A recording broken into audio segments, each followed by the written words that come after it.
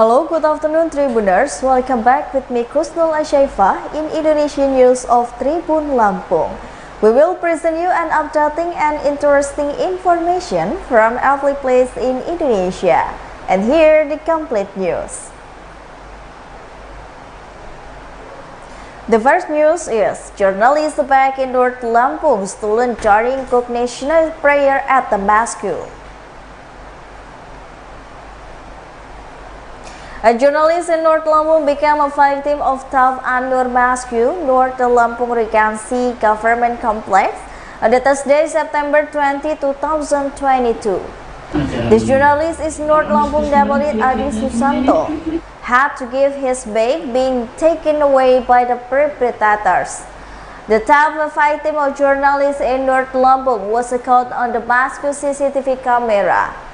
Novi, one of the employees, said, based on the CCTV camera footage, the perpetrators at the time pretended to be a congregational Zuhur prayer. And then, when in the last rakaat, the perpetrators was attacking the last row seemed to be replaced. The perpetrator, who was wearing a plaid shirt, abruptly got up, even though the prayer had not ended. He badly ran toward exit where the back end was behind him. Based on CCTV camera footage, the perpetrators entered the mosque at around 12. The perpetrators badly followed the congregation prayer together with the others. 3 minutes later, the perpetrator was not solemn. When the race congregation is proceeding in the third rakaat,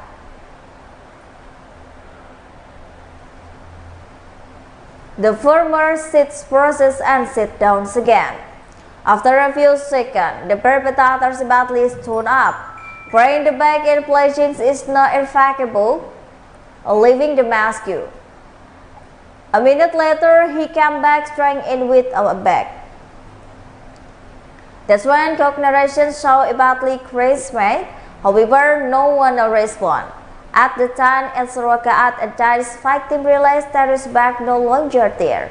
In the fact, the Ka'bah time to give cast noja in the Jenderal Sudirman Road, Kota Bumi, North Lampung. As a result, the perpetrators cannot be cast by the victim. The victim, the virus badly that only realized when they finished praying. There is back no longer there. It's now there is contained past 1 billion in cash. In addition, there is a good billion letters and 4 ATM cards. North Lampung Police Head of the Criminal Investigation, Adjutant Commissioner Eko Rendi, said he had received the report the victim correctly. They are still conducting and the investigation.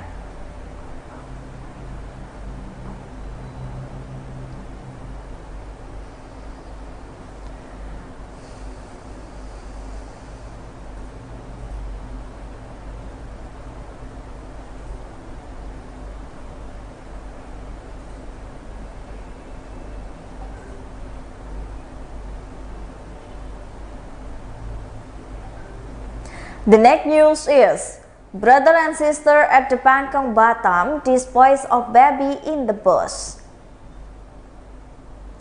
Bangkong Batam police arrested the 2 perpetrators dumping babies, each one initial M, 18 years old, and ME, 13 years old.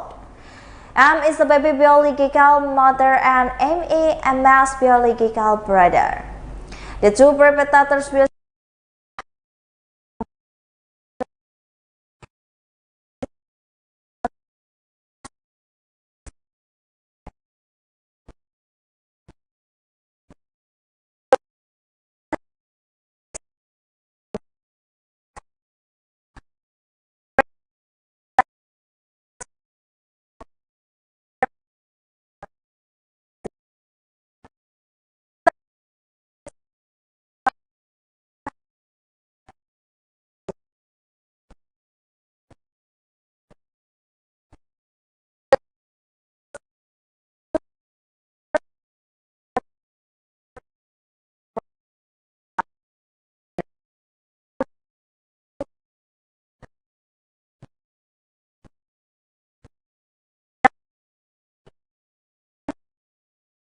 sick on the Sunday. The baby was found by a local resident alive. The baby boy is 23 centimeters long and weighs 2.5 kilograms in the good health and abuse. The baby boy have been born about 8 hours from the time it was found. If there are still traces of blood that just dried up to the umbilical cord, it is still intact.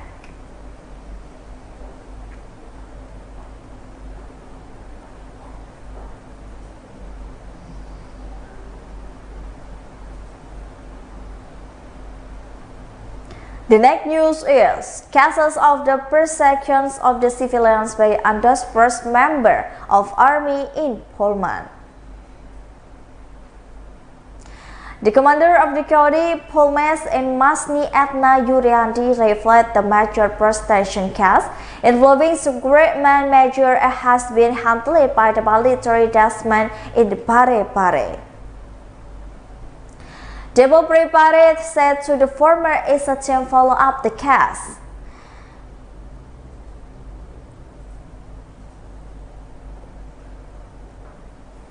Alti Kolsi Masni Atha when we at the Kodim Mading village, Paluai district Polman on the Thursday. The Dandim said the action taken by the army personnel would be dealt with a firm isolation for the army members. This will legally process as a lesson for the others members that we knew so that debut conference. The daddy also appealed the members of the army not to reach rashly. It always urges every time it feels it that it could be rashly, it according to the existing rules. We are military officers who must be a mirror in society. Previously, an entrepreneur, member of the army in the Causa of Civilian Polman Regency on the Thursday night.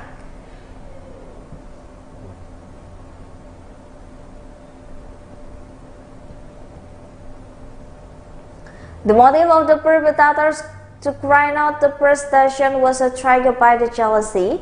It was suspected that the victim has ex-marital affair with the perpetrator's wife. It is not a member of the initial hazard rank Srikan Major or the perpetrator was assigned to the Kora Mill, there is the Nabung sub-district as Sabapi said.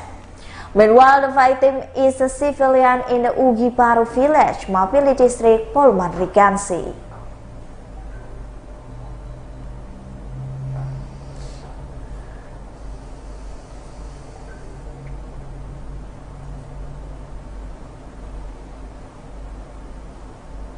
The next news is K-Witness several sick and internal trial to former Sambo Sub is postponed. The Profession and Security Division of the National Police has again postponed in the conduct ethnic trial against for the former Karo Prominal program in the police Brigadier General Hendra Kurniawan. Head of the Public Relations Division and National Police Inspector General Dedi Prasetyo. He said the delay was granted by the Police Code of the Ethnic Commission. It is deemed because the K-Witness the anti-cancellation case committed by the Hendra was still sick. Brigadier General Hendra, who is a former sub-knight of Ferdi Sambo, is one of the suspects for the observation of the JC and murder case of the Brigadier Nopriansa Yosua Huta Barat or Brigadier J. The K-Witness in question is the former Deputy Cadet B National Police Propam Police Arif Rahman Arifin. According to the daddy, his party was well after Alvarez's condition improved to be questioned in the ethnic trial. Daddy was required to reveal further about the racist illness. He only said there is no seriously. Thus, the National Police was twice posted the condition of the ethnic trial against Brigadier General Hendra.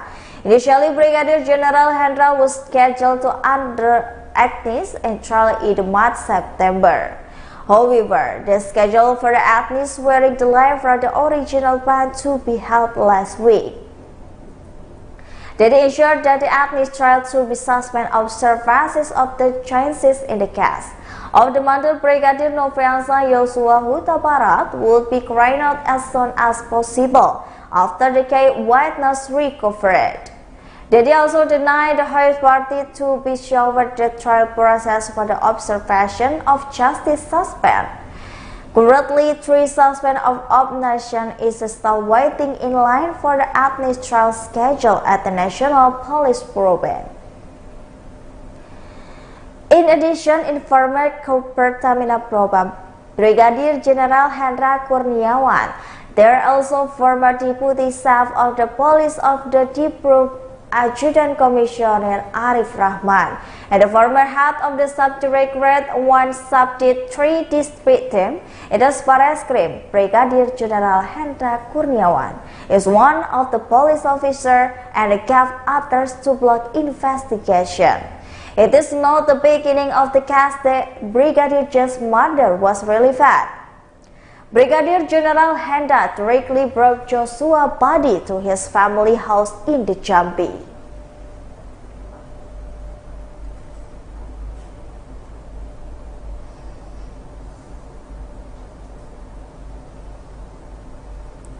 The next news is this comparison and assassin of Ani Rahma Mustika and Deddy Mulyadi.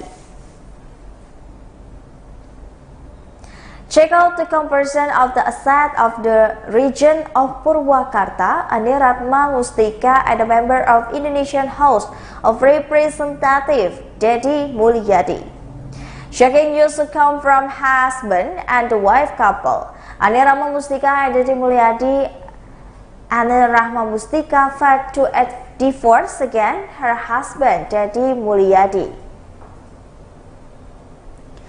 The divorce sought by the Ani Rahma Mustika was registered to Purwakarta Religious Court on September 18, 2022. The wealth of the Ani Ratna Mustika and Deddy Mulyadi is known. Ani Ratna Mustika and Deddy Mulyadi are a public official. They both have an obligation to report their asset and income from Al-Qasim. Quote from the tribunews.com, both Ani Rahma Mustika and Deddy Mulyadi routinely report the asset and periodically every year. It is known Ani Ratna Mustika who became in the region of the Purwakarta after Deddy Mulyadi finished serving, and her asset is 10 billion. The amount of wealth has been estimated Ratna Mustika on February 4, 2022. From this data, Ani Ratna Mustika wealth is more than of the Deddy Mulyadi, or the three is different around 2.3 billion. Although Ani Rahma Mustika wealth is more, there is a member asset than same as Deddy Mulyadi. For example, ownership of land and building. The couple who are spouses with the 3 children owns 70 plots and land and building. However, the report value of the 70 plots of the building differ. The value of land building asset of the Ani Ratna Mustika 7 billion, while the Mulyadi is worth 6 billion. In addition, for the fastest ownership, Deddy Mulyadi report 3 motorbikes, 1 car, and 1 motorcycle. Meanwhile, Ani Rahma Mustika report 3 motorbikes and 1 car.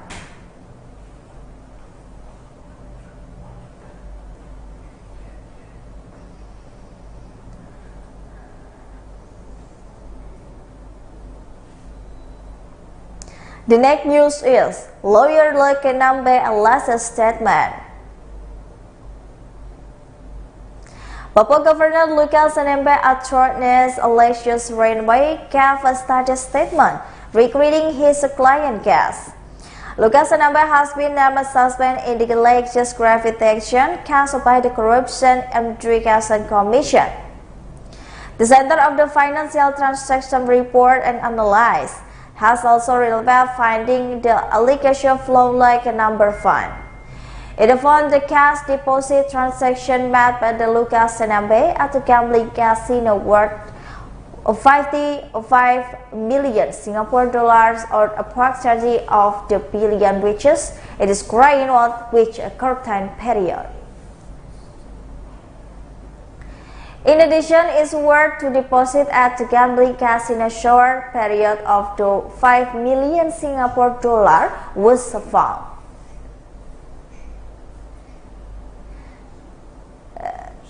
Responding to the allegation, like Nmb, authorities subsist a rebuttal. Summarized by the tribunews.com, the following is the latest conference Lucas Nmb attorney. 1. Designs funding billion of rupiah alleged Tribuan confirmed his client playing casino in Singapore. However, he caught Lucas Nmb playing while on vacation. Mr. Lucas is the casino right. He goes on vacation and he play but no fantastic number of billion. 2. Denies being absent to the camp summer. In addition, Alation Greenway detained his client was the client offset the summers of the investigation. 3. It is not just that the Lucas Nmb will be fulfilled the KPK examination of Sulais Rinawe, admitted that he could not granting its client will be fulfilled the summer's KPK investigation. Lucas Nmb had two questions on the Monday next week as suspect in the allegation case of receiving grateful 1 billion.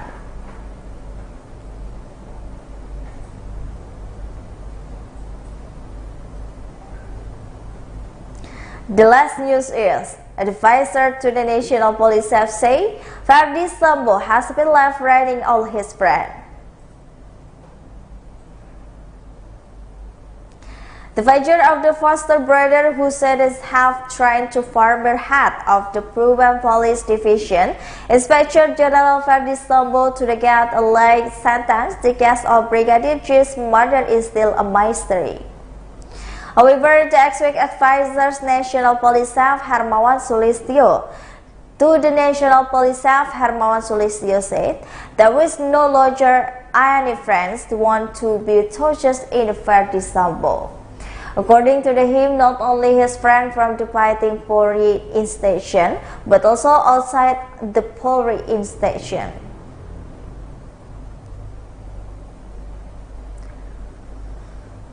Dozens of people were found to have been proven prosec Ferdy Sambo were tried on the ethnic and even dismissed per honor to police because there was relevant to the murder case of the Brigadier G. Therefore, Hermawan Sulistyo believed that the handling of the Ferdy Sambo case, which according to him legally formalistic and de facto is on track, will now open to opportunity for the former head of National Police Program Division. Although he said Ferdy Sambo and his friends still had the money.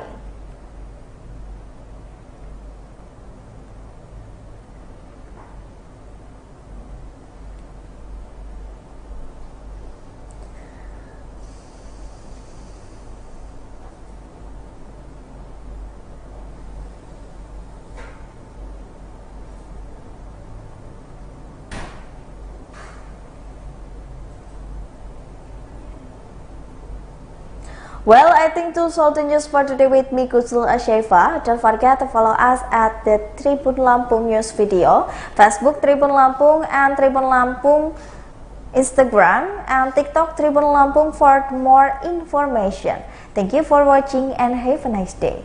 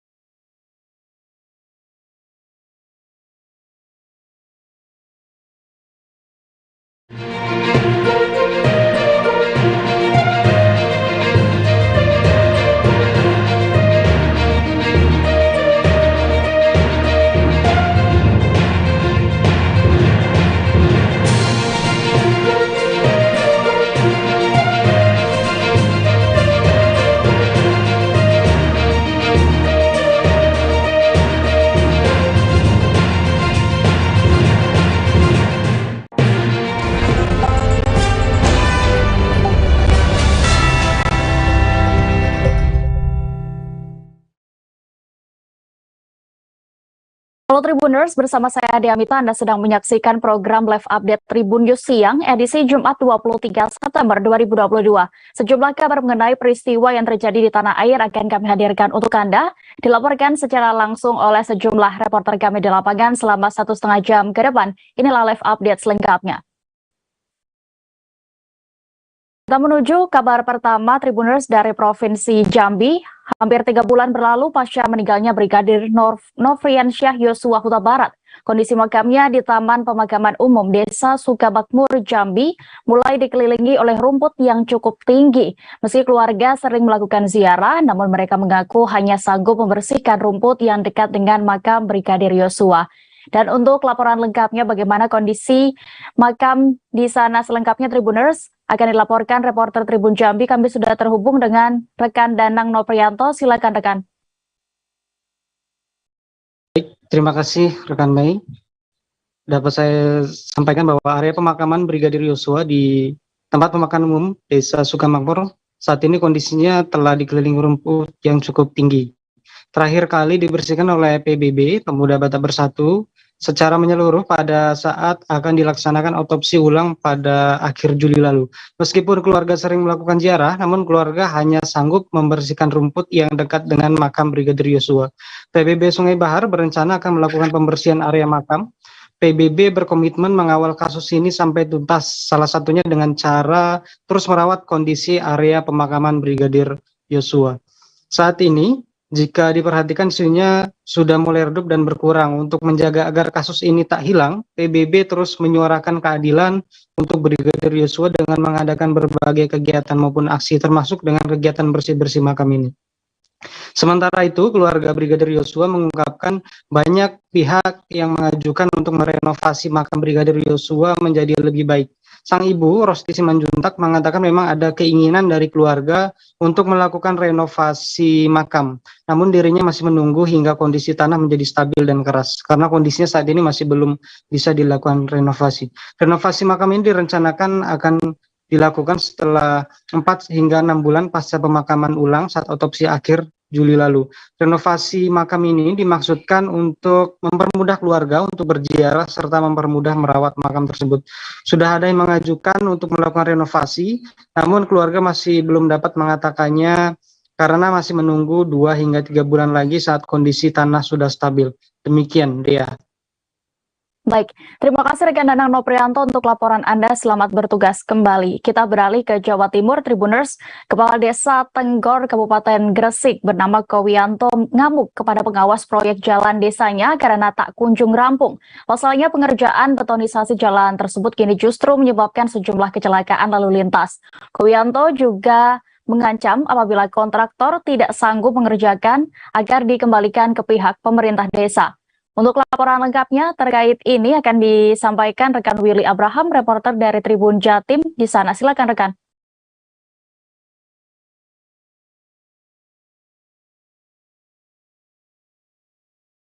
Halo, rekan Willy.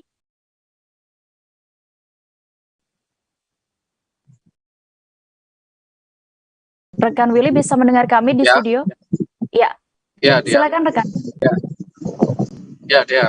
Terkait dengan ngamuknya kepala desa kepada pengawas proyek peningkatan jalan di Desa Tenggor, Kecamatan Balongpanggang, Kabupaten Gresik ini memang membuat sejumlah pihak berharap adanya proyek tersebut segera selesai, karena hampir 2 bulan lamanya tidak ada pengerjaan yang signifikan, hanya ada pelebaran saja, dan ini membuat akses jalan warga di Desa Tenggor ini terganggu. Bahkan ada yang sampai jatuh karena kondisi jalan yang tak kunjung usai perbaikannya.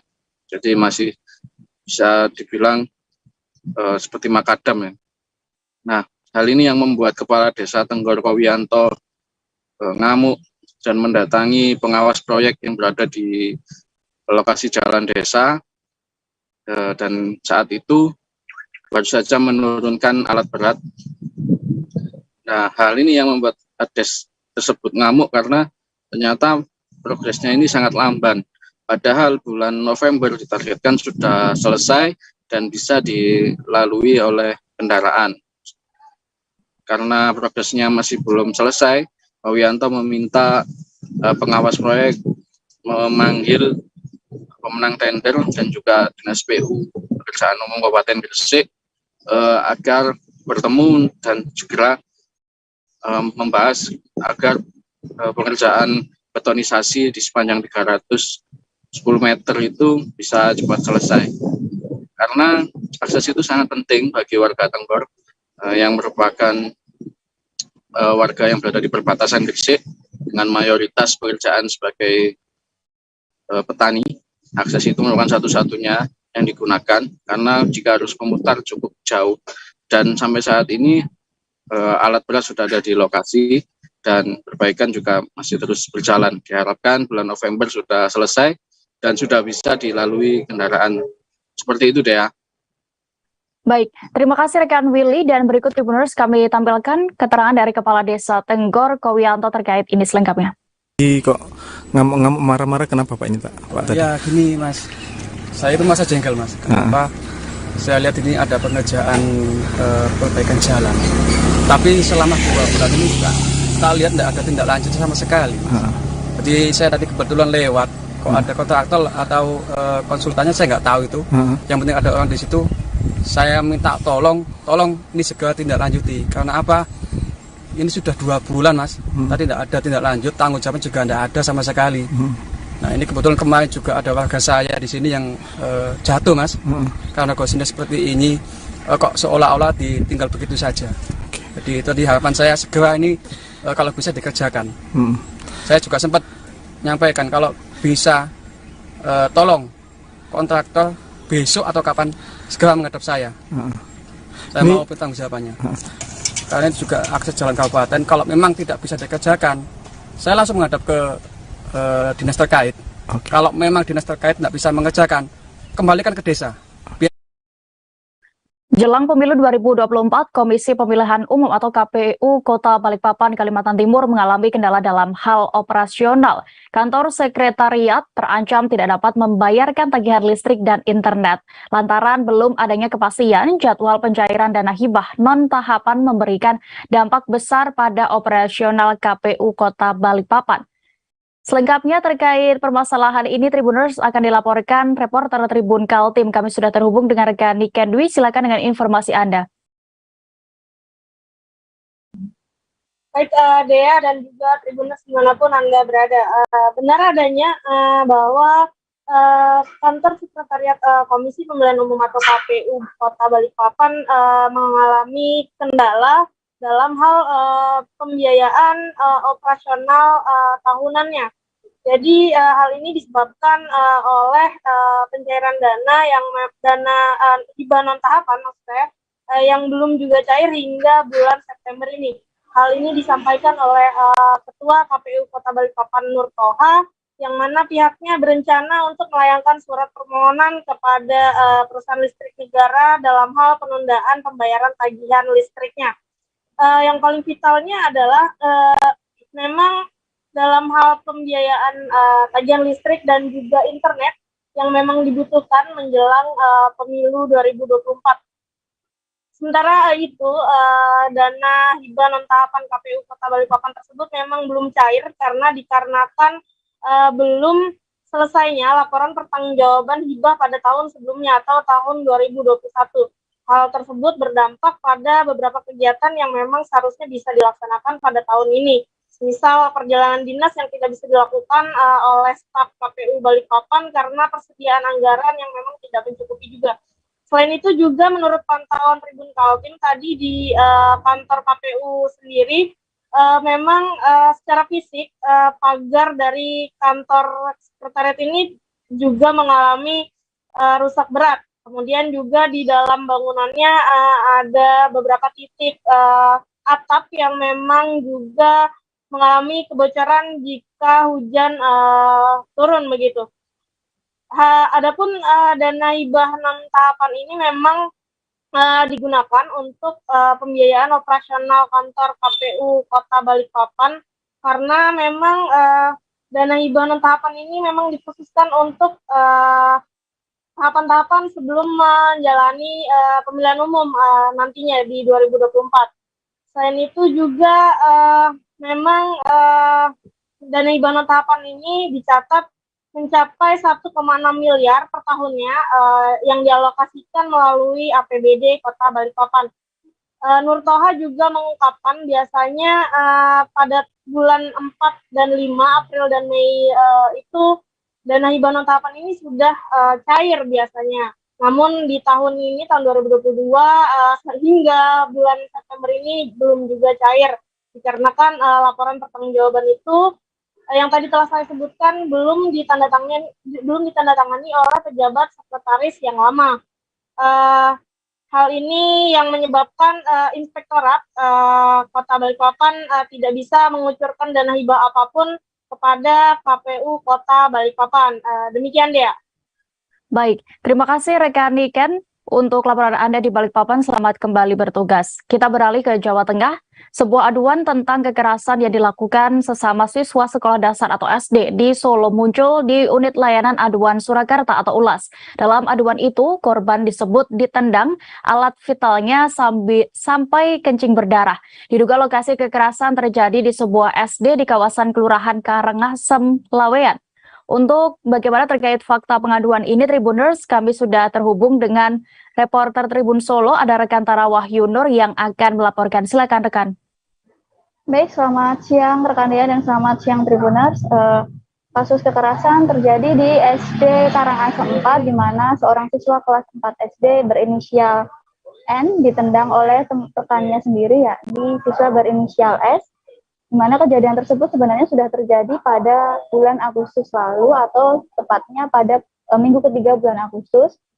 Menurut dari keterangan Dinas Pendidikan Kota Surakarta, kejadian tersebut bermula saat S sedang ditegur oleh salah seorang wali murid, namun saat di tempat yang bersamaan, temannya yakni N berdiri dengan melihat S sedang ditegur, namun karena merasa dirinya dikira mengejek si S ini, akhirnya si N ditendang di bagian alat kemaluannya. Namun selang beberapa hari saat N ini masuk sekolah, dirinya mengaku bahwa saat kencing mengeluarkan darah, dan pada saat itu juga teman-temannya langsung melaporkan kepada guru yang bersangkutan.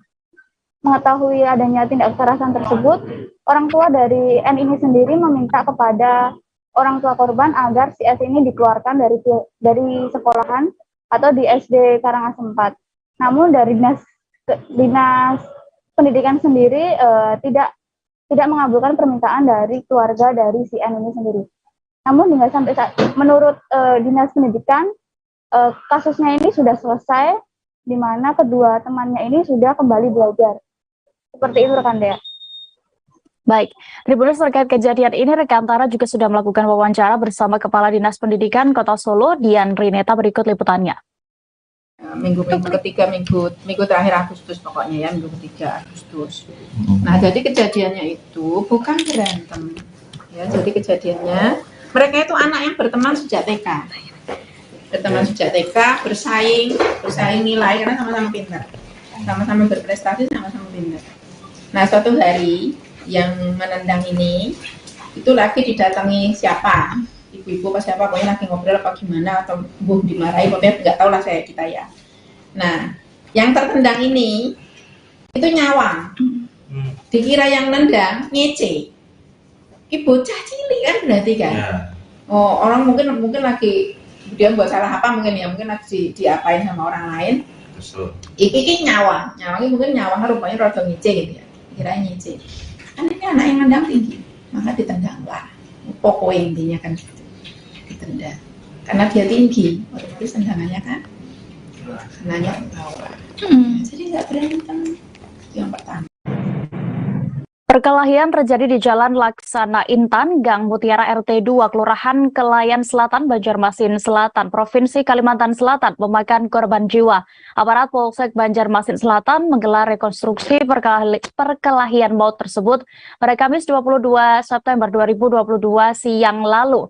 Total ada 18 adegan yang diperagakan oleh tersangka berinisial GN kala ia berduel dengan korbannya yakni AR yang meninggal tak lama pasca kejadian. Untuk laporan lengkapnya, Tribuners akan disampaikan rekan Nur Masrida, reporter dari Banjarmasin Post yang sudah bergabung di sana. Silakan rekan. Baik, rekan Dea yang ada di studio dan juga Tribuners sekalian, dari Kota Banjarmasin bisa kami sampaikan bahwa Polsek Banjarmasin Selatan melaksanakan rekonstruksi kasus pembunuhan yang dilakukan oleh pelaku berinisial GN umur 29 tahun terhadap korbannya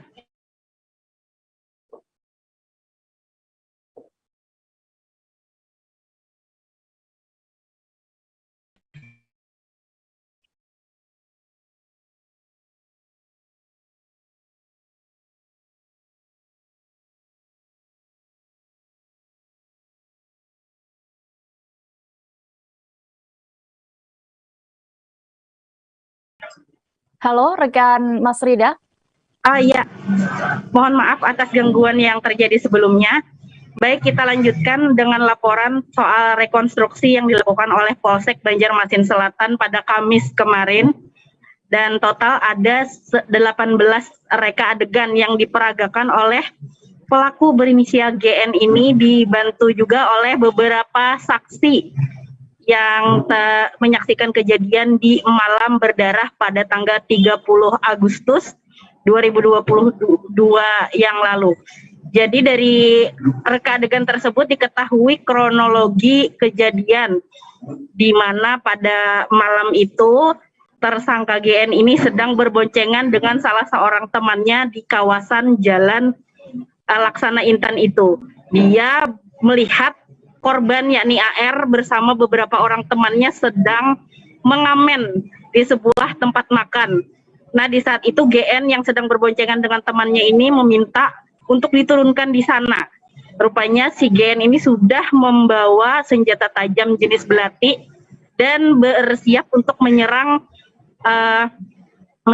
AR yang sedang mengamen. AR yang melihat tindakan tersebut langsung menghindar begitu dan berlari ke tempat yang lain. Singkat cerita, AR ini dengan bantuan seorang temannya pergi ke rumah kerabat yang juga ada di sekitar lokasi tersebut untuk mengambil belati. Dia berniat untuk menyerang kembali GN yang sebelumnya berniat menyerang dia. Jadi singkat cerita mereka pun bertemu di suatu tempat. Nah, di momen itulah terjadi pergumulan antara si GN dan juga RA ini. Keduanya saling serang menggunakan senjata tajam yang akhirnya sama-sama terkapar. Sehingga dengan kejadian tersebut pula warga sekitar yang melihat kejadian itu selain melaporkan ke polisi, juga ada sebagian yang mungkin membantu keduanya mengevakuasi keduanya ke rumah sakit. Namun tak berselang lama, rupanya salah satu diantaranya yakni AR ini meninggal dunia akibat luka-luka yang dia terima dari serangan GN. Nah, dari rekonstruksi ini pula diketahui bahwa motif kenapa GN sampai menyerang AR pada malam itu adalah lantaran dendam di masa lalu. Jadi 1 tahun silam rupanya si AR ini pernah melukai GN. Dan pada saat itu dia menyimpan dendam, dan di momen pada Kamis tanggal 30 Agustus itulah saat dia memiliki kesempatan untuk berkelahi dengan AR. Akhirnya AR pun tewas di tangan GN. Pada itu pun dikenakan pasal 338 Junto 351 ayat 3 KUHP dengan hukuman di atas 7 tahun penjara. Dan demikianlah laporan dari rekonstruksi kasus pembunuhan yang dilakukan di Polsek Banjarmasin Selatan kemarin. Saya Norma Srida melaporkan. Baik, terima kasih rekan Norma Srida untuk laporan Anda. Selamat bertugas kembali. Kita beralih ke informasi selanjutnya. Polres Humbahas menggelar rekonstruksi pembunuhan berencana yang dilakukan tersangka pasangan selingkuh Anita Manulang dan Hinsa Sianturi. Aksi keduanya memakan korban atas nama Harlen Sinaga dengan motif kawin lari. Anita dan Hinsa memeragakan total 34 adegan mulai dari perencanaan hingga penemuan jasad korban Harlen. Saat ini kami sudah terhubung dengan rekan Maurits Pardosi, reporter dari Tribun Medan yang akan melaporkan selengkapnya. Silakan rekan.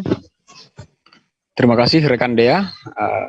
Kemarin pada Kamis 22 September 2022, kita mengikuti rekonstruksi pembunuhan Harlen Sinaga yang dilakukan oleh dua tersangka. Yang pertama Anita Manulang sebagai otak pembunuhan, dan yang kedua adalah Hinsa Sianturi sebagai pengeksekusi. Hubungan antara Anita Manulang dengan Hinsa Sianturi adalah hubungan gelap, asmara gelap ataupun selingkuhan. Nah, ternyata mereka telah melakukan hubungan gelap selama 3 bulan dengan perkenalan pertama saat berada dalam sebuah bus ketika ingin berpesta ke daerah Pematang Siantar. Dari pertemuan tersebut ternyata Anita Manulang merasa nyaman dan ingin melanjutkan hubungan gelapnya bersama Hinsa Sianturi. Dan tawar-menawar soal kawin lari pun terjadi, namun Anita Manulang tidak begitu respect dengan kawin lari karena dia masih memiliki anak yang masih kecil berumur 8 tahun. Oleh karena itu, di kemudian hari, Anita Manulang kemudian menawarkan untuk membunuh suaminya, yakni Harlen Sinaga, agar hubungan mereka bisa langgeng.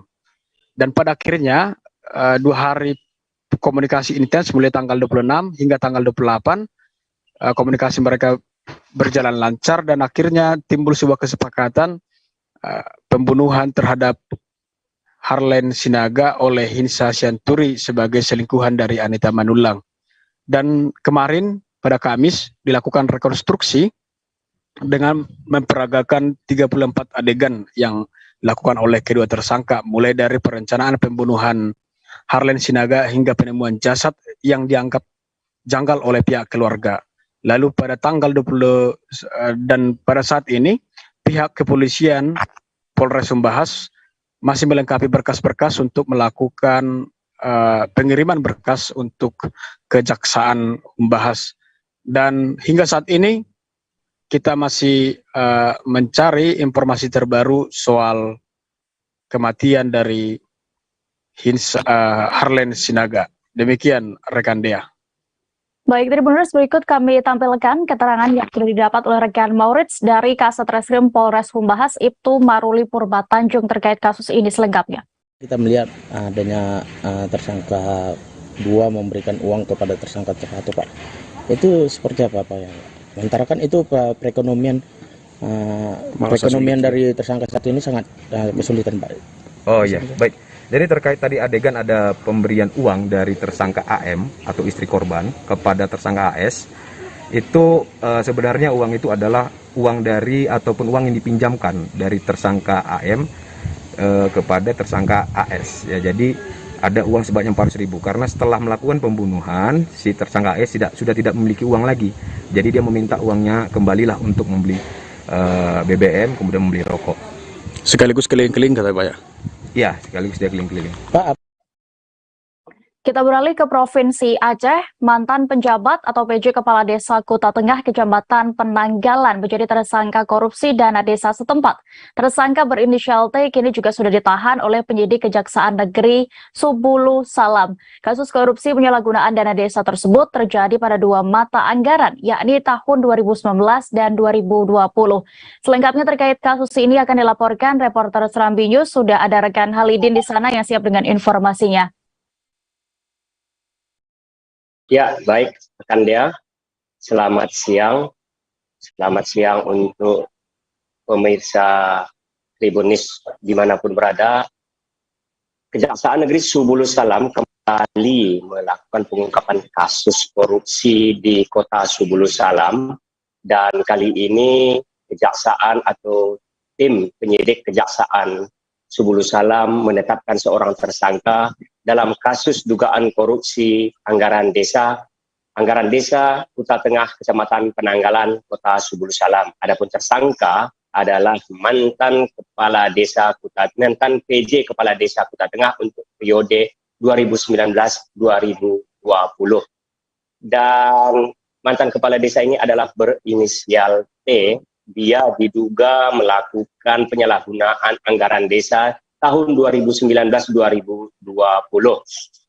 Pasca ditetapkan menjadi tersangka, T langsung diboyong ke rumah tahanan kelas 2B Kabupaten Aceh Singkil di Kampung Baru, Kabupaten Aceh Singkil. Dan berdasarkan perhitungan kerugian negara, didapat adanya kerugian negara sebesar 285 juta. Begitu rekan dia. Baik, terima kasih rekan Halidin untuk laporan Anda dari Aceh. Selamat bertugas kembali. Kita beralih ke Belitung Tribuners. Seorang pemuda diduga membakar rumah orang tuanya sendiri di Dusun Lidun, Desa Batu Penyu, Gantung, Belitung Timur. Rumah itu hampir rata dengan tanah, menyisakan kayu-kayu dan seng hangus. Pelaku langsung kabur setelah diketahui diduga membakar rumah orang tuanya sendiri. Saat ini kami sudah terhubung dengan rekan Brian Bimantoro, reporter dari Pos Belitung yang akan melaporkan terkait kronologi kejadian. Silakan rekan Brian. Baik Dea, selamat siang dan juga Tribuners dimanapun Anda berada. Seorang pemuda bernama Epan Sanuara berusia 21 tahun tega membakar rumah orang tuanya sendiri di Dusun Lidun, Desa Batu Penyu, Kecamatan Gantung, Kabupaten Belitung Timur pada Kamis 22 September 2022 kemarin. Kepala Desa Batu Penyu, Ahmad Syafi'i, mengatakan bahwa peristiwa pembakaran itu diduga dilatari karena Epan kesal tidak diberi uang saat dia meminta kepada orang tuanya. Orang tuanya sendiri hanya sebagai ketua RT dan tidak punya pekerjaan tetap. Selain itu, Dea dan Tribuners, Ahmad Syafi'i juga bilang dikabarkan bahwa Epan akhir-akhir ini tengah mengonsumsi obat Mextril secara berlebihan, sehingga membuat emosinya tidak bisa dikontrol. Tetangga Nuhri, pemilik rumah yang dibakar, yakni Kelly, mengatakan keseharian Epan sendiri dinilai bagus karena rajin bergaul. Dia sendiri saat ini diketahui tengah menempuh kuliah di Universitas Terbuka, Dea dan Tribuners.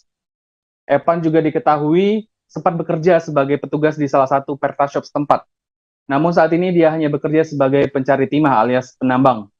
Atas kejadian ini, Kapolsek Gantung AKP Jen Alvin Sinulinga mengatakan sudah mengamankan Epan di kantor polisi untuk dilakukan penyelidikan lebih lanjut. Diketahui juga Dea dan Tribuners, Epan sendiri sebelumnya pernah ditahan atau diamankan di kantor polisi Polsek Gantung karena sempat mengancam akan membunuh ibunya karena hal yang serupa dengan penyebab diduga kejadian pembakaran tersebut. Hingga saat ini orang tuanya sendiri belum melaporkan kejadian tersebut karena masih syok atas kejadian pembakaran rumah oleh anaknya tersebut. Dea dan Tribuners. Dari Gantung, Belitung Timur, Brian Bimantoro, wartawan Pos Belitung, melaporkan. Kembali ke studio, Dea. Baik, terima kasih rekan Brian. Selamat bertugas kembali. Kita beralih ke informasi berikutnya. Motif peristiwa pembunuhan yang terjadi di Jalan Lubuk, Guci, Bilangan Beracung, beberapa waktu lalu akhirnya terungkap. Diketahui korban tewas, yakni Paridin, warga desa Simpang Tais, Kecamatan Talang Ubi, Kabupaten Pali, Provinsi Sumatera Selatan. Kasus ini ternyata ditenggarai di perselingkuhan alias cinta segitiga.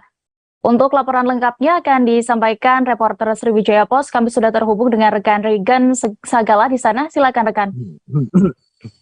Baik, terima kasih rekan Dea. Tribuners, dapat kami laporkan bahwa kronologi peristiwa pembunuhan terbilang sadis ini dan sempat menghebohkan warga di Kabupaten Pali, Sumatera Selatan khususnya. Itu terjadi pada Kamis tanggal 16 maksud kami 16 September 2022 sekira pukul 21 itu tersangka Nopri melihat istrinya yang dijemput di kediaman mereka di Kelurahan Bayangkara, Kecamatan Telongbi oleh korban Paridin. Nah, mengetahui istrinya dijemput oleh seorang pria, kemudian tersangka mengikuti menggunakan sepeda motor dan telah menyiapkan sebilah senjata tajam di pinggangnya. Kemudian mencari ke bilangan beracung. Setelah dicari sempat tidak bertemu. Kemudian saat keluar, korban Paridin bersama istrinya berboncengan menggunakan sepeda motor berpapasan dengan tersangka Nopri. Kemudian dipepet oleh tersangka Nopri. Korban tidak menghentikan kendaraannya sehingga tersangka Nopri memukul wajah korban dengan tangan kiri. Setelah itu korban terjatuh dari kendaraannya dan tersangka Nopri langsung menghujamkan senjata tajam ke korban. Dengan kondisi terkapar dan penuh luka, korban sempat menyuruh istrinya membawa pulang sepeda motor yang ia bawa. Melihat korban masih bergerak, kembali tersangka Nopri menghujamkan senjata sehingga korban tewas di tempat dengan 9 luka tusuk dan kondisi leher yang nyaris putus. Kemudian tersangka meninggalkan korban dengan barang-barang korban, yakni sepeda motor dan handphone korban juga tidak dibawa, masih berada di TKP. Kemudian korban langsung meninggalkan ke TKP dan untuk melarikan diri ke wilayah Lampung Tengah. Nah, kronologi penangkapan sendiri berdasarkan dari keterangan Kapolres Pali, AKBP Efranedi, didampingi Kasat Reskrim AKP Marwan. Penangkapan terjadi pada Sabtu, tanggal 19 September 2022, di wilayah bilangan Lampung Tengah tanpa perlawanan, sehingga korban bisa dibawa ke Mapores Pali. Nah, berdasarkan keterangan dari Kapolres Pali, yakni AKBP Efranedi, bahwa motif sementara diketahui hubungan gelap atau perselingkuhan. Namun berdasarkan keterangan dari istri korban Paridin, Sonia, bahwa ia membantah bahwa suaminya melakukan hubungan gelap, di mana sepengetahuannya suaminya ini merupakan orang yang baik dan santun di tengah masyarakat, sehingga ia meminta kepada pihak kepolisian untuk mengusut tuntas motif pembunuhan tersebut. Selain daripada itu, pihak media juga sedang melakukan penelusuran untuk memintai keterangan dari istri tersangka, namun sejauh ini belum bisa dikonfirmasi. Demikian rekan Dea yang dapat kami laporkan. Baik, terima kasih rekan Regan. Dan Tribuners, berikut kami tampilkan juga keterangan dari Kapolres Pali AKBP Efranedi selengkapnya. Hadir juga Pak Kasih Humas dan didampingi oleh Kasat Tahti mana? Ya. Rekan-rekan sekalian, terima kasih atas kedatangannya pada siang hari ini. Kita ada melakukan press release, ada 3 kasus ya yang berhasil kita ungkap dalam waktu 1 minggu ini. Yang pertama ini kasus penggelapan dalam jabatan, di mana kerugian ini mencapai 241 juta ya, dengan korban PT Andi Arta Muzizat. Nah, ini kerugiannya 241 juta ya, di mana tersangka ini menggelapkan uang yang seharusnya disetorkan. Nah, ini pelaku sudah kita berhasil kita tangkap. Yang kedua, ini kasus perampokan 365 Turas ya. Di lokasinya di Talang Ubi Timur ya, pada tanggal 12 September yang lalu pukul 20.00. Tikungan maut di Desa Puput, Kecamatan Toboali, Bangka Selatan kembali menelan korban. Kecelakaan terjadi melibatkan mobil Avanza bernomor polisi BN1195VT bertabrakan dengan sepeda motor Matic Yamaha Mio warna merah hitam tanpa nomor polisi. Selengkapnya terkait kronologi kejadian akan dilaporkan reporter Bangka Pos, ada rekan Adi Saputra. Silakan rekan.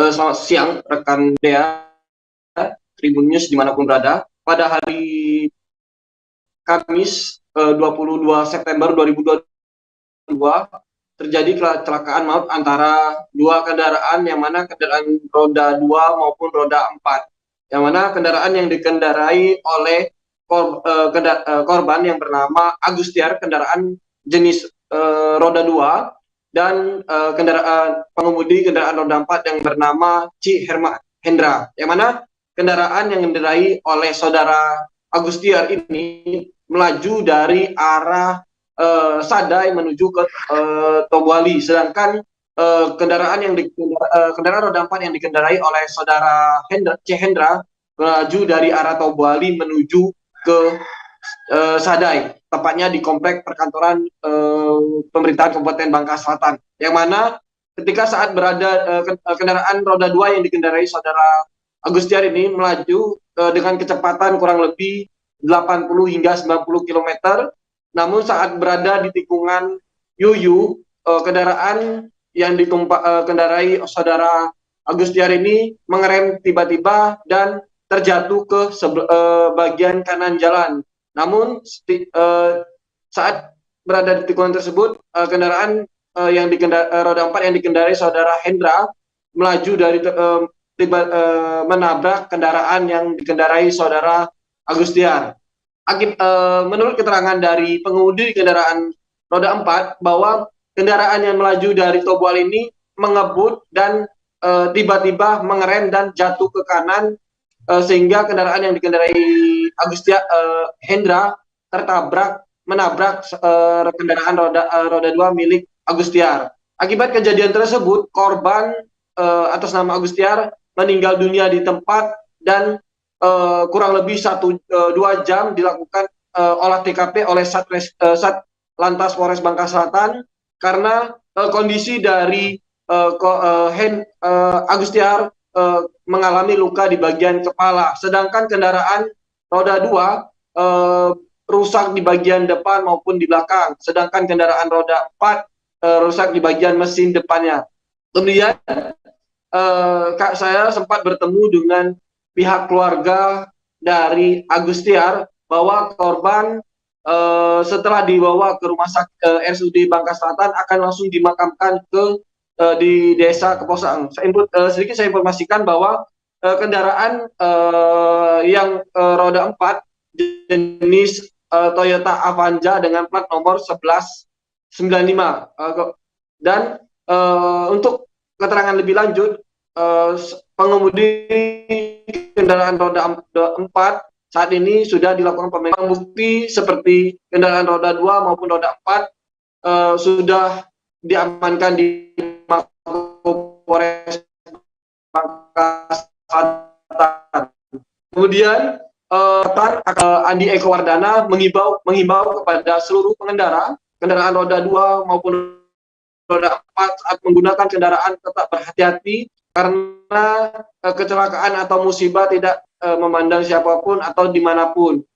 Terutama bagi kendaraan roda 2, saat menggunakan kendaraan untuk tetap menggunakan helm atau kelengkapan kendaraan. Karena kemarin sempat juga korban ini sempat tidak dikenali oleh masyarakat sekitar ataupun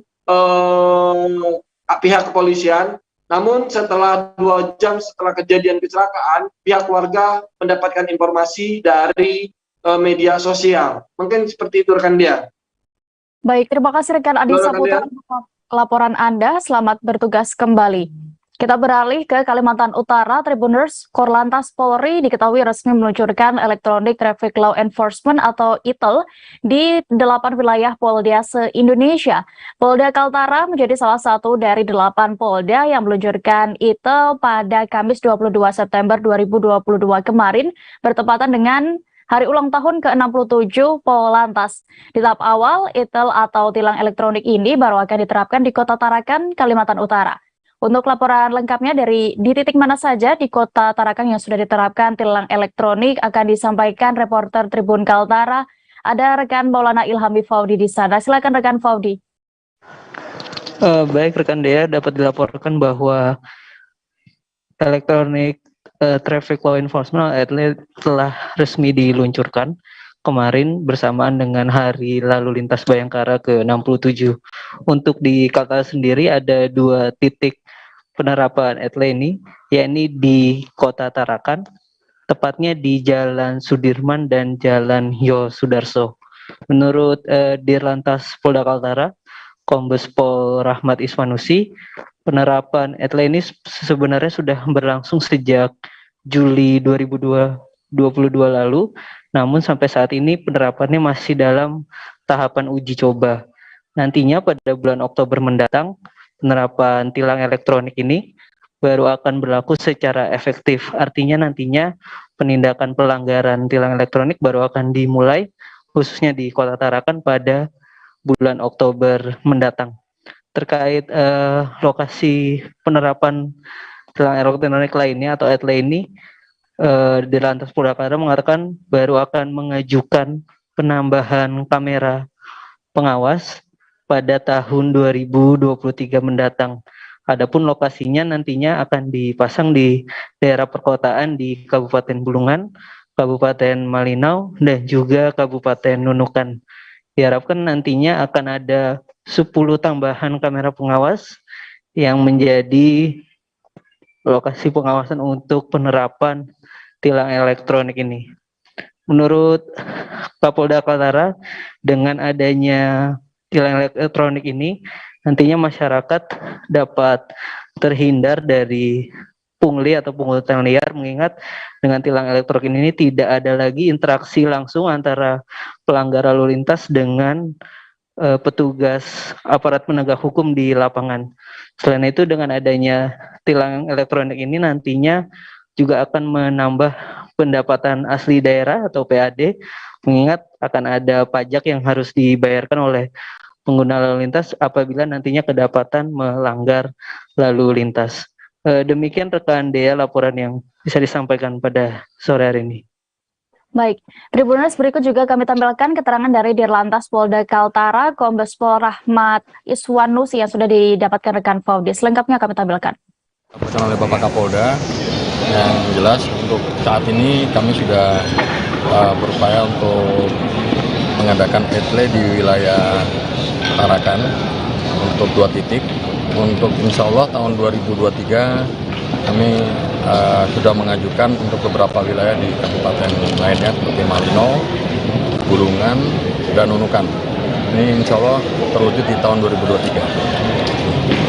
Nanti ada berapa kamera lagi Pak yang terpasang ke depannya? Kemarin kami mengajukan sekitar hampir 10.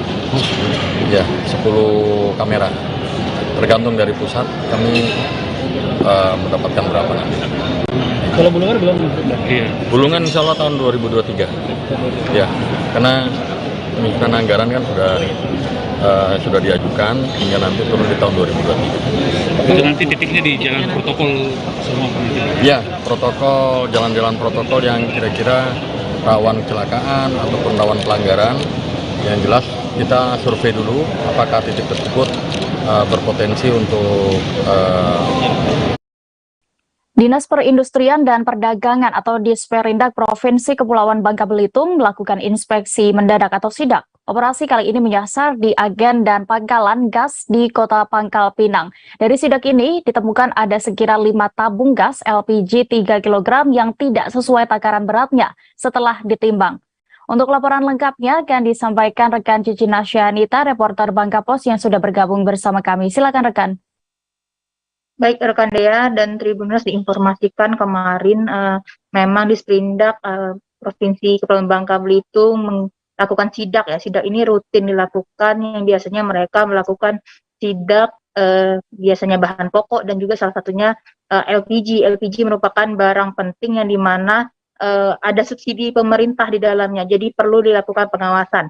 Nah, dalam hal sidak kemarin itu ditemukan ada sekira 5 tabung gas yang diambil dari truk yang baru datang saat di agen salah satu di Kota Pangkal Pinang. Nah, agen gas ini baru saja tiba satu truk, kemudian diambil sampel yakni sebanyak 9 tabung, dan dari 9 tabung tersebut sudah ditemukan 5 tabung gas yang tidak sesuai dengan takaran. Saya informasikan sedetailnya. Jadi tabung gas kosong itu beratnya itu 5 kg. Kemudian karena ini gas melon, artinya gasnya harus berisi 3 kg, maka total gasnya itu harus 8 kg. Dan temuan itu dilihat hanya 7,5 kg dan 7,7 kg. Sedangkan batas toleransi di luar toleransi kategorinya. Toleransi dari Dispenda sendiri adalah 0,2 kg yang dimana setelah dari SPBE menuju distributor. Dari hasil tadi artinya di luar dari toleransi yang ditetapkan 0,2 kg tersebut.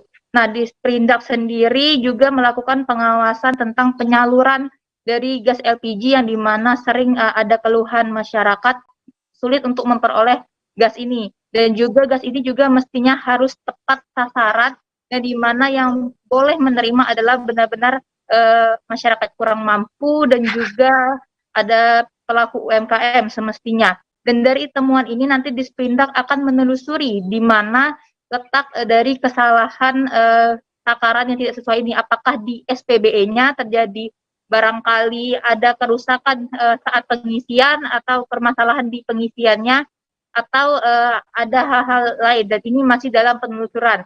Dan kita juga sempat bertanya tindak lanjutnya seperti apa nantinya. Sesuai dengan SOP maka akan diberikan teguran pertama, kedua, dan selanjutnya baru pelaku atau oknum yang bermasalah akan ditindaklanjuti sesuai dengan ketentuan yang ada. Sidak ini juga nanti akan dilakukan kembali, dan juga sebenarnya pemerintah provinsi sudah memanggil pihak Pertamina menggelar rakornas untuk mempertanyakan penyaluran dan beberapa hal tentang LPG gas 3 kilo ini. Seperti itu rekan Dea. Baik, Tribuners, rekan Cici juga sudah mendapatkan keterangan dari pihak Disprindak. Fajri, berikut liputannya. Komisi Perdagangan dan Industri. Jadi dalam rangka kita pengawasan rutin reguler itu pengawasan barang kebutuhan pokok dan barang penting. Nah, salah satunya gas LPG ini masuk dalam kategori barang penting karena di sini ada subsidi uang negara di sini harus kita pengawasan. Dan hari ini kita mengambil sampel satu agen UMKM ya, UMKM dan dari pihak mitra kita bersama tim Polda juga. Kita nanti habis ini akan ke sampel juga satu agen satu pangkalan ya penyalurannya. Jadi dari hulu ke hilir kita ikutin ya, apakah benar penyalurannya. Dan ini harapan kami untuk regulasi penyaluran ini sesuai dengan tata kelola penyalurannya, dan masyarakat benar-benar diuntungkan dengan penyaluran yang Warga Burayan bernama Patris Stefbana yang tenggelam di pantai Teres, Kabupaten Kupang, Nusa Tenggara Timur ditemukan pada Kamis 22 September 2022 kemarin.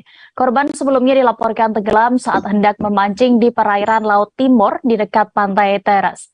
Untuk informasi lebih lengkapnya terkait kronologi kejadian hingga penemuan jasad dari korban, kami sudah terhubung dengan reporter Pos Kupang, ada rekan Rian Tapehen yang akan melaporkan. Silakan rekan. Baik, selamat siang rekan Dea. Dapat saya laporkan pada hari Kamis tanggal 22 September 2022 tadi malam sekitar pukul 21 waktu Indonesia Tengah,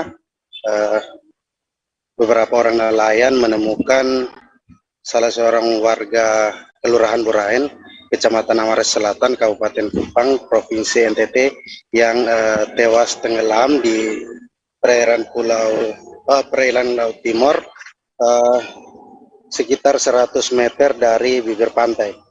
Korban diketahui bernama Patrice Baok, warga Kelurahan Berain. Dari keterangan yang diperoleh di tempat kejadian perkara, korban hendak melaut sekitar pukul 7 malam dan sendirian. Lalu pada saat itu cuaca sedang berangin dan laut cukup gelombangnya cukup tinggi, dan sesuai informasi yang diperoleh gelombang yang cukup tinggi sehingga menghempaskannya ke dasar lautan dan terbentur karang. Pada saat kejadian korban juga ditemukan beberapa tanda-tanda fisik berupa luka di bagian leher dan juga darah yang keluar lewat telinga.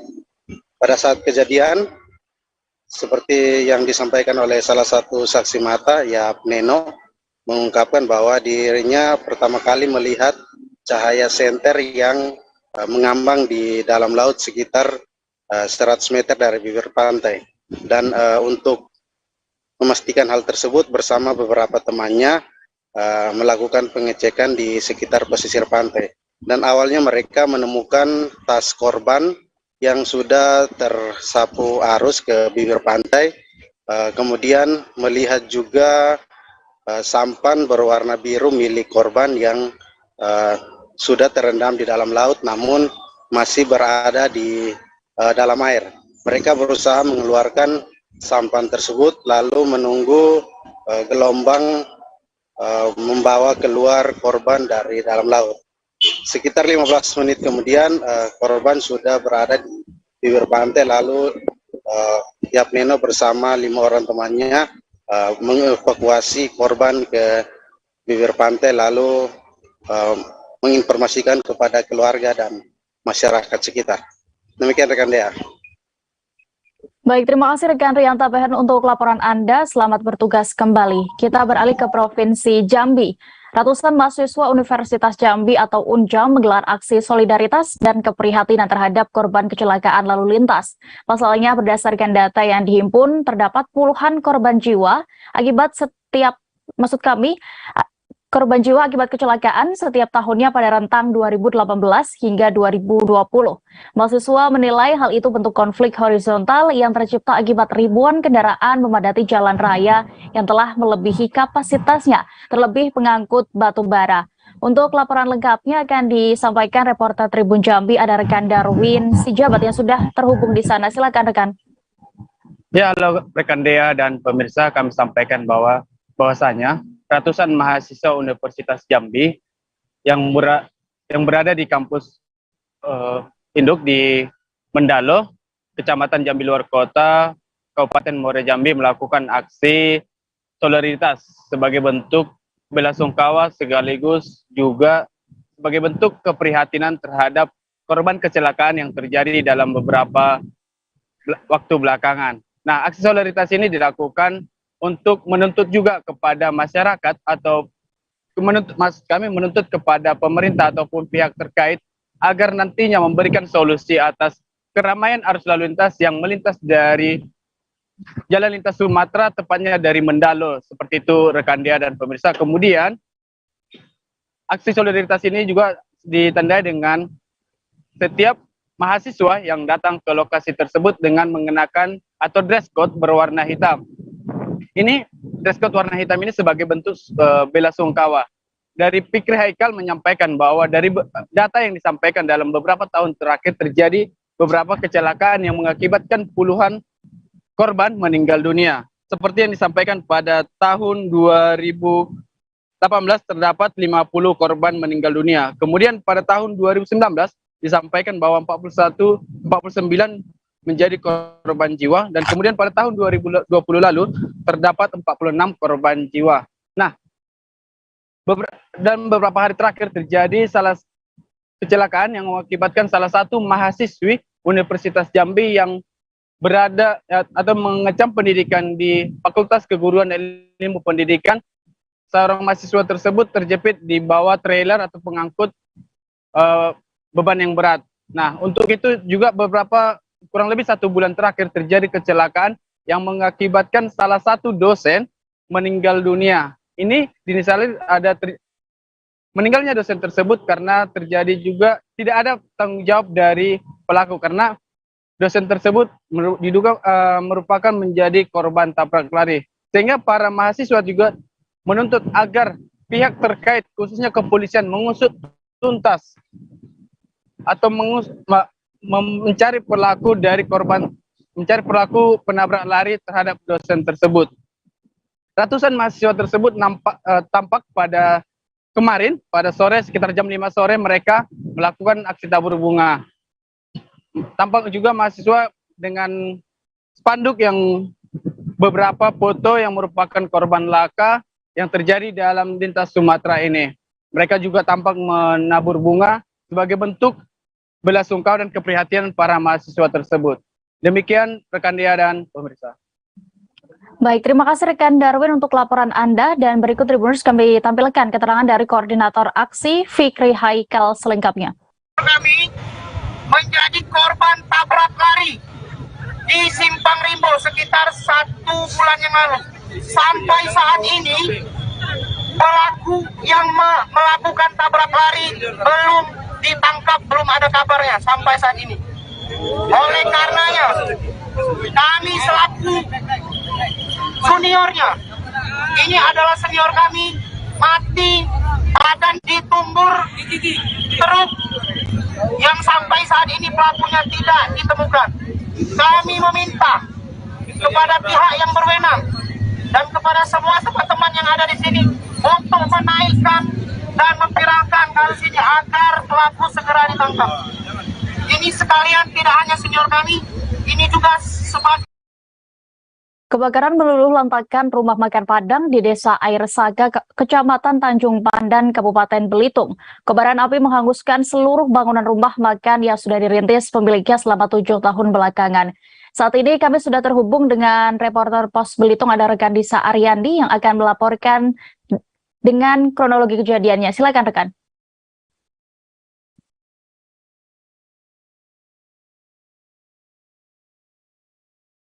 Halo, rekan Disa.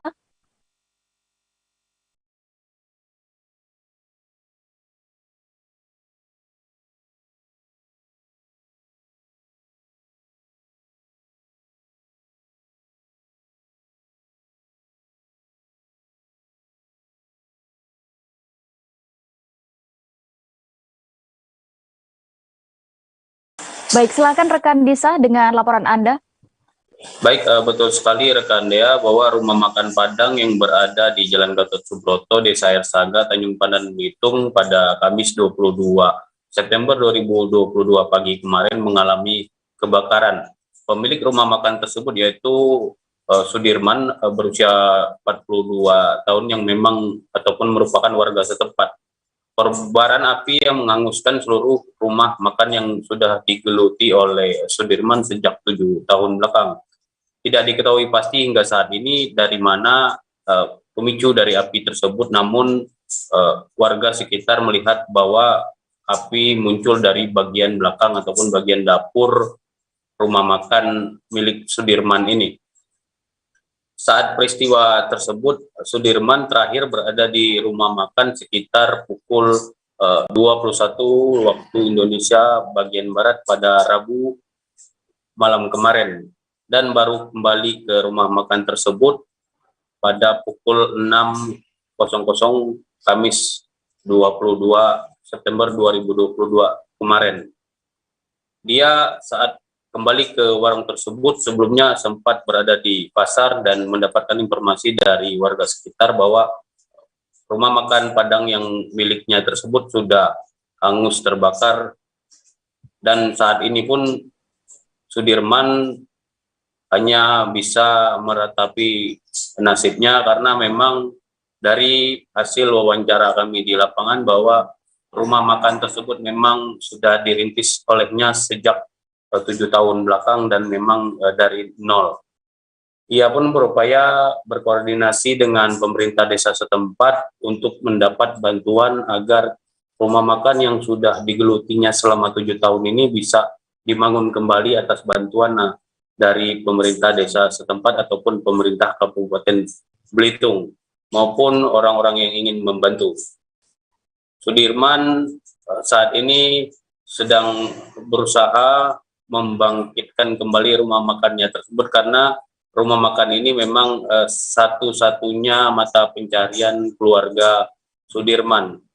Dan pada saat peristiwa kebakaran tersebut juga petugas BPBD Kabupaten Belitung menurunkan 3 armada untuk memadamkan kobaran api, dan api berhasil dipadamkan sekitar 30 menit setelah petugas BPBD dan Damkar Kabupaten Belitung turun ke lapangan. Namun sebelum itu bisa dilaporkan juga bahwa warga sekitar yang memang melihat kejadian ataupun peristiwa kebakaran ini sudah berupaya terlebih dahulu memadamkan api dengan peralatan seadanya dengan menggunakan ember, namun api tidak begitu jinak hingga diselesaikan oleh petugas damkar. Begitu dia kembali ke studio. Baik, Tribuners, terkait kejadian kebakaran ini rekan Disa juga sudah mendapatkan keterangan dari Sudirman selaku pemilik rumah makan tersebut. Selengkapnya kami tampilkan. Tadi pagi kejadiannya lagi di pasar, lagi belanja dan jualan sehari ini. Pas nyampe di sini jam 6 kurang lah, ada asap di belakang. Tidak tahu kejadian dari mana. Masalah kompor itu tidak ada hidup satupun, belum ada aktivitas masak-memasak. Berarti steril tempat ini, Pak, steril. ya? Dari pemicu api ya, Pak? Iya, pintunya masih aku antamnya pakai kaki itu. Oh, okay. Tendang buka. Kemarin terakhir Bapak jam berapa ke sini? Semalam terakhir keluar jam 9. 9 malam. 9 malam. Oh, nutup ini? Iya. Terus pulang. Pulang. Sampai pagi tadi baru ke sini. Pas kebakaran tadi baru ke sini. Iya. Oke. Pak, kira-kira banyak gak barang-barang yang di semua? Misalkan apa nih, Pak? Semua. Pokoknya harta benda yang kita jualan semua. Semua kompor, tabung gas, semua ikut terbakar, Pak? Kursi-kursi, meja, TV, kulkas. Permukiman rumah warga di Kampung Baru, Dabo Singkep, Kabupaten Lingga, Provinsi Kepulauan Riau terendam banjir. Banjir melanda selesai hujan deras yang mengguyur wilayah tersebut. Air deras yang mengalir keruh masuk ke dalam sejumlah rumah sehingga warga terpaksa harus mengangkut barang perabot rumah tangga agar tidak terendam banjir. Bagaimana terkait situasi terkininya di sana, Tribuners, akan dilaporkan rekan Febri Yuanda, reporter dari Tribun Batam yang siap dengan informasinya. Silakan rekan. Baik, terima kasih rekan Dea. Tribuners, dimanapun Anda berada, saat ini memang situasi di Kabupaten Lingga itu sedang pancaroba ya, sekali juga sering mengalami cuaca buruk, apalagi saat ini juga sering terjadinya guyuran hujan yang lebat ya, melanda Kabupaten Lingga Provinsi Kepulauan Riau, sehingga beberapa wilayah atau titik-titik lokasi di Kabupaten Lingga itu terendam banjir, memasuki pemukiman rumah warga. Salah satunya juga di Kampung Baru Dabo Singkep ini terlihat ya, ada 7 hingga 8 rumah itu ada yang masuk air keruh ini, Tribuners, karena di samping situasi hujan lebat ya, tapi juga disandingkan dengan faktor lain karena ada air laut yang pasang sehingga menghambat saluran air dari sungai sehingga tertampung di pemukiman rumah warga ini, Tribuners. Jadi dari informasi yang saya dapatkan dari warga, untuk 1 tahun ini saja untuk kejadian banjir ini sudah 3 kali terjadi, dan untuk September ini paling parah, Tribuners, karena hampir mencapai betis hingga lutut orang dewasa, Tribuners. Untuk saat ini memang hal ini membuat masyarakat ya meminta solusi dari pemerintah daerah agar bisa cepat-cepat mengatasi banjir yang sering terjadi ini, Tribuners. Jadi memang beberapa warga saat terjadinya banjir ini hanya bisa mengangkat barang-barang mereka, hanya bisa mengarungi sungai ini melihat bagaimana kedalaman banjir ini melanda pemukiman rumah warga mereka. Begitu rekan Dea. Baik, Tribuners rekan Febri Wanda juga sudah melakukan wawancara langsung bersama warga setempat di sana. Bahtiar Badri berikut keterangannya. Setahun ini udah berapa kali Pak? Tahun 2022 nih? Untuk 2022 ini buat saya satu kali bulan Maret, satu kali bulan Juli, dan ini bulan terakhir September. Ini paling parah ya Pak? Ini yang paling parah. Faktor penyebab menurut saya ya. Makanya bagusnya dari pemerintah membuat satu penelitian kecil lah, titik-titik apa penyebab banjir. Kalau saya yang pertama lihat pintu muari itu kan, muara sungai ya. Yang air laut setiap kali air pasang pas untuk pusat hujan tinggi kan, nah itu tak bisa keluar airnya, maka banjir lah kalau banjir.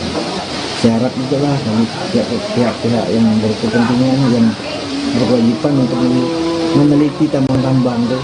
Karena setiap tambang meninggalkan lubang, ada lubang tak ada luapan air kan. Tentu air itu mencari ke air rendah. Akhirnya masuklah mungkin ke sungai-sungai. Mungkin masyarakat kurang tidak pengertian yang selalu membuang sampah sungai itu. Kita harap juga pihak pemerintah membuat satu pengumuman atau larangan pada masyarakat yang membuang sampah. Kita beralih ke Jawa Timur, Tribuners. Tim Apate Elang Perkasa dari Universitas Brawijaya akan berlaga menjadi satu di antara perwakilan Indonesia dalam Shell Eco Marathon 2022. Kompetisi inovasi kendaraan hemat energi kelas dunia itu akan digelar di sirkuit Mandalika, Lombok, Nusa Tenggara Timur. Mereka akan bertarung dengan mahasiswa dari 11 negara dan 20 perguruan tinggi di Indonesia. Saat ini kami sudah terhubung dengan rekan Silvianita Widiawati, reporter dari Surya Malang yang akan melaporkan terkait kegiatan ini selengkapnya. Silakan rekan. Ya, selamat sore Tribuners dan Dea. Dari tim Apate UB akan memberangkatkan 2 kendaraan yang berbahan bakar listrik dan yang terbaru adalah berbahan bakar hidrogen. Dari mobil ini juga mereka selalu berlatih untuk mendekati event ini, seperti penuturan dari driver mobil ini, Natalia Clarin, bahwa timnya berlatih di sekitar jalan terusan Jalan Jakarta setiap hari pada malam hari, terutama karena kondisinya di sana sangat sepi. Untuk itu dari tim harus dari tim akan membagi waktunya sehingga mereka bisa berlatih dan mengikuti kegiatan perkuliahan di kampus. Biasanya mereka berlatih mulai malam sampai subuh. Dari tim ini juga telah ditinjau oleh pihak Shell ketika kunjungan ke UB beberapa waktu lalu. Dari tim Shell melihat dari perkembangan mobil hemat energi yang dilakukan oleh tim UB selalu mengalami perbaikan, termasuk dari sisi berat badan mobil, sehingga makin ringan mobil maka makin hemat kendaraan ini dalam menggunakan bahan bakarnya.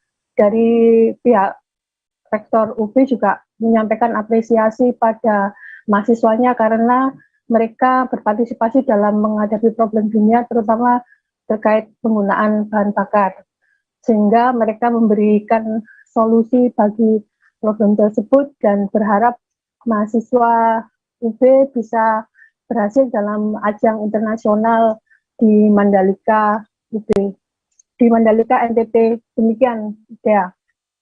Baik, Tribuners, berikut juga rekan Silvianita sudah mendapatkan keterangan dari Rektor Universitas Brawijaya, Profesor Widodo, terkait perlombaan ini. Selengkapnya kami tampilkan. Jadi ini dalam bentuk aktivitas mahasiswa untuk meningkatkan kapasitas dia, baik dalam akademik maupun non-akademik, soft skill-nya, membentuk timnya, kerjasama lintas disiplin. Nah, ini wujudnya adalah, salah satunya adalah kendaraan ini yang kemudian akan digunakan untuk mengikuti kompetisi Eco Marathon. Nah, dan ini adalah kompetisi level internasional dan salah satu acara yang bonafit dan prestisius bagi teman-teman yang bekerja di bidang green technology, termasuk juga transportasi yang ramah lingkungan.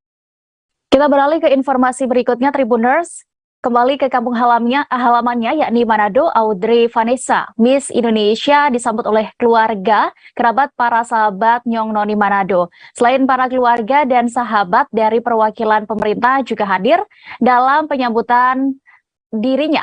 Apa saja kegiatan yang kemudian akan dilakukan oleh Miss Indonesia ini di sana? Kami sudah terhubung dengan rekan Ferdi Guhu Huku, reporter dari Tribun Manado yang akan melaporkan selengkapnya. Silakan rekan.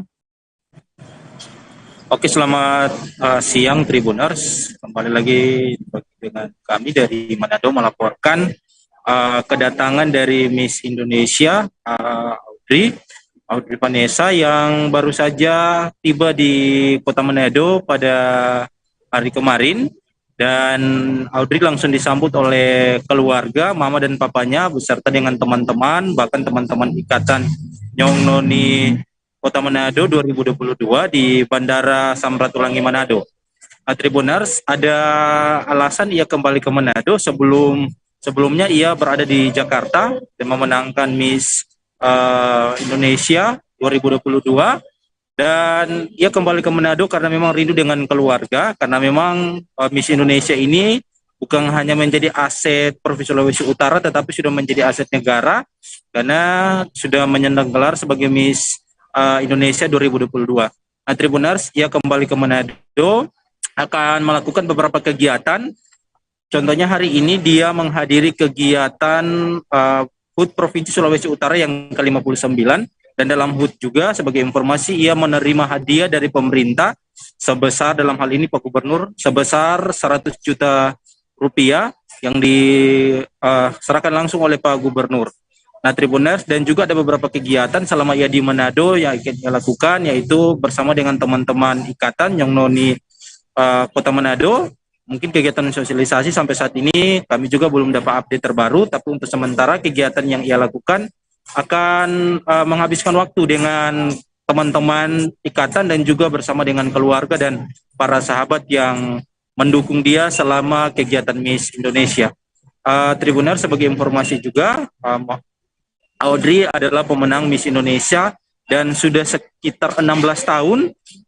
Gelar ini baru saja didapat kembali oleh perwakilan dari Sulawesi Utara, dan ia sangat bersyukur bisa mewakili Provinsi Sulawesi Utara untuk mengikuti Miss ke depan. Rencananya akan mengikuti Miss World lagi dan ia berharap semoga masyarakat Sulawesi Utara dan masyarakat Indonesia secara khusus mendukung dia dalam kegiatan ini ke depan. Dan ia akan kembali ke Jakarta pada awal Oktober. Itu informasi yang kami dapatkan. Mungkin itu informasi dari saya. Terima kasih, dikembalikan ke studio. Baik, terima kasih rekan Ferdi untuk laporan Anda di Manado. Selamat bertugas kembali. Tribuners, kami akan kembali lagi sesaat lagi. Tetaplah di live update Tribun News.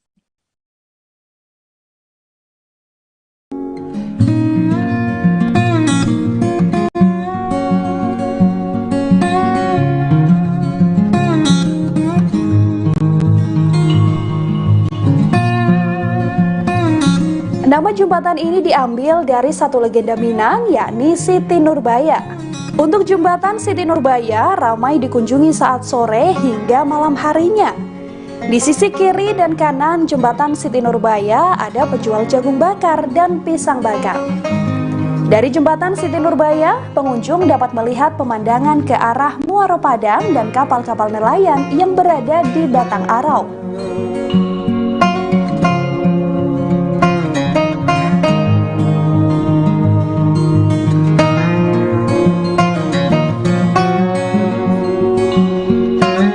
Bagi yang ingin mengunjungi jembatan Siti Nurbaya, dapat memesan transportasi online karena untuk transportasi umum seperti angkot tidak tersedia rute ke sini.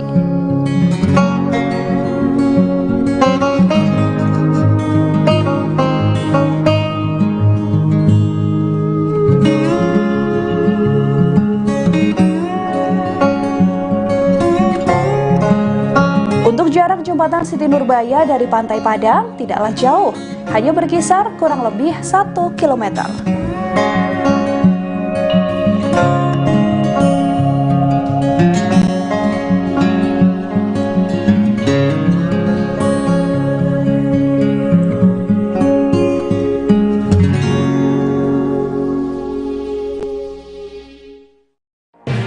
Tribun News Live Update. Tanggal 21. Selamat siang Tribuners, selamat sore Tribuners, selamat petang Tribuners, Anda sedang menyaksikan live update. Informasi teraktual dan terupdate dari siang hingga petang kami sajikan untuk Anda. Menewaskan 2 orang penumpang, yang mana kedua penumpang Kami perdalam dengan laporan langsung dari lokasi kejadian dan narasumber terpercaya. Benar-benar menghukum mereka-mereka yang terlibat, menghentikan terduga pelaku yang ingin laporan terkait peristiwa pompong hilang kontak menabrak sejumlah pemotor yang melintas tepat. Saksikan live update siang, sore, dan petang hanya di channel YouTube Tribun News.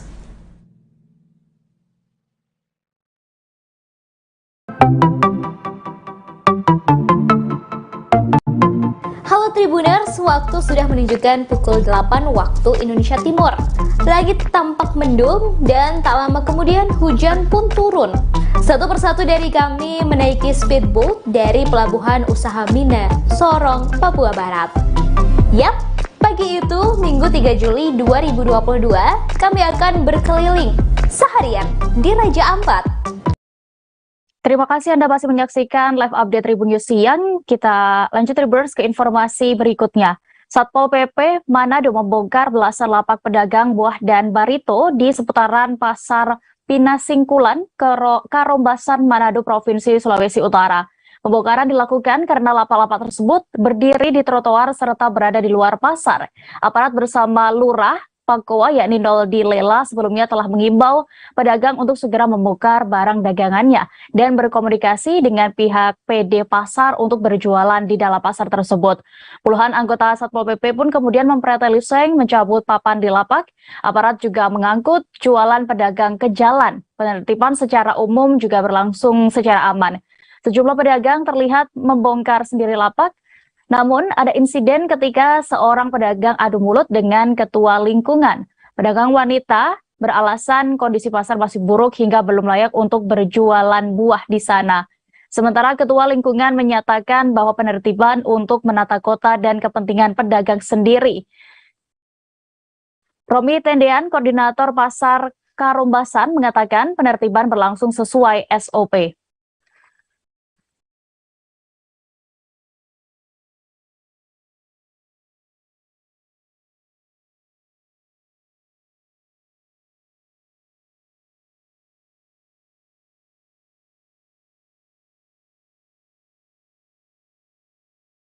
Tribuners, informasi tadi sekaligus menutup perjumpaan kita dalam live update siang ini. Jangan kemana-mana Tribuners, karena sesaat lagi Anda masih akan disajikan informasi seputar olahraga. Dan akhirnya saya Diamita beserta kru yang bertugas pamit. Terima kasih untuk kebersamaan Anda di live update siang ini. Sampai jumpa.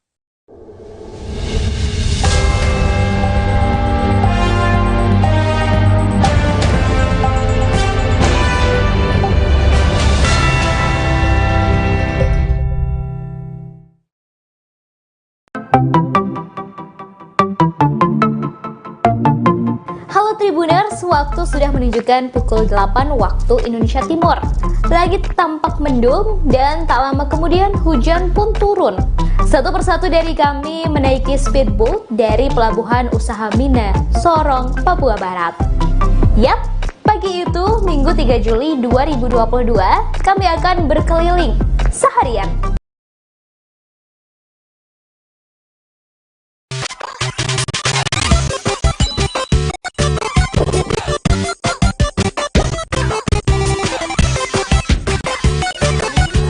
Paket langganan Grab Unlimited Rp1, promonya Unlimited. Langganan yuk!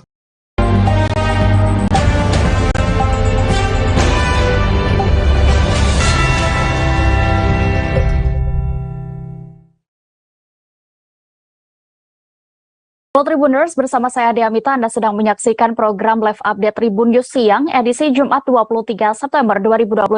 Sejumlah kabar mengenai peristiwa yang terjadi di tanah air akan kami hadirkan untuk Anda, dilaporkan secara langsung oleh sejumlah reporter kami di lapangan selama 1,5 jam ke depan. Inilah Live Update selengkapnya.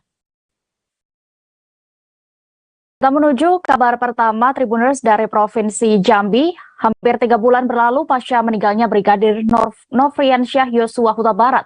Kondisi makamnya di Taman Pemakaman Umum Desa Sukamakmur, Jambi mulai dikelilingi oleh rumput yang cukup tinggi. Meski keluarga sering melakukan ziarah, namun mereka mengaku hanya sanggup membersihkan rumput yang dekat dengan makam Brigadir Yosua. Dan untuk laporan lengkapnya bagaimana kondisi makam di sana selengkapnya Tribuners akan dilaporkan reporter Tribun Jambi. Kami sudah terhubung dengan rekan Danang Noprianto. Silakan rekan. Baik, terima kasih rekan Mei. Dapat saya sampaikan bahwa area pemakaman Brigadir Yosua di tempat pemakaman umum Desa Sukamakmur saat ini kondisinya telah dikelilingi rumput yang cukup tinggi. Terakhir kali dibersihkan oleh PBB, Pemuda Batak Bersatu, secara menyeluruh pada saat akan dilaksanakan otopsi ulang pada akhir Juli lalu. Meskipun keluarga sering melakukan ziarah, namun keluarga hanya sanggup membersihkan rumput yang dekat dengan makam Brigadir Yosua. PBB Sungai Bahar berencana akan melakukan pembersihan area makam. PBB berkomitmen mengawal kasus ini sampai tuntas, salah satunya dengan cara terus merawat kondisi area pemakaman Brigadir Yosua. Saat ini, jika diperhatikan isunya sudah mulai redup dan berkurang. Untuk menjaga agar kasus ini tak hilang, PBB terus menyuarakan keadilan untuk Brigadir Yosua dengan mengadakan berbagai kegiatan maupun aksi, termasuk dengan kegiatan bersih-bersih makam ini. Sementara itu, keluarga Brigadir Yosua mengungkapkan banyak pihak yang mengajukan untuk merenovasi makam Brigadir Yosua menjadi lebih baik. Sang ibu, Rosti Simanjuntak, mengatakan memang ada keinginan dari keluarga untuk melakukan renovasi makam. Namun dirinya masih menunggu hingga kondisi tanah menjadi stabil dan keras. Karena kondisinya saat ini masih belum bisa dilakukan renovasi. Renovasi makam ini direncanakan akan dilakukan setelah 4 hingga 6 bulan pasca pemakaman ulang saat otopsi akhir Juli lalu. Renovasi makam ini dimaksudkan untuk mempermudah keluarga untuk berziarah serta mempermudah merawat makam tersebut. Sudah ada yang mengajukan untuk melakukan renovasi, namun keluarga masih belum dapat mengatakannya karena masih menunggu 2 hingga 3 bulan lagi saat kondisi tanah sudah stabil. Demikian dia. Baik, terima kasih rekan Danang Noprianto untuk laporan Anda. Selamat bertugas kembali. Kita beralih ke Jawa Timur, Tribuners. Kepala Desa Tenggor, Kabupaten Gresik bernama Kowianto ngamuk kepada pengawas proyek jalan desanya karena tak kunjung rampung. Pasalnya pengerjaan betonisasi jalan tersebut kini justru menyebabkan sejumlah kecelakaan lalu lintas. Kowianto juga mengancam apabila kontraktor tidak sanggup mengerjakan agar dikembalikan ke pihak pemerintah desa. Untuk laporan lengkapnya terkait ini akan disampaikan rekan Willy Abraham, reporter dari Tribun Jatim di sana. Silakan rekan.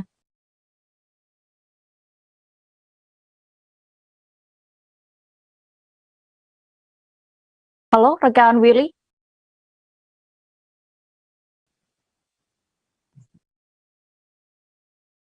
Rekan Willy bisa mendengar kami di studio? Ya. Silakan rekan. Ya, dia. Terkait dengan ngamuknya kepala desa kepada pengawas proyek peningkatan jalan di Desa Tenggor, Kecamatan Balongpanggang, Kabupaten Gresik ini memang membuat sejumlah pihak berharap adanya proyek tersebut segera selesai, karena hampir 2 bulan lamanya tidak ada pengerjaan yang signifikan, hanya ada pelebaran saja, dan ini membuat akses jalan warga di Desa Tenggor ini terganggu, bahkan ada yang sampai jatuh karena kondisi jalan yang tak kunjung usai perbaikannya. Jadi masih bisa dibilang seperti makadam ya. Nah, hal ini yang membuat Kepala Desa Tenggor Kowianto ngamuk dan mendatangi pengawas proyek yang berada di lokasi jalan desa, dan saat itu baru saja menurunkan alat berat. Nah, hal ini yang membuat Ades tersebut ngamuk karena ternyata progresnya ini sangat lamban. Padahal bulan November ditargetkan sudah selesai dan bisa dilalui oleh kendaraan.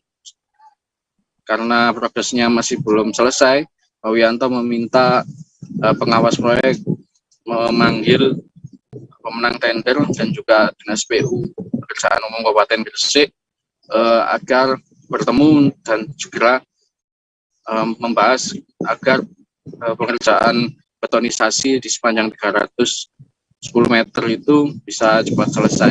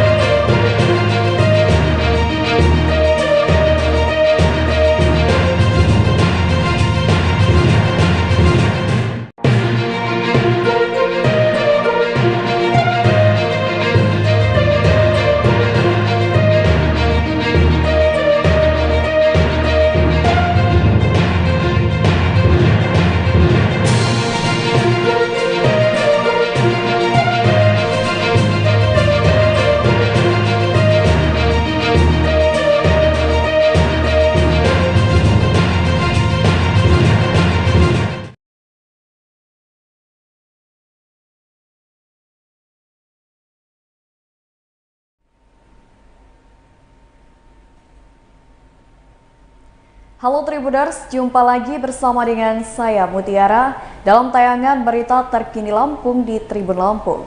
Kami akan menyajikan informasi menarik dan terupdate seputar selebritis tanah air untuk Anda. Dan inilah berita selebritis selengkapnya.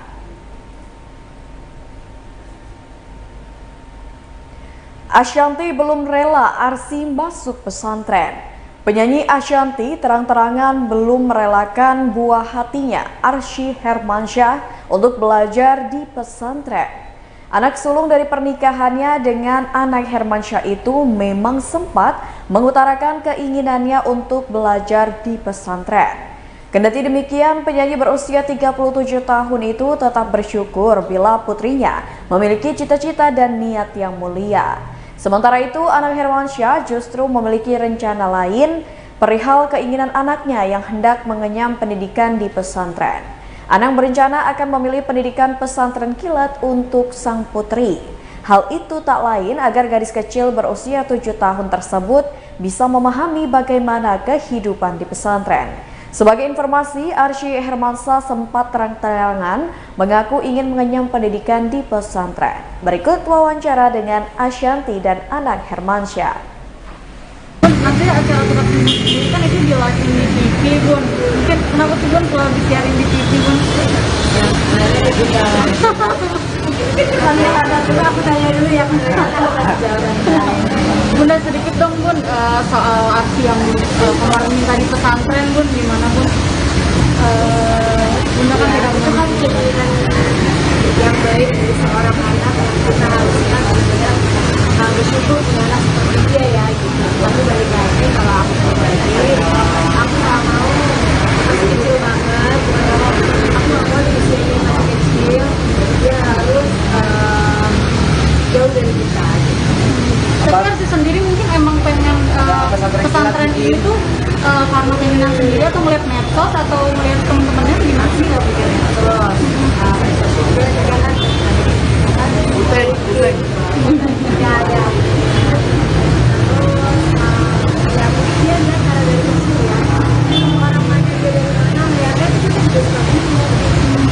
Apa ada rencana kayak pengennya pesantren kilat dulu gitu nyobain? Nah itu ada rencana. Apa enggak ada? Mudah-mudahan nanti pas puasa ini mungkin ya coba 2-3 hari deh. Kayak apa sih di pesantren hidupnya? Karena kalau dia tidak kenal, dia nggak tahu. Dia mungkin kita dibaterai nanti. Tapi kalau mimpi jadi penyanyi akan terus dilanjutkan ya dunia. Kita dukung pokoknya. Saya sebagai kakek mendukung. Kan sering. Oh buat apa? Penyanyi. Kalau misalkan Arsy nanti pesantren, mungkin nanti nyanyinya kan gimana? Nggak apa-apa pesantren jadi penyanyi juga kan nggak apa-apa. Aku nggak ada yang bisa mengalami cita-cita dari pesantren. Cita-cita ya tetap bisa berjalan. Ya oke, makasih ya. Pas Arsy ke sana gimana sana pas Arsy contohin cara nyanyi Mas Ana gimana? Iya. Tanggapan dari Mas Ana sendiri? Itu kandangnya anak-anak. Iya kan sendiri. Emang lucu banget nih kayaknya. Gimana sih? Kenapa punya itu aja. Kalau tadi malam yang ngejar yang pakai yang Kalau jadwalnya seperti itu kan ngeliat Arsy itu emang kayak gimana banget gitu. Mungkin kan dulu Arsy berarti sama Well, lihatnya masih karena kan dia ya kita Arsy di YouTube ya. Kalau Arsy sampai kalian mau berhenti untuk belajar itu, senang Arsy aja gitu. Arsy juga gitu. Dan banget dia nggak sayang. Karena dulu ibunya pengen senang sama seniman drum. Apa sih ya? Pokoknya ada dia. Dan tapi emang keren sih. Emang suka asal ngomongnya. Makanya wajar kalau anaknya Arsy dia karena asal Arsy juga asal jadi kayak dia. Asal dia plak aja. Tiba-tiba bapak oh mungkin kamu dulu suka sama kakak kan suka sama saya senang humoris juga yang punya aksi. Ya, kepanjangan juga baru tayangin.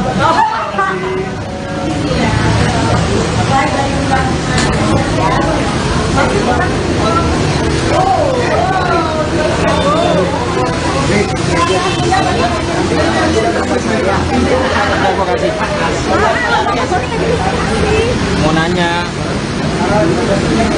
Kamu ya lagi.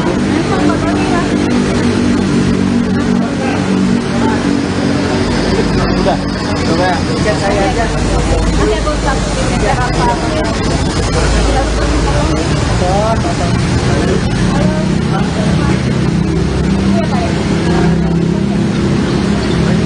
Oke, kalau dari aku sebetulnya jawabannya Mama Bunda kita siap aja, karena yang bikin kan atas sama jadi kita sebagai orang tua yang mendukung. Kapan di Bunda? Udah jalanin itu. Nggak jalan dulu. Udah siap ya, udah. hal yang dia. Oke nggak udah siap. Warna bajunya apa mungkin nanti? Kebaya.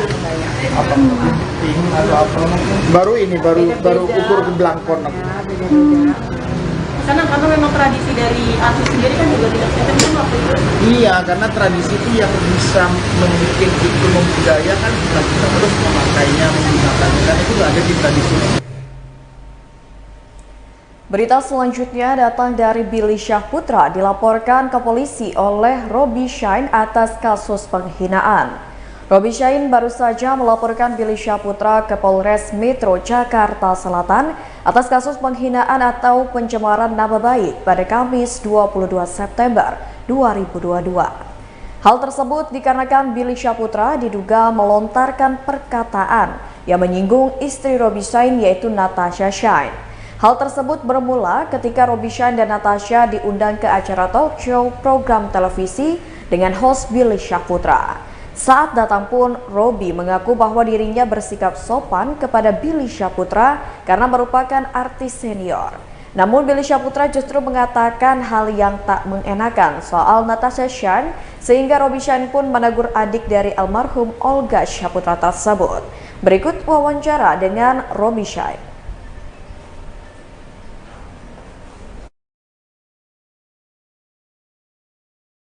Gitu, saya bilang ke dia, Billy kan nggak baik, saya hormati kamu, saya hargai kamu, tapi nggak baik kamu ngomongin istri saya seperti ucapkan itu kotor-kotor katanya di video kita bercanda suami istri, kita cuma batasan suami istri, itu konten kita bikin, kita nggak pernah ngata-ngatain orang yang kotor-kotor. Anak kita juga kita didik yang benar, kita nggak pernah sekalipun ngomong satu orang. Kini seumur hidup baru pertama kali kita ngadepin masalah kayak begini. Semua kita syuting, ketemu yang terkenal kemarin kita syuting sama yang artis terkenal Bunda Inul ya, sama Slang, sama semua nggak ada kata-kata yang kita jahat-jahat. Semua kita ngomongin, kita sopan, orang juga sopan. Ini saya shock sekali dia ngomongin seperti itu.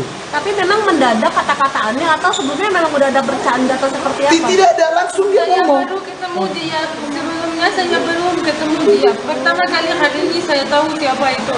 Jadi istri saya itu baru pertama kali dalam hidupnya itu ketemu sama Billy gitu loh. Seperti Lagi-lagi orang lapor orang untuk bercanda. Karena kita tahu kita baru dia artis senior, kita hormatin, kita sapa dia. Janganlah di kata-kata yang kotor-kotor ke istri saya. Mau ngotor kata-kata kotor ke saya nggak apa-apa gitu. Tapi jangan sama istri, suami mana yang istrinya dibilangin kotor-kotor bisa terima? Bisa terima, kita kan nggak terima gitu. Saya benar-benar nggak terima, dihina kayak gitu nggak terima saya istri saya. Dicemarkan nama baiknya, katanya bikin video-video ya, istri saya buat video-video ngomong-ngomong kotor seperti itu.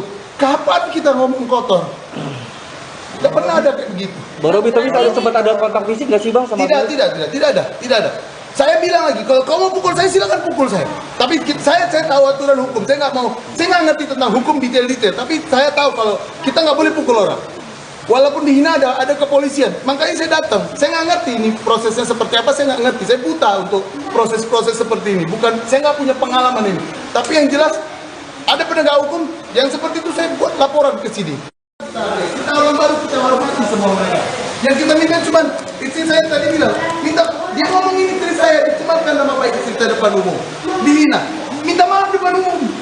Hanya itu doang kita minta. Berarti kalau minta maaf kan clear, Bang. Kalau minta maaf itu kan ada masalah. Tapi dia udah minta maaf. Apanya? Tadi dia udah minta maaf kan. Saya tanya, saya tegur dia tadi. Saya tegur dia, kenapa kamu ngomong seperti ini? Dia malah bilang istri saya ngomong di video-video, bukan minta maaf, malah ngomong istri saya di video-video seperti itu. Kamu udah salah, minta maaf dong. Robi, tuntutannya sekarang apa? Dia minta maaf aja atau gimana? Saya buat laporan, biar proses hukumnya berjalan. Ya. Tapi kalau ke saya cuman istri saya tadi bilang juga minta maaf, udah nggak ada masalah. Mau ditunggu sampai kapan? Mau ditunggu sampai kapan minta maafnya? Saya nggak ada begitu-begitu. Saya bukan orang-orang hebat pakai kasih batas waktu tuh orang. Terserah aja. Mau minta maaf bagus, nggak mau minta maaf juga terserah lah. Tapi kalau dia minta maaf, saya terima kasih. Karena kan dia udah menghina istri saya, cemarin nama baik istri saya. Mau minta maaf ya terima kasih, berarti ada kesadaran kan? Saya ngerti dia terkenal, tapi sadarlah dikit. Gak boleh ngomongin istri orang kayak gitu. Siapa suami yang terima istri jadi ngomong kayak gitu? Robi, kalau dia sudah minta maaf, apa Anda cabut laporannya? Saya nggak ada masalah, saya cabut, nggak ada masalah. Saya bukan ada kepentingan apa-apa di sini. Kalau dia ada minta maaf, berarti kan dia sadar dia buat salah. Saya cuma butuh dia sadar, jangan ngata-ngatain orang seperti itu. Bang, itu laporannya pencemaran nama baik ya? Laporannya tadi? Ya penghinaan dan pencemaran nama baik ke istri saya. Ini minta maafnya ke semua media atau? Ya depan semua orang, dia tadi bikin depan semua orang, bilang kan semua media biar semua orang yang tadi ada di sana juga tahu dia udah minta maaf, dia udah ngomong yang tidak baik tadi. Sudah cukup ya? Oke Bang, ini pakai lawyer Bang untuk kasus. Enggak lah, saya nggak butuh begitulah ya, lawyer nggak ke arah sana ya. Kita bukan tujuannya ada kepentingan negatif tidak ada ya. Kita cuman janganlah ngomongin istri orang nggak baik ya. Istri saya punya anak saya kan kalau dengar juga di media orang tuanya ngomongin gitu, perempuan digituin kan. Cobalah kita semua lah yang di sini. Kalau yang suami punya istrinya ngomongin orang kayak begitu, apa perasaan kalian? Ya kan? Kalian punya anak, kalau anak kalian dengarkan orang tuanya dikata-kata begitu gimana? Kalian kan juga ngerasain. Ada target batas waktu nggak Bang minta maaf? Saya nggak ada seperti itu. Saya bukan siapa-siapa. Saya bukan orang hebat batas waktu, tidak ada. Saya terserah aja. Yang penting ada sadar. Berita selanjutnya, tangis Medina pecah saat bacakan pledoi. Saat membacakan pledoi atau nota pembelaan, Medina Zain tak henti-hentinya menangis dan singgung soal anaknya yang terkena bully. Pada Kamis 22 September 2022, Medina Zain membacakan pledoi di hadapan Majelis Hakim Pengadilan Negeri Jakarta Selatan. Saat pembacaan tersebut, ia dengan lantang dan berderai air mata mengucap permintaan maaf kepada Uci Floudea dan Marisha Ica. Karena kesalahan yang ia perbuat akhirnya malah berujung ke meja hijau. Tak lupa Medina Zain juga menyinggung soal anak-anaknya yang masih kecil. Ia menyebut kalau anak-anaknya masih membutuhkan dirinya meski ia belum bisa menjadi sosok ibu yang baik. Karena usia anak yang masih kecil dan tak paham ibunya tengah mendekam di rutan Polda Metro Jaya, buah hatinya terus menanyai soal keberadaannya. Lewat pernyataan, Medina Zain juga diketahui kalau anak sulungnya sampai terkena bully atas kasus dirinya. Berikut wawancara dengan Medina Zain.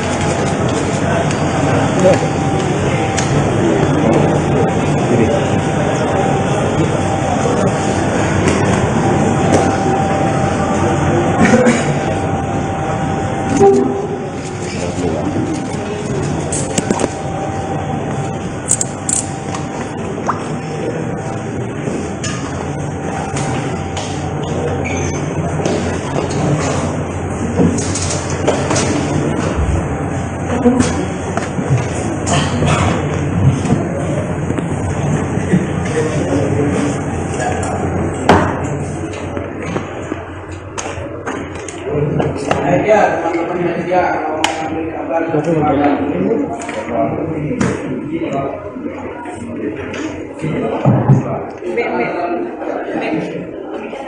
Gak usah. Bentar dong yang besok.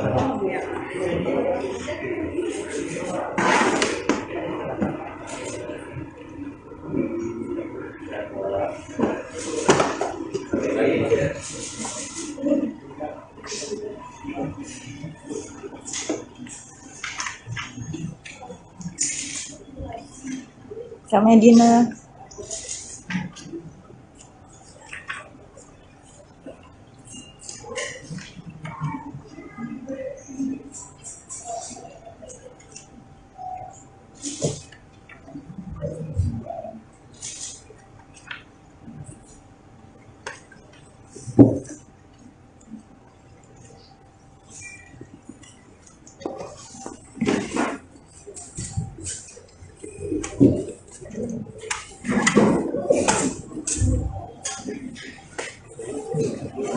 Kenapa mau mas ada tuh?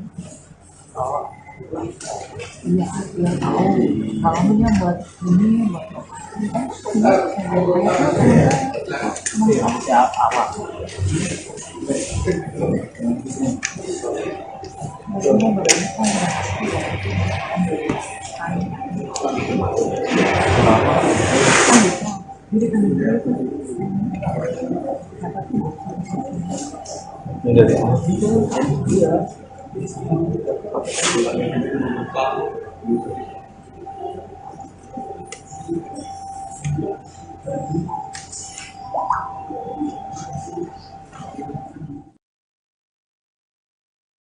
Subjek hukum penghinaan dan atau pencemaran nama baik tidak ditemukan subjek hukum atau nama seseorang yang diduga dihina dalam alat bukti unggahan teks dan atau gambar. Dan menurut saksi ahli Dr. Bambang SHMH dalam pemeriksaan saat menjelaskan sebuah simulasi unggahan gambar yang sudah disebut sudah tidak dapat dikenali lagi dan tidak dapat dikatakan lagi sebagai seseorang. Selanjutnya, fakta hukum yang ketiga mengenai penyakit yang diderita oleh terdakwa. Bahwa terdakwa telah didiagnosa memiliki gangguan mental dan kejiwaan berdasarkan hasil diagnosa surat keterangan dokter, depresi, percobaan bunuh diri, gangguan tidur, alasan dirawat, percobaan bunuh diri dan gangguan tidur. Yang kedua, surat keterangan rumah sakit jiwa Provinsi Jawa Barat nomor 13669 KS 0102 RSC dengan diagnosis gangguan afektif bipolar episode kini campuran menuju psikotik dan tentang suicide percobaan bunuh diri dengan gangguan kepribadian borderline personality disorder BPD bukti terlampir stimulan. Kedua penyakit tersebut di atas merupakan penyakit yang dimasukkan dalam kriteria penghapusan suatu pertanggungjawaban pidana tidak dapat dijatuhi karena kemampuan bertanggung jawab. Berdasarkan pendapat Bumianto, ahli pidana kemampuan bertanggung jawab berhubungan dengan pasal 44 KUHP di dalamnya mengatur mengenai keadaan seorang yang tidak dapat dimintai pertanggungjawaban pidana kemampuan bertanggung jawab. Adapun pasal tersebut diartikan seseorang apabila telah melaksanakan suatu perbuatan yang melanggar hukum yang mana seharusnya dapat dimintai pertanggungjawaban, tapi karena adanya suatu penyakit atau gangguan dalam kejiwaannya maupun gangguan dalam kemampuan berpikirnya, maka ia tidak dapat dipertanggungjawabkan pidananya. Menurut doktrin pengertian dari bertanggung jawab bentuk pengaturan yang terdapat dalam pasal 44 KUHP. Pertama, apabila seorang tidak bebas dalam melakukan atau tidak melakukan perbuatan yang dalam perintah oleh undang maka dikatakan sebagai tindakan memaksa. Kedua, apabila seorang dalam keadaan tertentu tidak dapat menyadari tindakannya dilarang oleh hukum dan orang tersebut tidak paham akibatnya yang ditimbulkan oleh tindakannya.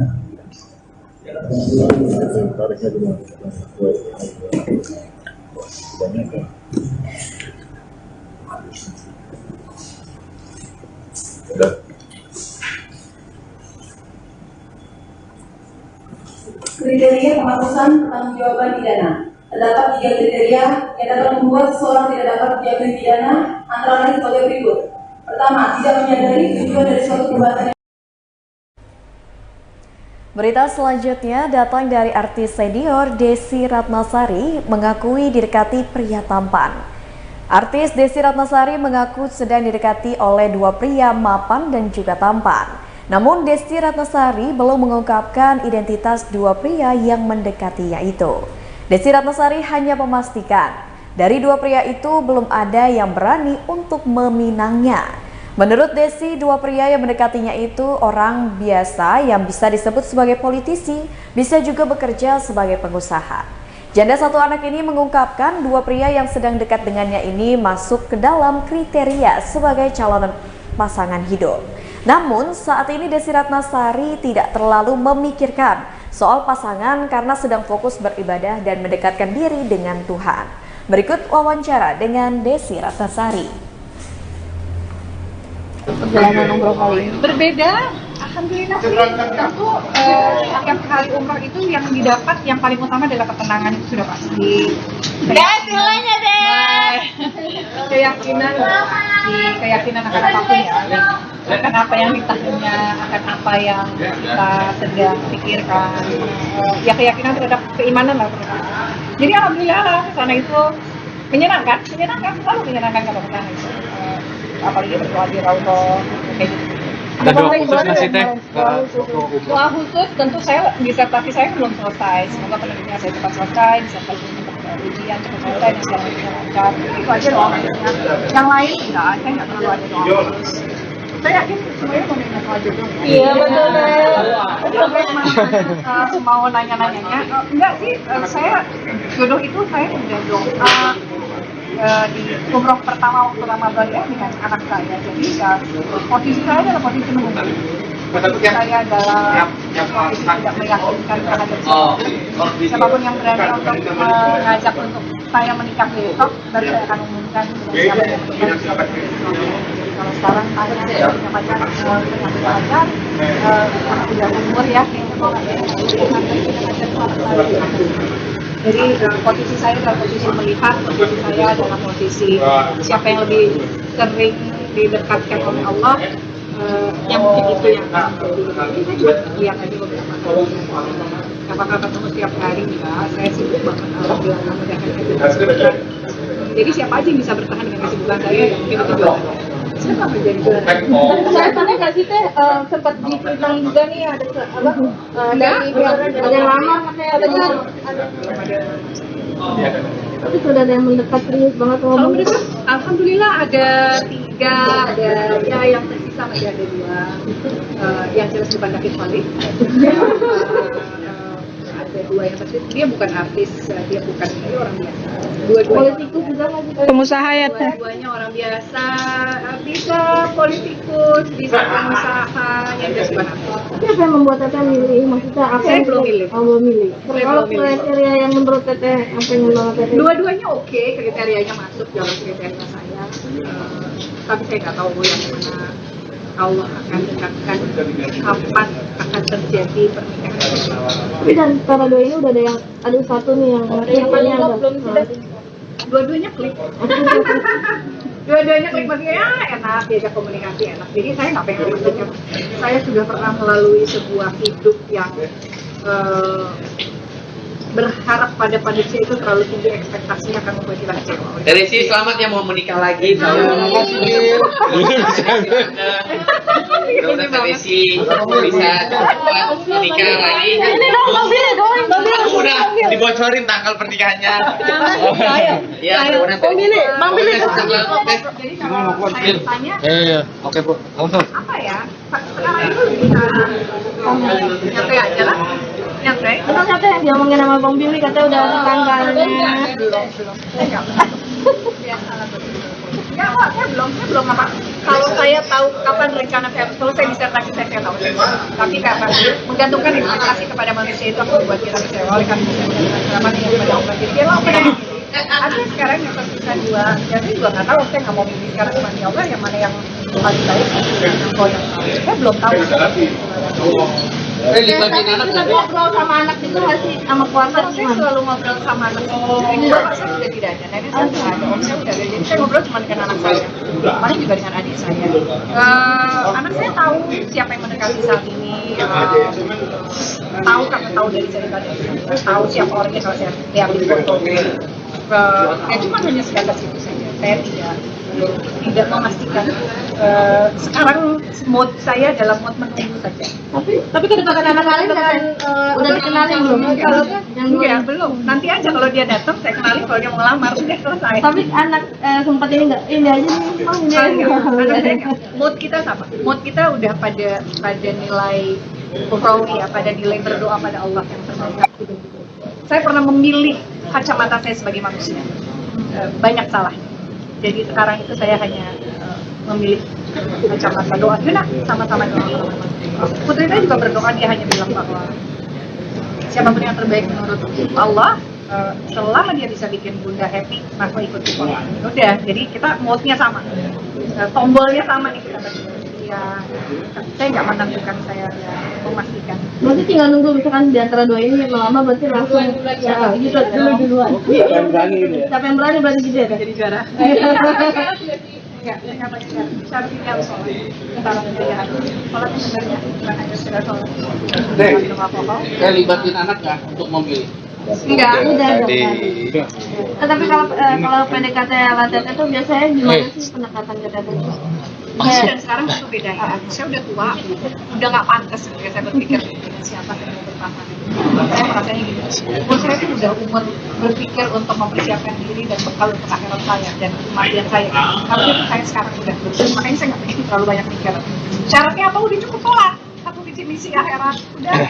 Insya Allah mudahkan. Apapun siapapun saya nggak tahu, saya nggak tahu. Kalau dulu mungkin saya itu apa sekarang segala yang bisa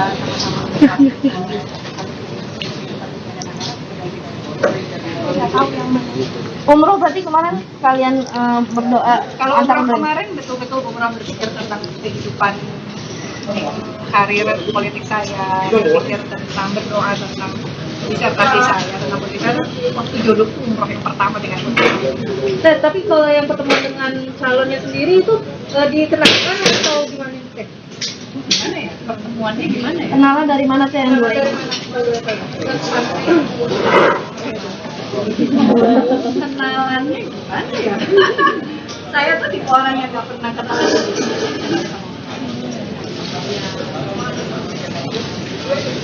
Sekarang saya nggak berani bilang. Setelah ini kan ada 2 orang, jadi saya nggak berani ngomongin siapa nanti saya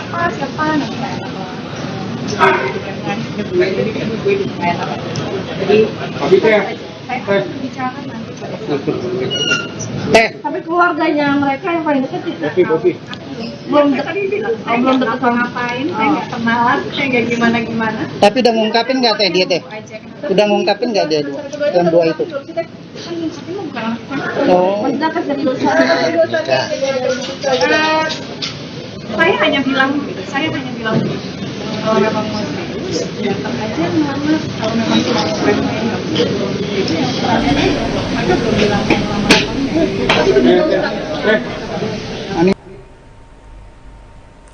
Berita selanjutnya datang dari aktor Dwi Sasono bersyukur filmnya tayang perdana di Festival World Cinema Week.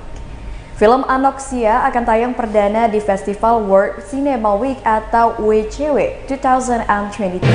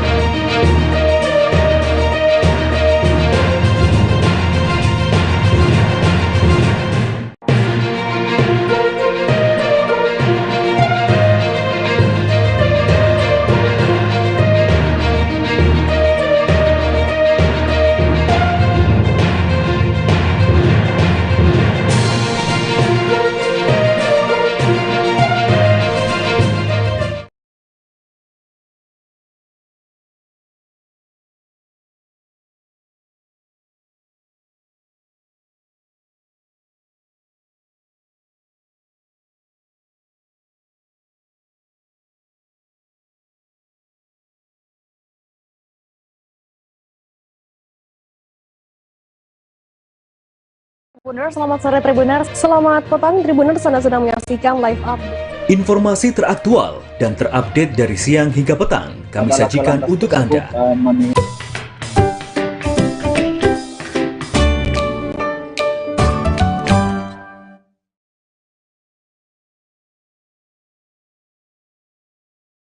Selamat sore Tribuners, hari ini Ariska kembali hadir menemani Anda dalam live update travel edisi Jumat 23 September 2022.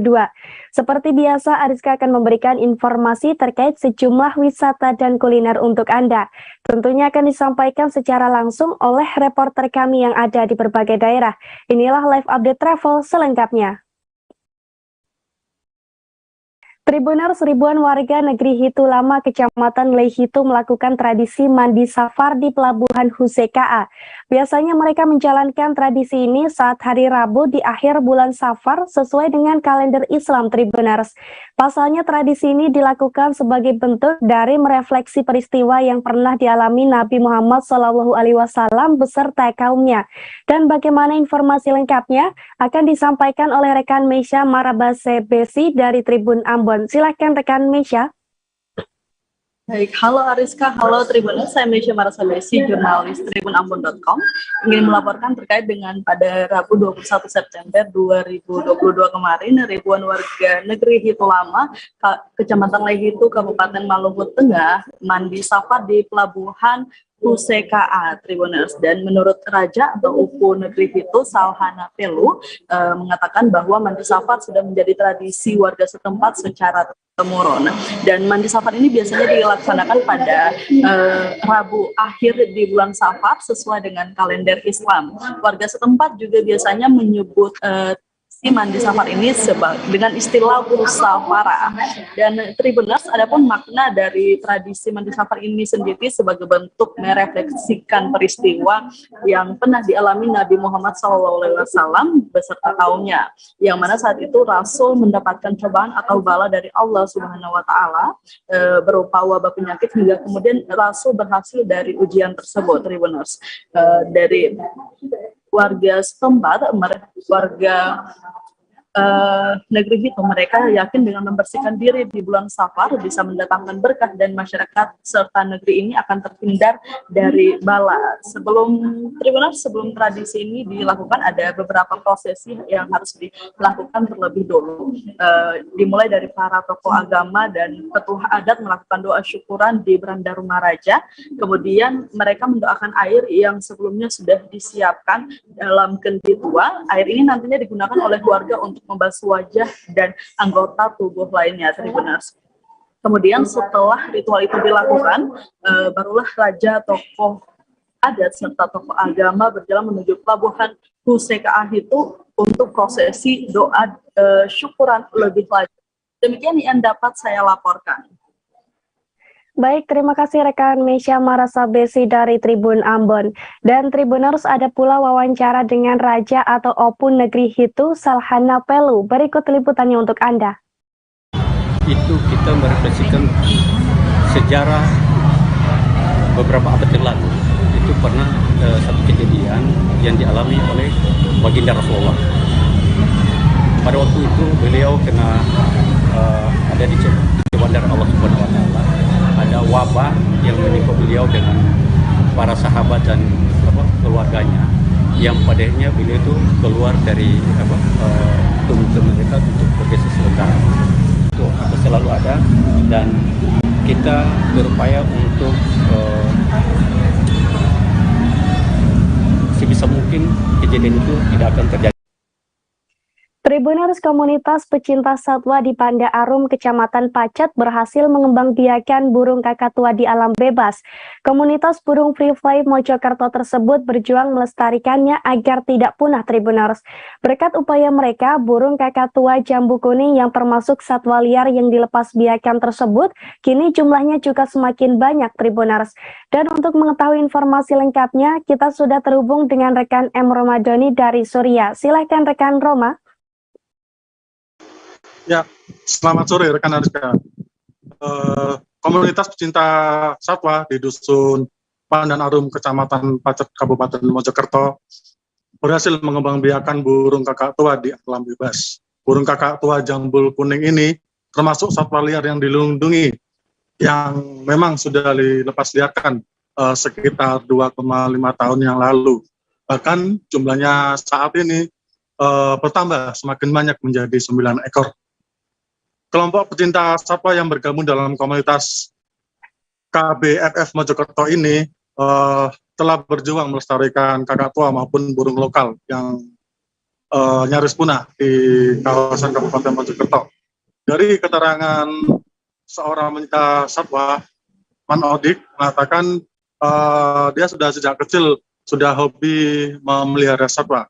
Ia bersama komunitas ini saat ini telah berupaya untuk menyelamatkan burung dari perdagangan lokal, termasuk saat itu ia menjumpai burung kakak tua jambul kuning tersebut.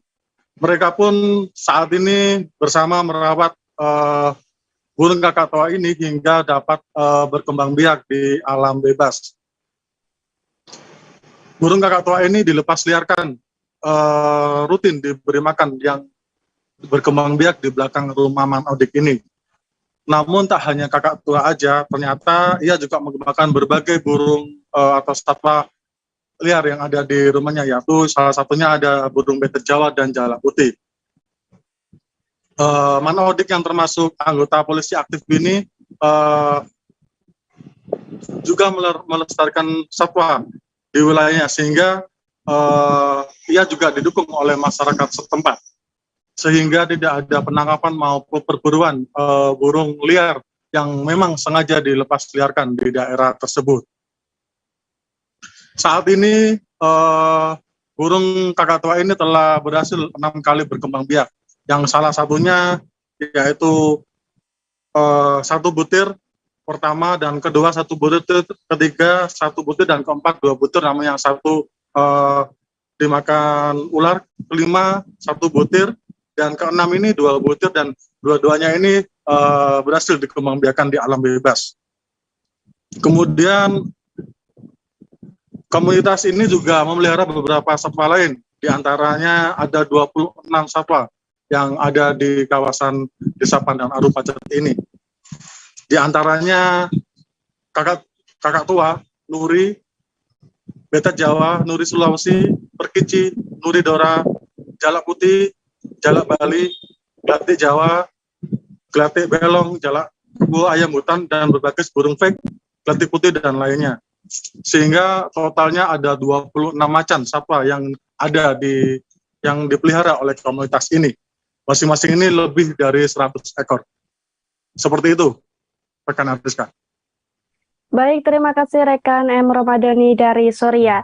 Dan Tribuners, rekan Roma juga sempat melakukan wawancara dengan Man Odik, pecinta satwa asal dusun atau Desa Panda Arum. Berikut liputannya untuk Anda. Ini berjalan kurang lebih 2,5 tahun. Ya.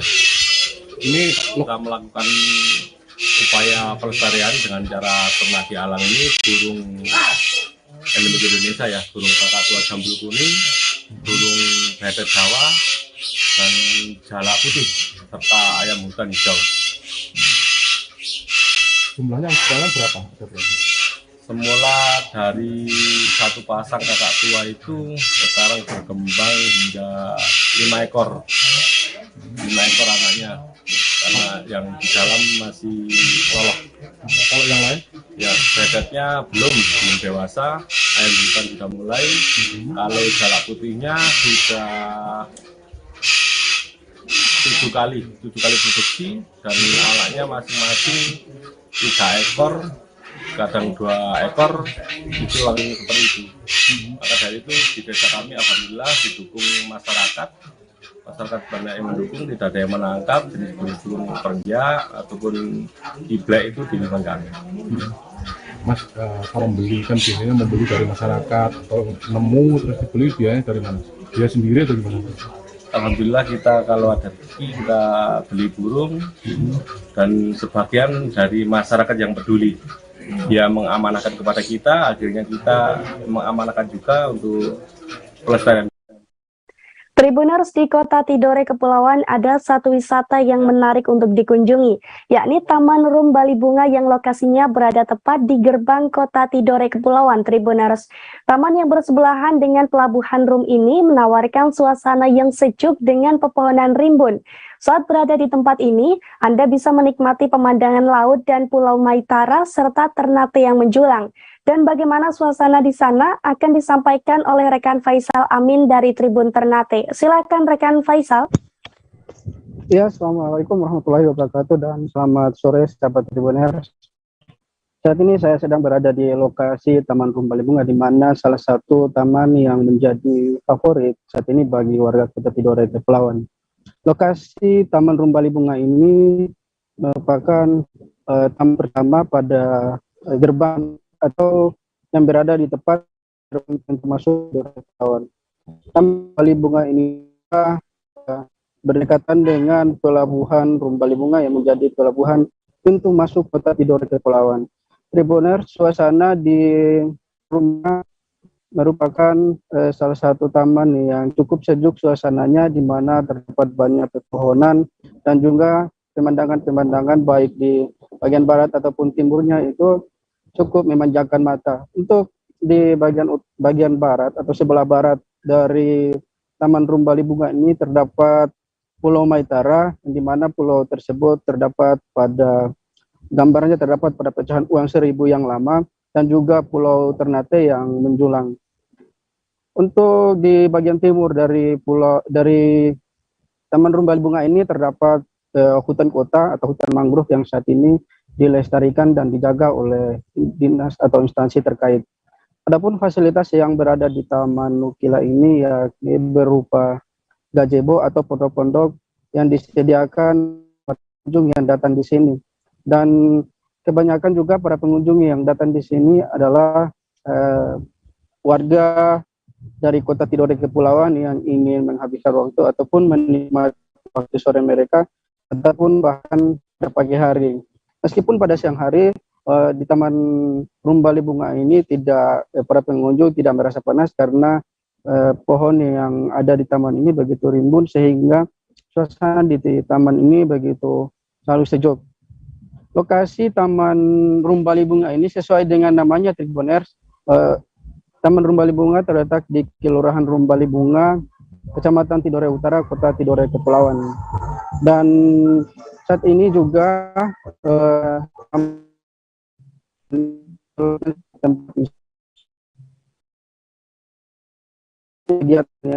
oleh masyarakat yang sering dilakukan oleh masyarakat pada minggu ataupun pada setiap bulannya. Bunga ini tergolong taman yang baru, Tribuners. Meskipun baru,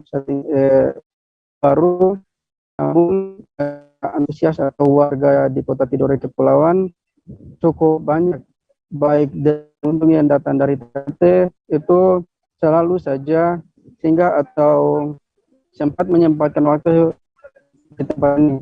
Nah, ada juga yang monumen Bijika yang menjadi salah satu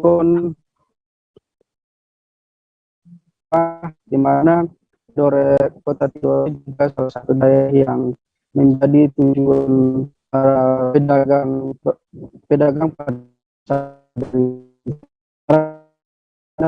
di Kota Tidore Kepulauan adalah salah satu penghasil rempah terbesar di Maluku pada saat itu, dan hingga saat ini juga masih menjaga kelestarian pala maupun rempah-rempah yang ada di Kota Tidore Kepulauan.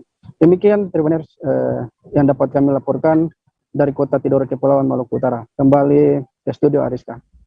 Baik rekan Faisal Amin dari Tribun Ternate, terima kasih atas laporan Anda. Tribuner, saat ini Kepulauan Pulau Morotai tengah mengembangkan sekira 58 potensi wisata, baik wisata alam, wisata sejarah, maupun wisata budaya Tribuners. Dan untuk wisata alam, setidaknya terdapat 27 spot yang dikembangkan oleh pemerintah daerah Kabupaten Pulau Morotai. Dan untuk mengetahui informasi lengkapnya, kita sudah terhubung dengan rekan Fisri Nurdin dari Tribun Ternate. Silakan rekan Fisri.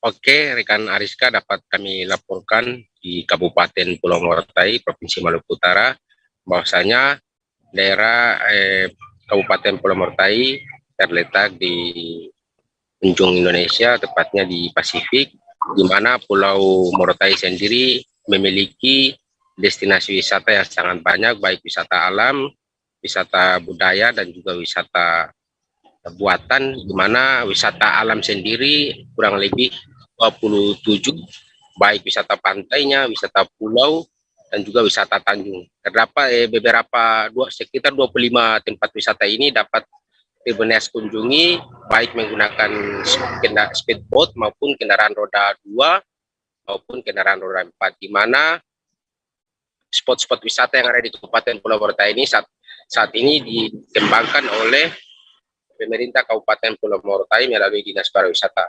Ada juga spot-spot wisata, misalkan di Pulau Dodola juga masuk dalam salah satu 10 Bali Indonesia yang ada di Indonesia, di mana Maluku Utara, Pulau Dodola sendiri mewakili Maluku Utara untuk masuk dalam destinasi 10 Bali Indonesia. Selain itu juga ada tempat selancar, di mana tempat selancar ini merupakan salah satu tempat yang masuk 10 juga di Indonesia, masuk ke internasional, di mana di daerah tersebut merupakan ombak yang sangat besar dan tidak kalah jauh dengan wisata di Indonesia, di dunia. Nah, selain itu juga Pulau Morotai sendiri memiliki wisata bawah laut, di mana di bawah laut juga terdapat puluhan atau ratusan rangka pesawat peninggalan Perang Dunia Kedua yang saat ini juga dikembangkan oleh pemerintah daerah sebagai salah satu destinasi wisata yang ada di Kabupaten Pulau Morotai. Jadi sahabat Tribuners, untuk Pulau Morotai sendiri sangatlah mudah, di mana Anda bisa mengunjungi dari provinsi, dari kota Ternate, bisa saja menggunakan kendaraan maskapai, pesawat juga, dan juga bisa menggunakan dari kota Ternate menuju ke Sufifi, dari Sufifi menuju ke Tobelo, baru Tobelo menuju ke Kabupaten Pulau Morotai.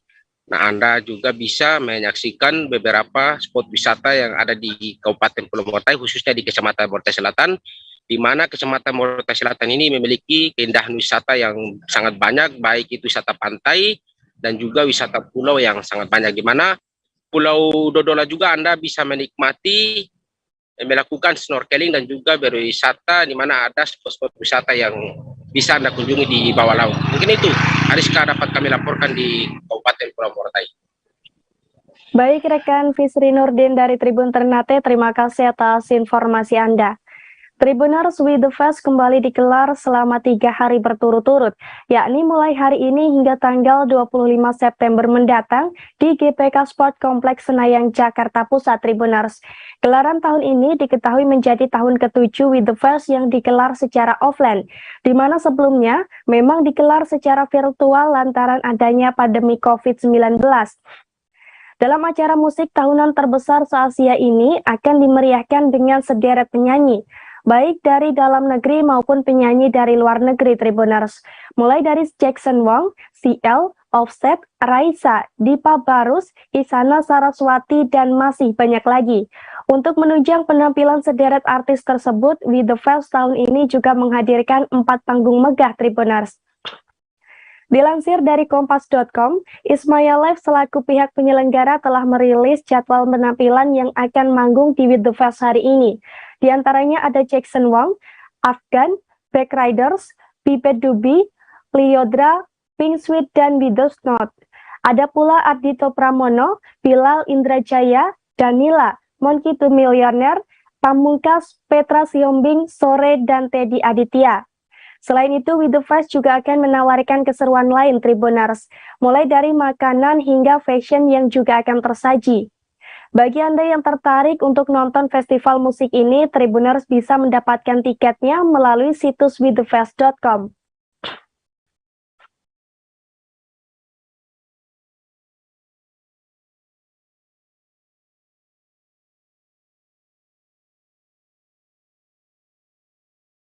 Tribuners, Festival Musik Pestapora akan digelar selama 3 hari berturut-turut, yakni mulai hari ini hingga tanggal 25 September mendatang di Expo Kemayoran, Jakarta Pusat. Untuk memeriahkan festival musik ini, pengunjung akan dimanjakan dengan sekitar 174 penampil. Sementara itu, Direktur Bos Kreator Kiki Aulia Ucup sebagai pihak penyelenggara mengungkapkan beberapa detail yang belum pernah terungkap. Satu di antaranya yakni adanya penampilan dari Noah yang sebelumnya sempat dirahasiakan, Tribuners. Ucup mengungkapkan band ini sebelumnya dirahasiakan karena pihaknya menghargai Noah yang beberapa waktu lalu menghelat konser untuk menyambut 1 dekade mereka. Nantinya dalam festival musik Pestapora ini, grup musik yang dimentori Ariel, Lukman, dan David itu dijadwalkan tampil pada hari ketiga. Meski penampilan Noah sudah diumumkan, namun Ucup masih enggan mengungkapkan satu nama penampil yang kini masih dirahasiakan. Dilansir dari Kompas.com, Pestapora bakal menghadirkan sejumlah area untuk para penonton yang hadir agar terhibur selama datang di perhelatan, yakni berupa 10 area pertunjukan dan 6 stage, Tribuners. Nantinya 4 area pertunjukan yang tersisa ini bakal diisi dengan acara hiburan di luar pertunjukan musik. Sementara untuk penontonnya, Ucup mengungkapkan ada sekira 75.000 penonton yang akan hadir di Festival Pestapora 2022. Angka tersebut diperoleh berdasarkan data dari penonton yang sudah membeli tiket Pestapora.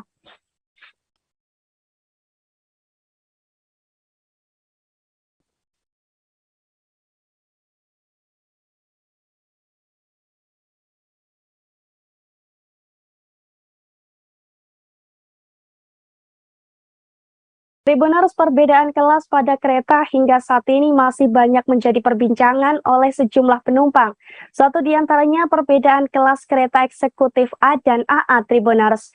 Namun ternyata, meski terdapat perbedaan pada kode huruf, fasilitas kereta eksekutif yang diterima tetap sama.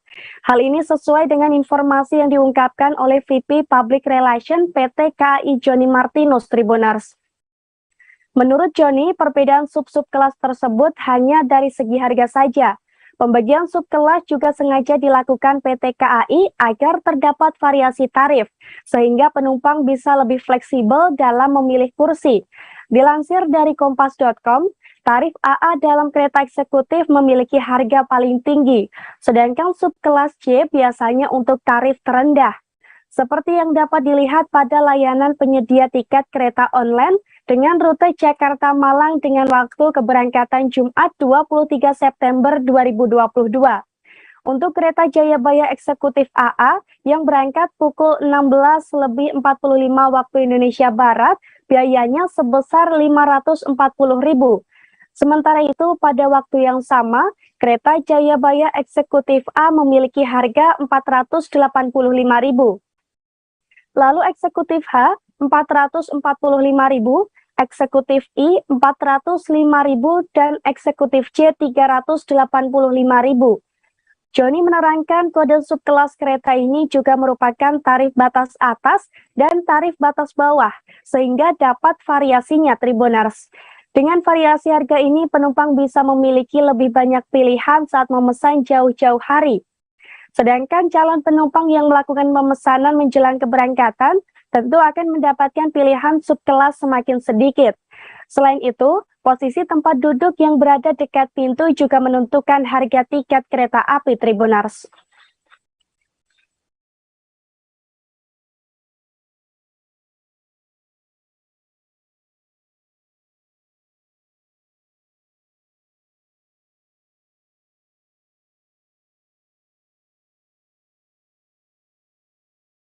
Tribuners, awal tahun 2022 lalu, Dinas Perhubungan DKI Jakarta dan PT Transportasi Jakarta mengeluarkan angkot yang cukup unik, yakni Mikrotrans Tribuners.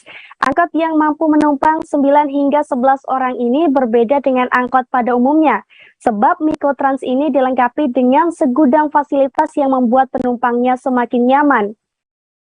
Seperti running text yang berisi informasi rute untuk memudahkan penumpangnya selama perjalanan. Setiap unit Mikrotrans juga sudah dilengkapi dengan tombol emergency dan pemecah kaca. Hal ini sangat diperlukan apabila sewaktu-waktu terjadi kecelakaan atau kondisi darurat lainnya. Selain itu, Mikrotrans juga dilengkapi sabuk pengaman pada setiap tempat duduk penumpangnya agar lebih aman dan nyaman. Tak hanya itu saja Tribuners, Mikrotrans bahkan memiliki fasilitas pendingin atau air conditioner atau AC. Tak heran jika Mikrotrans juga disebut dengan julukan angkot ber-AC.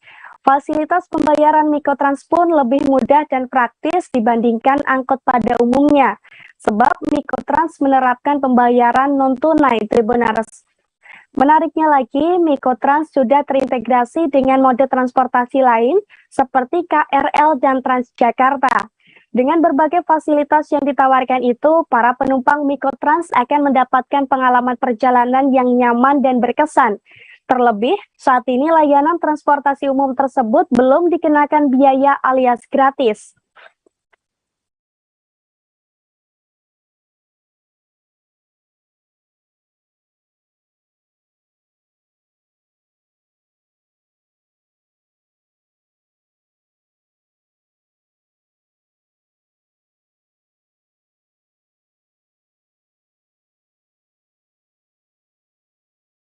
Tribuners, Kamis 22 September lalu, Sandiaga Uno mengunjungi kampung kuliner Kali Cibarengkok di Kampung Cibarengkok, Desa Cepucang, Kabupaten Bogor. Dalam kunjungannya ini, Menteri Pariwisata dan Ekonomi Kreatif tersebut tampak menikmati fasilitas di kawasan wisata tersebut, Tribuners. Pengurus tempat wisata juga sempat mengajak Sandiaga Uno untuk berkeliling menyusuri kawasan kampung kuliner Desa Cibarengkok yang juga didominasi oleh aliran air kali.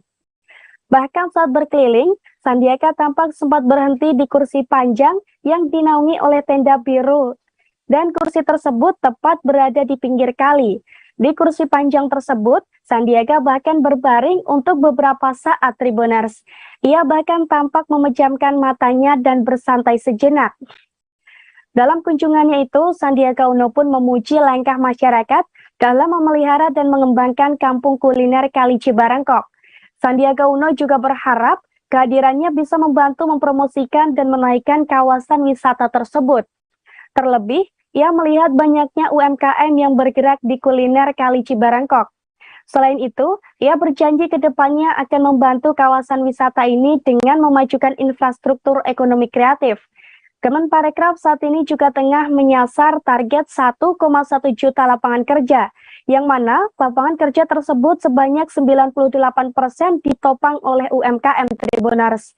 Sandiaga Uno pun berharap kepada pemerintah setempat untuk turut memperhatikan UMKM supaya dapat membantu membuka lapangan kerja yang lebih luas. Sebab menurutnya, hal ini sejalan dengan arahan Presiden Joko Widodo untuk memberikan kesempatan bangkitnya UMKM.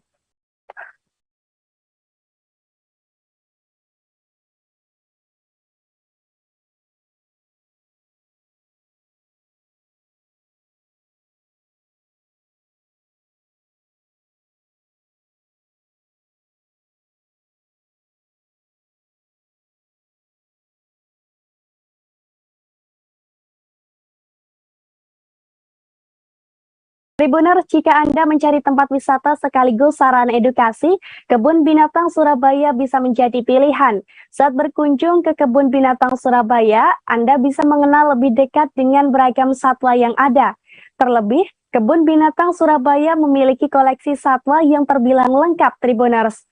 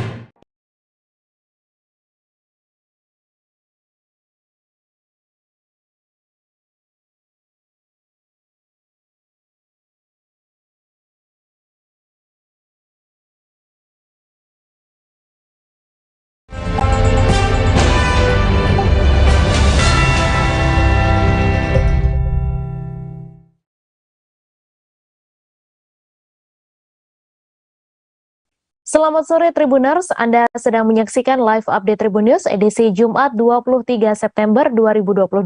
Sore ini akan kami sajikan informasi teraktual dan menarik yang dilaporkan secara langsung oleh reporter lapangan kami. Bersama saya, Meisa Dasiraid, inilah live update selengkapnya.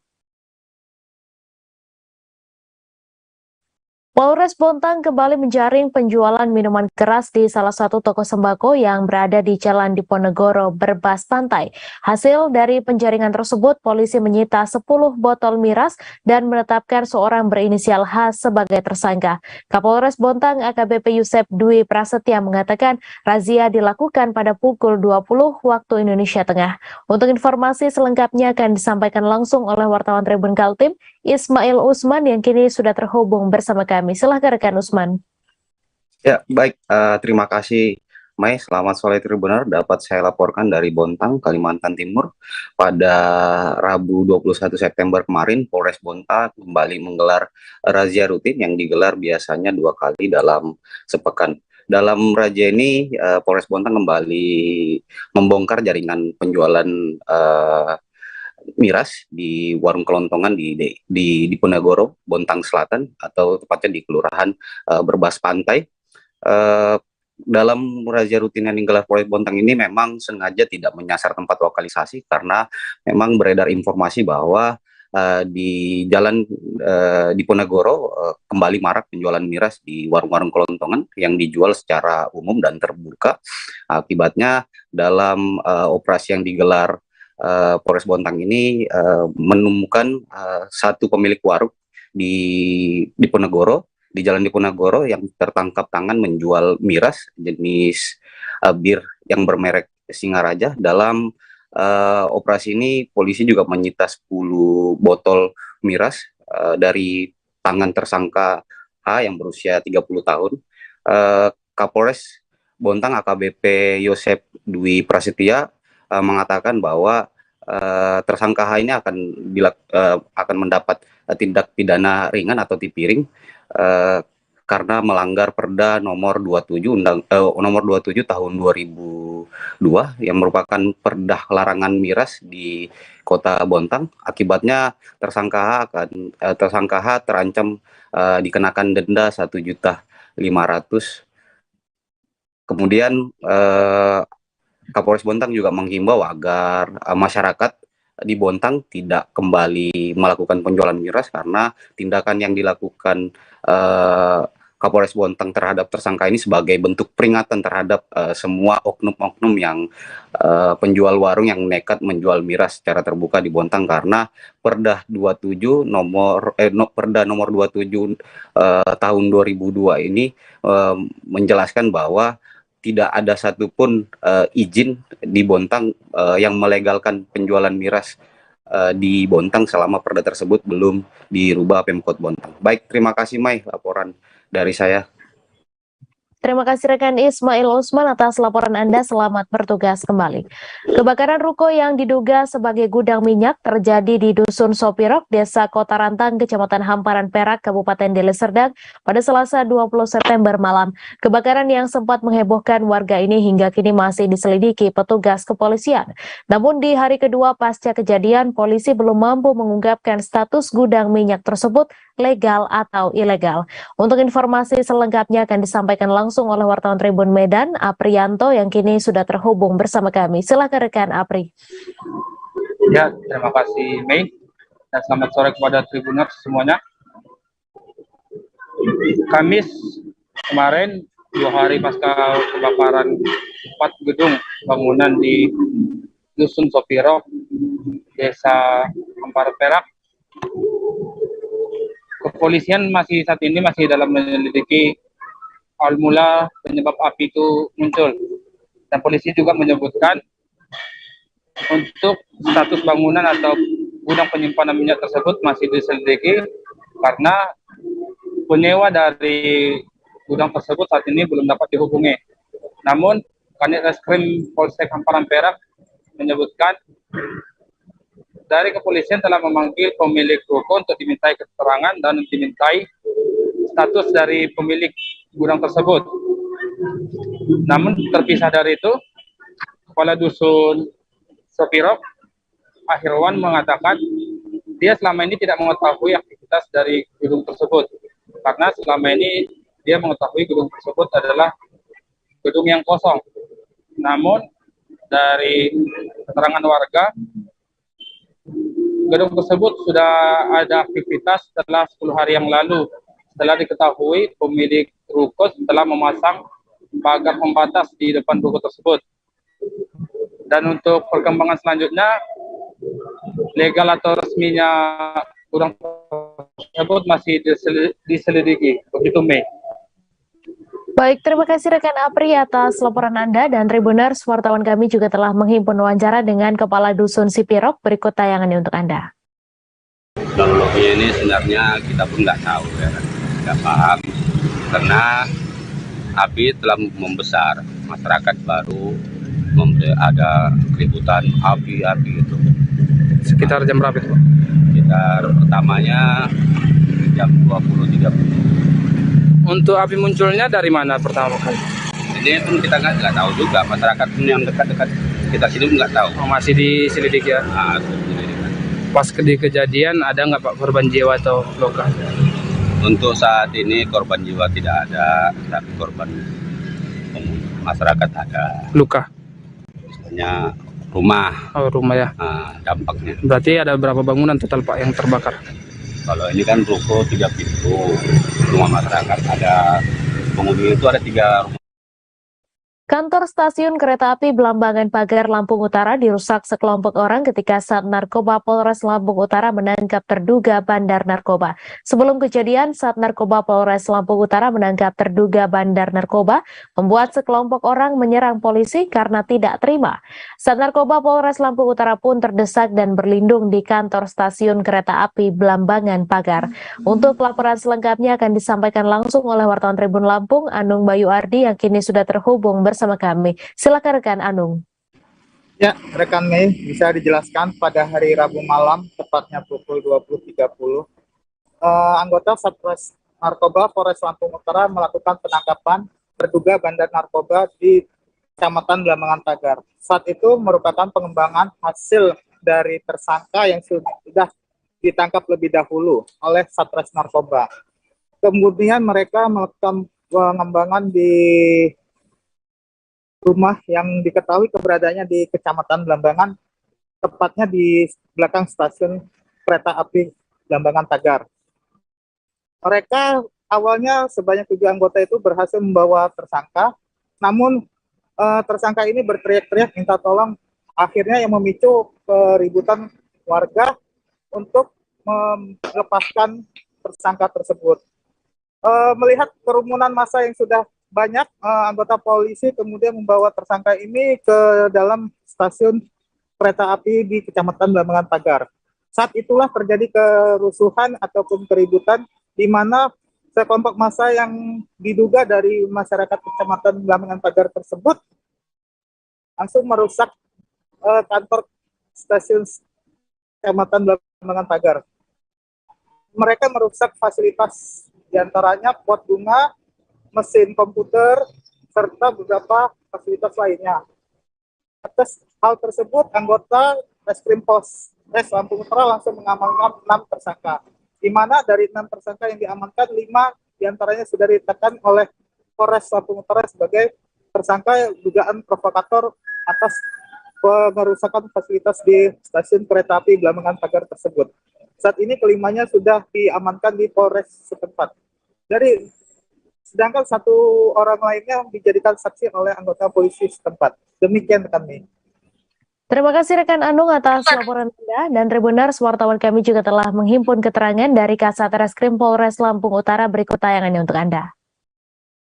Tadi malam pada saat anggota Satres Narkoba melakukan penangkapan, ya, diduga pelaku penyalahgunaan narkoba, ini ada massa yang menghalangi tugas-tugas dari anggota tersebut, ya, sehingga massa ini menjadi marah, kemudian beringas, dan akhirnya tersangka ini dapat lepas dari tangkapan dari Satnaris Narkoba.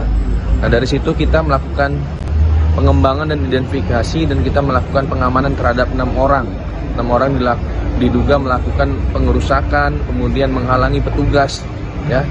Ini dengan ancaman hukuman 7 tahun penjara. Itu faktornya apa sih yang mereka merusak? Sementara ini yang kita dapati bahwa ada provokator ya, di masyarakat itu ada provokator yang menyulut masa ini untuk berbuat anarkis. Apakah dia antara 6 itu atau di luar 6 itu nanti? Ini kita masih lakukan pemeriksaan, nanti kita 1-24 jam kita sampaikan. Situasi sendiri kan sudah kondusif. Sementara ini kondusif. Jembatan penghubung antara Kampung Cicadas dan Kampung Babakan Madang di Kecamatan Babakan Madang, Kabupaten Bogor amblas pada Kamis 22 September pagi. Kondisi ini membuat jembatan tidak bisa digunakan sehingga menghambat aktivitas warga. Video detik-detik amblasnya jembatan yang berlokasi di Desa Cicadas ini juga tersebar di media sosial. Untuk informasi selengkapnya akan disampaikan langsung oleh wartawan Warta Kota, Hieronimus Rama, yang kini sudah terhubung bersama kami. Silahkan rekan Rama. Baik, Mei dan Tribuners, sebagaimana diberitakan tadi bahwa sebuah jembatan di Kampung Cicadas, Desa Babakan Madang, Kecamatan Babakan Madang, Kabupaten Bogor mengalami amblas atau runtuh pada Kamis 22 September 2022 kemarin. Jembatan ini merupakan penghubung utama antara Kampung Cicadas dengan Kampung Babakan Madang. Sehingga rusaknya jembatan ini membuat warga kedua kampung ini tidak bisa saling berinteraksi ataupun melewati jembatan ini. Nah, kemarin kami sempat menghubungi Kasih Kedaruratan dan Logistik Badan Penanggulangan Bencana Daerah Kabupaten Bogor, Muhammad Adam, dan dia mengatakan jembatan ini amblas atau runtuh karena fondasi di salah satu sisi yang tergerus oleh aliran Sungai Cibongas. Jadi aliran Sungai Cibongas yang cukup tinggi membuat tanah di sekitar salah satu sisi fondasinya itu mengalami ketidakstabilan sehingga membuat fondasinya runtuh dan diikuti oleh runtuhnya jembatan besi ini. Nah, jembatan ini berukuran panjang 30 meter dan lebarnya 4 meter. Dan ini merupakan jalur utama yang dilalui warga sehari-hari. Nah, saat ini warga Kampung Cicadas dan juga Kampung Babakan Madang belum bisa melewati jembatan ini sehingga mereka harus mutar ke jalur Puncak 2 untuk bisa keluar dari wilayah mereka untuk bisa beraktivitas ke arah Cibinong dan ke arah Sentul. Dan saat ini petugas dari PUPR, BPBD dan Pengairan sudah menangani jembatan yang rusak ini dan mulai diperbaiki. Sementara untuk aktivitas dari anak-anak sekolah dibantu oleh adanya mobil bantuan dari Kapolsek Babakan Madang. Maksud kami dari Polsek Babakan Madang. Demikian diungkapkan oleh Kapolsek Babakan Madang, Ricky Wawor, saat dihubungi oleh Warta Kota kemarin. Jadi saat ini untuk aktivitas warga yang terkait dengan aktivitas ekonomi ataupun keluar dari Kampung Cicadas dan juga Kampung Babakan Madang, warga harus memutar. Sementara untuk anak-anak sekolah dibantu oleh kendaraan dari Polsek Babakan Madang. Demikian laporan kami, Mei. Terima kasih rekan Hieronimus Rama atas laporan Anda. Selamat bertugas kembali. Lantaran sakit hati, Zubairi, warga Kampung Gliteh RT 2 Kelurahan Sragen membakar rumah sang mantan kekasih Asih Dewi Lestari di Sukodono. Hal tersebut dilakukan Zubairi setelah sang mantan kekasih memilih pergi meninggalkannya dengan alasan ekonomi. Zubairi akhirnya membakar rumah orang tua Asih di Dukuh Tirtomoyo, RT 7 Desa Bendo, Kecamatan Sukodono, Sragen. Untuk laporan selengkapnya akan disampaikan langsung oleh wartawan Tribun Jateng, Mahfira Putri, yang kini sudah terhubung bersama kami. Silakan rekan Putri.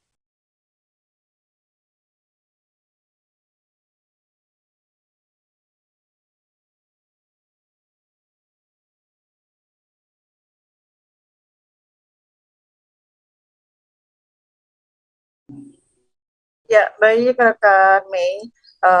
Dari pembakaran rumah ini bermula ketika pada Juni lalu 2021 Asih ini meninggalkan rumah tanpa pamit pergi dari keluarganya bersama dengan pelaku. Nah, diketahui keduanya ini sebenarnya telah berkeluarga dan telah masing-masingnya juga telah mempunyai anak. Kemudian selama pelariannya ini, Asih dan pelaku bersembunyi di kos-kosan di daerah Sragen dan beberapa bulan kemudian pindah ke Surabaya. Nah, di sanalah Asih merasa ekonomi pelaku ini mulai turun. Kemudian Asih ini meminta untuk pulang ke Sragen namun tidak diizinkan. Nah, akhirnya secara diam-diam Asih ini kabur dari Surabaya menuju Sragen ke rumahnya.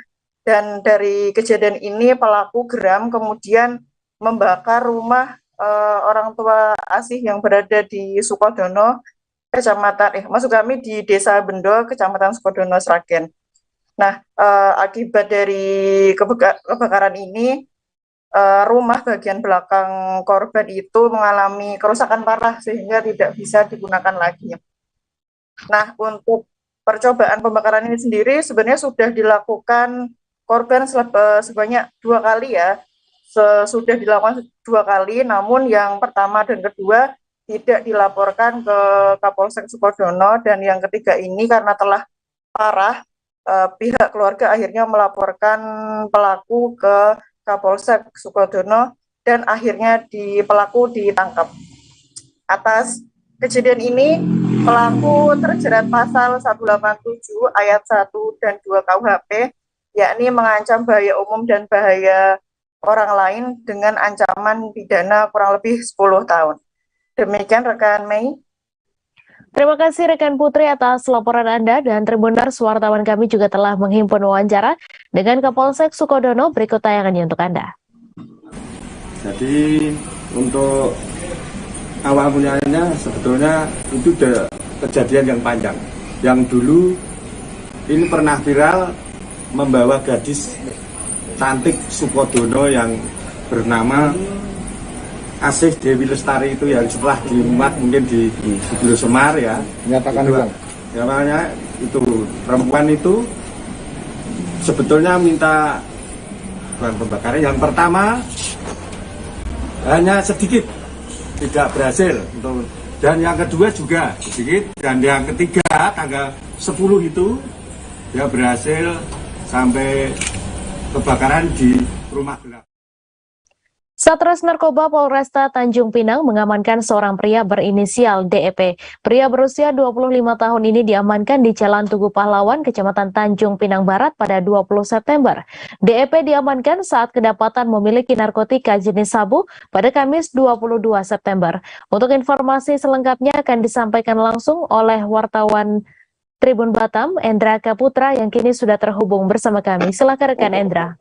Baik, Medan, sahabat Tribun, dapat dilaporkan bahwa pada tanggal 20 September sekitar pukul 12.30 di Jalan Tugu Pahlawan, Kecamatan Tanjung Pinang Barat, Kota Tanjung Pinang, Provinsi Kepulauan Riau, Satres Narkoba Polresta Tanjung Pinang mengamankan seorang pria berinisial DEP berumur 25 tahun, di mana dari penangkapan dilakukan oleh Satres Narkoba Polresta Tanjung Pinang.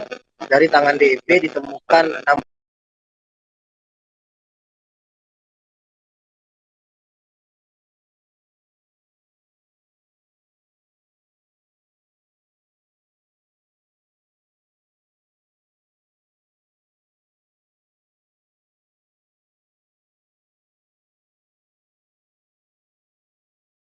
oleh Satres Narkoba Polresta Tanjung Pinang tersebut. Dari hasil pemeriksaan terhadap pelaku, DP mengaku bahwa barang tersebut diperoleh dari seorang pria berinisial I yang kini tengah dilakukan pengembangan oleh pihak kepolisian. Dan dari hasil pengembangan juga yang dilakukan oleh pihak kepolisian, dari tangan DP sendiri, bahwa paket yang dijual sabu tersebut itu per paketnya Rp200.000 dengan modus penjualan. Setiap pembeli yang ingin membeli sabu tersebut nantinya DP akan membuangnya di suatu tempat, dan nanti si pembeli tinggal mengambil di tempat yang sudah ditentukan. Dari hasil pengembangan ini, polisi masih mengembangkan dari barang milik pelaku yang diperoleh dari inisial I. Dan dari pengakuan pelaku juga bahwa sabu tersebut atau menjadi pengedar dilakukan sejak 3 bulan lalu. Namun saat kita mencoba, awak media mencoba untuk bertanya kepada pelaku, apa alasan pelaku mau menjadi pengedar, DEP hanya mengeluarkan kata-kata tidak ada saja. Begitu Mei dan sahabat Tribun. Terima kasih rekan Endra atas laporan Anda. Selamat bertugas kembali. Komisi untuk Orang Hilang dan Korban Tindak Kekerasan atau Kontras menyampaikan hasil investigasi terkait kasus pembunuhan dan mutilasi 4 warga sipil di Kabupaten Mimika, Papua. 4 warga sipil tersebut yakni Arnold Lokbere, Irian Nirigi, Leman Nirigi, dan Atistini. Hasil investigasi disampaikan dalam konferensi pers di kantor Kontras Jakarta Pusat pada Jumat 23 September. Untuk laporan selengkapnya akan disampaikan langsung oleh wartawan Tribun News, Gita Irawan, yang kini sudah terhubung bersama kami. Silakan rekan Gita. Ya, selamat sore rekan Mei, terima kasih. Selamat sore juga Tribuners. Saat ini saya sedang berada di kantor Kontras di Jakarta Pusat. Baru saja tadi saya bersama dengan rekan media lain menyimak terkait dengan hasil investigasi yang dilakukan oleh Kontras terhadap kasus pembunuhan dan mutilasi terhadap 4 warga di Mimika, Papua. Jadi pada poin ya, ada 8 poin temuan fakta yang ditemukan oleh Kontras. Salah satu diantaranya adalah 1 dari keempat korban tersebut masih berusia anak, yakni dengan inisial AT atau Atistini. Jadi Atistini ini berdasarkan penelusuran atau investigasi dari Kontras masih berusia 17 tahun. Berdasarkan keterangan dari keluarga yang mengasuh Atistini ini tadi, yakni pamannya, didapatkan dokumen berupa kartu keluarga yang menyatakan bahwa Atistini ini memiliki nama sebagai Genius Tini gitu ya. Jadi Atis ini adalah nama panggilan. Nah, dia dalam dokumen tersebut masih berusia 17 tahun. Selain itu juga ditemukan fakta bahwa dari keempat korban ini hingga saat ini belum ditemukan bagian tubuh kepala. Hal yang penting bagi Kontras dalam terkait hal itu adalah adanya dugaan upaya untuk menghilangkan jejak atau menghilangkan dugaan penyiksaan baik di bagian kepala tersebut. Selain itu juga Kontras menyoroti kurang responsifnya dari aparat kepolisian untuk mencari para korban ini. Gitu ya. Selain itu tadi Kontras juga menyampaikan sekitar 5 rekomendasi terhadap kasus ini. Yang pertama adalah kepada Polres Mimika dan Polda Papua untuk mengusut kasus penembakan dan pembunuhan di luar hukum dan mutilasi terhadap 4 warga di Mimika ini secara transparan gitu ya. Selain itu para pelaku juga harus dikenakan pasal pembunuhan berencana karena memang ada ditemukannya dugaan pembunuhan berencana. Kemudian rekomendasi yang kedua adalah kepada Panglima TNI untuk menyelenggarakan penegakan hukum secara berkeadilan. Dalam konteks ini yang dimaksud adalah agar para pelaku TNI ini didorong untuk diadili di pengadilan umum atau pengadilan pidana biasa, bukan di pengadilan militer atau di pengadilan koneksitas. Kemudian yang ketiga, Kontras meminta LPSK RI untuk memberikan reparasi dan pemulihan bagi keluarga korban yang diketahui memang sampai saat ini berdasarkan informasi yang dihimpun oleh Kontras belum ada tindakan proaktif maupun inisiasi dari LPSK untuk memberikan semacam pendampingan atau pemulihan psikologis. Kemudian yang keempat, tadi Kontras juga meminta Panglima TNI beserta jajarannya untuk segera melakukan evaluasi dan mekanisme korektif secara menyeluruh, termasuk untuk meninjau kembali mekanisme penurunan atau pergantian pasukan. Juga adanya dugaan praktik bisnis yang mungkin saja dilakukan oleh prajurit di Papua. Kemudian yang kelima, Kontras meminta pemerintah dan DPR untuk bekerja sama menghentikan segala bentuk pendekatan militeristik di Papua yang selama ini memang pendekatan tersebut dinilai tidak efektif untuk menangani persoalan-persoalan yang ada di Papua. Selain itu tadi pendamping dari keluarga korban, Michael Hiban, juga menyampaikan bahwa saat ini keluarga korban yang berada di Jakarta, yakni 4 orang mahasiswa yang saat ini sedang berkuliah di Jakarta, mereka keluarga dari para korban mengalami trauma karena memang mereka ini sebelumnya berasal dari Nduga, di mana pada beberapa tahun lalu juga sempat mengalami peristiwa yang serupa terkait dengan militer.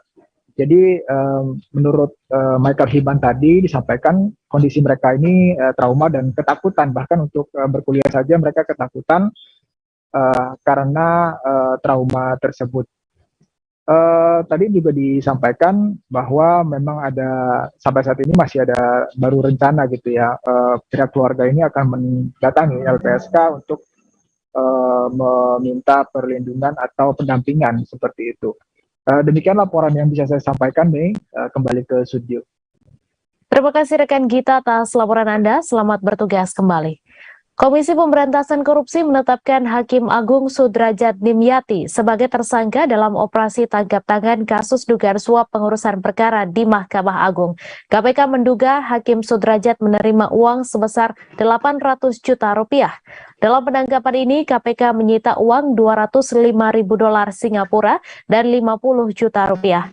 Untuk informasi selengkapnya akan disampaikan langsung oleh wartawan Tribun News Ilham Rian Pratama yang kini sudah terhubung bersama kami. Silakan rekan Ilham. Ya, rekan Mei dan Tribuners, bisa saya sampaikan bahwa KPK baru saja menetapkan Hakim Agung Sudrajat Dimyati sebagai tersangka. Lembaga anti rasuah itu menduga Sudrajat menerima 800 juta rupiah untuk mengizinkan putusan kasasi supaya lipat koperasi simpan tidak dipidana.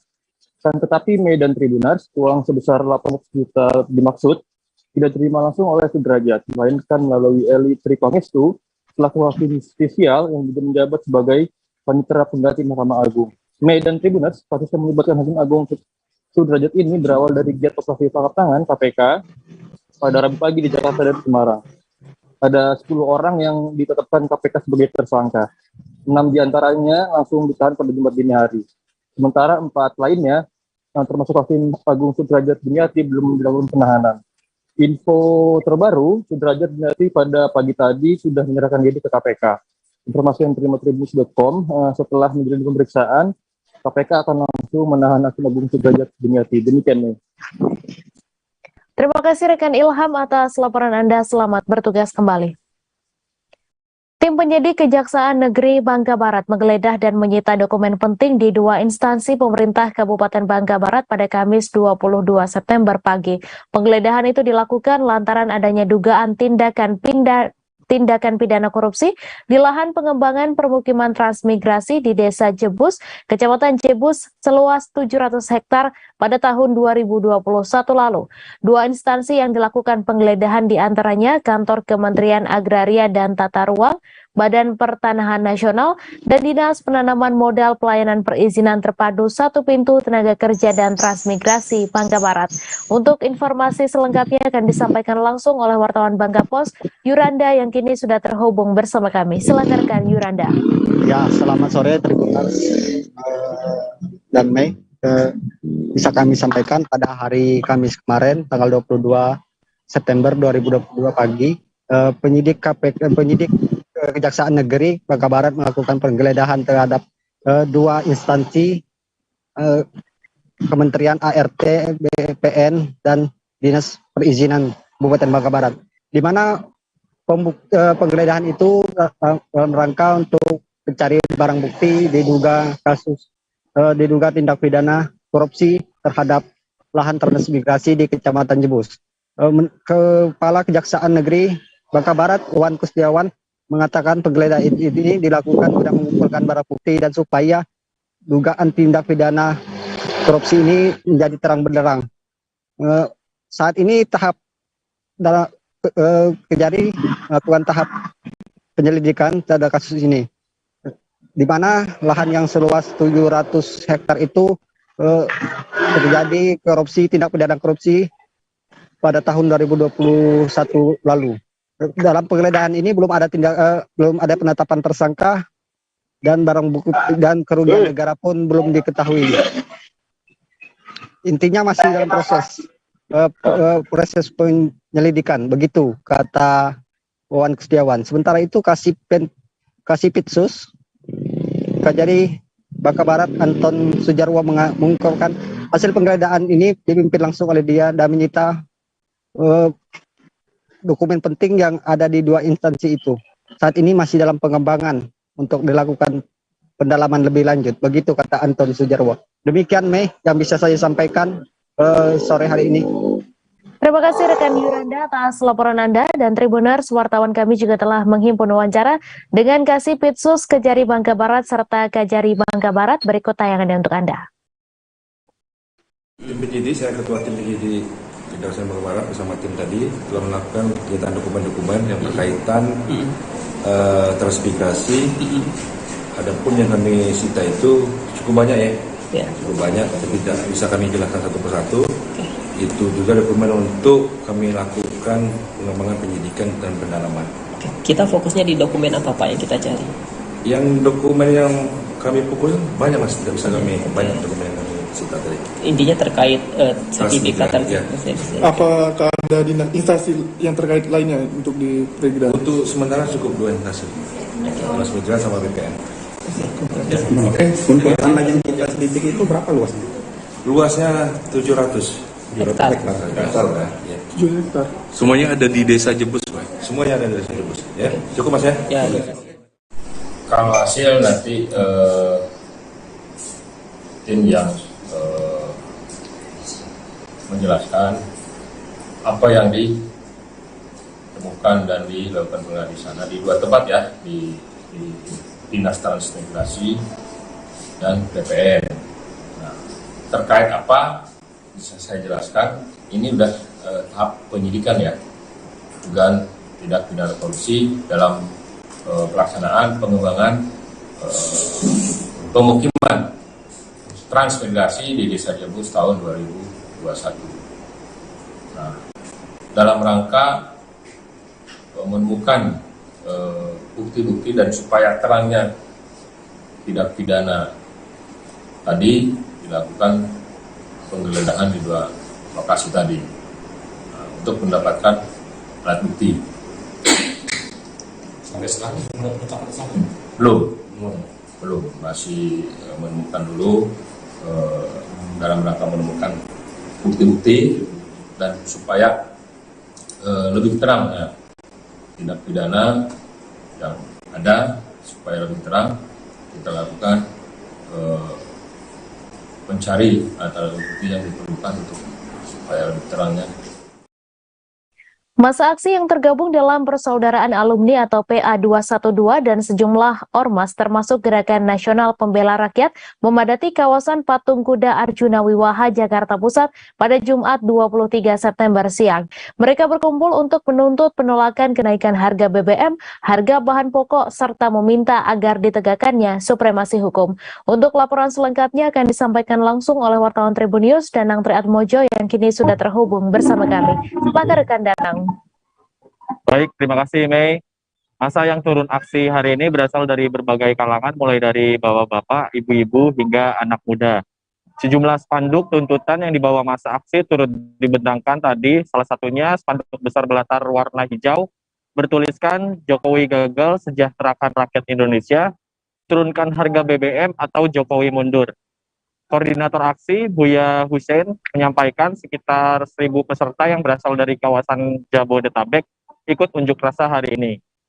Buya mengatakan bahwa aksi hari ini masih membawa tuntutan yang sama seperti aksi bela rakyat pertama pada 12 September 2022 lalu, yakni tolak kenaikan harga BBM, tolak kenaikan harga bahan pokok, serta meminta agar ditegakkannya supremasi hukum di Indonesia. Dia mengatakan aksinya hari ini bukan hanya mewakili kelompoknya, tapi seluruh rakyat Indonesia. Kata dia, aksi serupa akan terus dilakukan hingga pemerintah memenuhi seluruh tuntutan yang mereka bawa. Adapun terkait pengamanan aksi hari ini, Kapolres Metro Jakarta Pusat Kombes Kamarudin mengatakan pihak kepolisian mengerahkan 3.800 personil untuk mengamankan jalannya sejumlah aksi, termasuk aksi bela rakyat tolak kenaikan harga BBM di kawasan Patung Kuda. Jumlah personil tersebut merupakan gabungan dari aparat TNI dan Polri untuk seluruh wilayah Jakarta Pusat. Adapun pihak kepolisian menutup akses kawasan Jalan Medan Merdeka Barat yang mengarah ke Istana Negara dan sebaliknya. Akses Jalan Medan Merdeka Barat tepat di depan Gedung Sabta Pesona Gambir ditutup dengan 3 lapis beton dan pagar kawat berduri. Di balik pembatas juga disiagakan sejumlah kendaraan taktis untuk mengantisipasi kejadian yang tak diinginkan. Hingga saya melaporkan saat ini, aksi masih terus berlangsung dan diperkirakan akan sampai pukul 6 maghrib nanti. Demikian, Mei. Terima kasih rekan Danang atas laporan Anda, dan Tribuners, wartawan kami juga telah menghimpun wawancara dengan masa aksi bela rakyat. Berikut tayangannya untuk Anda. Gratis harus ditekan karena untuk pos yang lain, anak-anak kami kan juga harus diberi makan, untuk yang sekolah di luar, untuk sekolah transportasi, untuk SPP dan yang lain-lain yang itu juga pasti akan mengalami kenaikan. Bu, ini kan rencana aksinya mau dipatungkan di Istana Negara, cuman pada akhirnya masa tertahan di kawasan Betul, dan Patung memang Kuda. seperti biasa juga kami tidak diperbolehkan ke sana. Padahal itu dibuat dari uang pajak rakyat, tetapi kami sebagai rakyat tidak boleh ke sana. Cukup sampai di sini. Dan beberapa kali di setiap aksi kami selalu di sini dan diblokade di sini. Jadi sekarang demokrasi yang mana yang dipertahankan di Indonesia? Kalau suara rakyat pun harus seperti ini. Kenapa mama sekarang lebih banyak ibu-ibu yang bersuara? Karena ini bentuk kekecewaan rakyat di Indonesia. Puluhan buruh pabrik PT Wonogiri Jaya Lestari mendatangi kantor Kecamatan Jati Srono pada Kamis 22 September siang. Puluhan warga itu datang ke kantor camat untuk mengadu dan meminta bantuan permasalahan gaji yang tidak dibayarkan oleh pabrik mereka bekerja. Salah satu buruh, Gunawan Wibisono, mengaku mendatangi kantor camat dengan 25 rekannya yang juga tidak dibayar gajinya selama 2 bulan. Untuk laporan selengkapnya akan disampaikan langsung oleh wartawan Tribun Solo, Erlangga Bima Sakti, yang kini sudah terhubung bersama kami. Silakan rekan Erlangga. Ya, terima kasih rekan Mei, bisa saya laporkan. Jadi untuk puluhan buruh kemarin memang mengadu ke Forkompinjam Jati Srono karena upah atau hak mereka yang sudah bekerja selama kurang lebih 2 bulan belum dipenuhi secara penuh oleh perusahaan. Jadi menurutnya pabrik itu yang bergerak di bidang tekstil itu mulai beroperasi pada bulan Juli lalu. Nah, para buruh itu mulai bekerja tanggal 13 Juli. Pada waktu itu, setelah sebulan bekerja sekitar tanggal 5 Agustus, mereka hanya menerima gaji sebesar 500.000. Padahal di awal perjanjian, perusahaan menyanggupi untuk memberikan gaji kepada buruh itu sebesar UMK Wonogiri atau sekitar 1,8 juta. Namun di tanggal 5 itu hanya 500.000. Nah, setelah beberapa hari selanjutnya, buruh menerima bayaran lagi, tapi juga tidak penuh, hanya 400.000. Jadi total sebulan bekerja itu hanya dibayar 900.000 totalnya. Nah, itu untuk bulan Agustus. Nah, setelah itu bulan Agustus ke September ini, buruh juga masih bekerja, namun ternyata dari yang dijanjikan perusahaan, ya perusahaan itu menjanjikan pada 5 September akan dibayarkan hak buruh, tapi ternyata hingga tanggal 20 September atau tanggal waktu yang dijanjikan juga tidak dibayarkan. Nah, atas kondisi-kondisi itu para buruh itu kemudian juga berkumpul, kemudian mengadu ke Forkompinjam Jati Srono untuk dicarikan jalan keluar, karena banyak sekali yang mengalami nasib serupa. Jadi ada sekitar 74 karyawan yang resign karena merasa hak mereka tidak dibayarkan sepenuhnya. Nah, kemarin kami juga sudah sempat mewawancarai pihak direksi dari PT WJL, ada direktur Pak Juhara, itu sudah meminta kepada Forkompinjam agar difasilitasi untuk mediasi dengan buruh-buruh yang merasa gajinya belum dibayarkan itu. Sekian. Baik, terima kasih rekan Erlangga atas laporan Anda. Selamat bertugas kembali. Petugas keamanan di Kompleks Kantor Hukum Yosep Parera memberikan pengakuan terkait kondisi di lokasi tersebut sebelum dilakukan OTT KPK. Menurutnya ada 3 orang yang datang ke pos kamling yang berpakaian biasa, namun di pinggangnya terdapat senjata api. 3 orang tersebut datang ke pos kamling sebelum OTT KPK berlangsung di Kantor Hukum Yosep Parera. Untuk informasi selengkapnya akan disampaikan langsung oleh wartawan Tribun Jateng, Budi Susanto yang kini sudah terhubung bersama kami. Silakan rekan Budi. Ya, selamat sore rekan Mei. Selamat sore rekan Budi, silakan dengan laporan Anda. Ya, jadi sebelum OTT kepada lawyer kondang ini yaitu Yosep Parera, jadi pengakuan dari petugas keamanan atau satpam di sana, tempat dari kantor hukum Yosep Parera sendiri sudah ibaratnya sudah dikepung oleh beberapa orang ya. Jadi akses untuk keluar masuknya memang sudah ditutup dan diawasi. Dan di sana itu menurut penuturan dari penjaga keamanan di sana yaitu Saudara Dwi, di sana itu sudah ada beberapa orang yang menggunakan mobil. Total ada 4 mobil. Namun di pintu belakang atau akses masuk di belakang itu sudah ada 3 orang yang sudah standby di sana. Mereka menggunakan baju bebas seperti itu. Kalau masyarakat sekitar bilangnya pakai baju preman dan segala macamnya. Namun petugas keamanan di sana itu sedikit curiga karena beberapa orang itu terlihat membawa seperti senjata api di pinggang mereka. Jadi meski demikian, tapi mereka kecurigaan mereka juga tidak melulu karena adanya OTT dari KPK karena ketika petugas keamanan di sana bertanya mengenai kenapa ada beberapa orang asing gitu menunggu di sana, jawaban dari mereka hanyalah sedang menunggu orang seperti itu, rekan Mike. Baik, terima kasih rekan Budi Susanto atas laporan Anda dan Tribuners wartawan kami juga telah menghimpun wawancara dengan petugas keamanan. Berikut tayangannya untuk Anda. Saya yang siang saya di sini. Di sini ya. Sana tanah ada sini. Oh, itu ada penyidik ke sini atau gimana? Tidak ada. Yang standby di sini? Yang standby di sini cuma polisi. Berapa Pak itu Pak? 3. Ya. Oh, itu aktivitas polisinya bisa diceritakan gimana? Tidak cerita sama sekali. Oh, Tanya cuma nunggu gitu aja. Oh, nunggu siapa saya nggak tahu ya. Tapi petugas itu sempat komunikasi juga ya sama orang atau apa gitu, telepon. Ya, petugasnya komunikasi mungkin sama Kundan yang masalah. Dia tuh ngomong dan saya di sini enggak, saya di sini. Oh. Di belakang sana juga ada mungkin informasi dari kantor mungkin. Tapi terus sebentar dia langsung yuk kita suruh merapat ke kantor. Pak, di sini kan ada 2 pos ya Pak ya, sini dan sana ya. Ini yang sana pintu masuk utama. Pintu masuk utama ya. Yang di sana kalau info dari petugas yang di sana ada berapa mobil juga Pak? Ada 4. 4 ya. Itu juga nunggu sana. Ya. Nunggu. Di sini bawa motor Bang? 1 kok mobil. Mobil cuma 1. 3 ya Pak, yang di sini ya Pak ya. Di sini orangnya 3. Mobil 1, orangnya 3. Yang di sana mobilnya 4. Itu terus waktu penangkapan nggak ada yang tahu ya Pak OTT ya Pak? Banjir setinggi 50 cm melanda jembatan Alamanda Gembor Priuk, Kota Tangerang.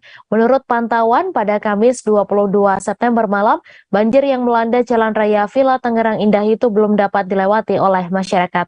Puluhan warga tertahan di ujung jalan yang terendam banjir tersebut, baik pejalan kaki ataupun pengendara roda 2. Untuk laporan selengkapnya akan disampaikan langsung oleh wartawan Warta Kota, Gilbert Semsandro yang kini sudah terhubung bersama kami. Silakan rekan Gilbert. Ya, Mei. Hujan deras yang melanda wilayah Kota Tangerang sejak Kamis 22 September 2022 sore, siang hingga sore hari menyebabkan beberapa sejumlah titik di Kota Tangerang terendam banjir.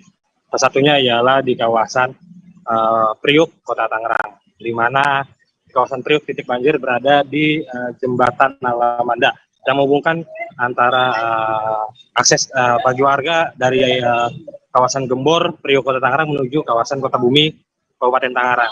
Akibat terputusnya akses jalan jembatan Alamanda tersebut, akses lalu lintas pun terputus sehingga banyak masyarakat yang harus tertahan karena kondisinya hujan banjir melanda pada malam hari. Banyak masyarakat yang tertahan pada saat jam pulang kerja. Baik itu yang mengendarai sepeda motor ataupun kendaraan roda 4 atau mobil.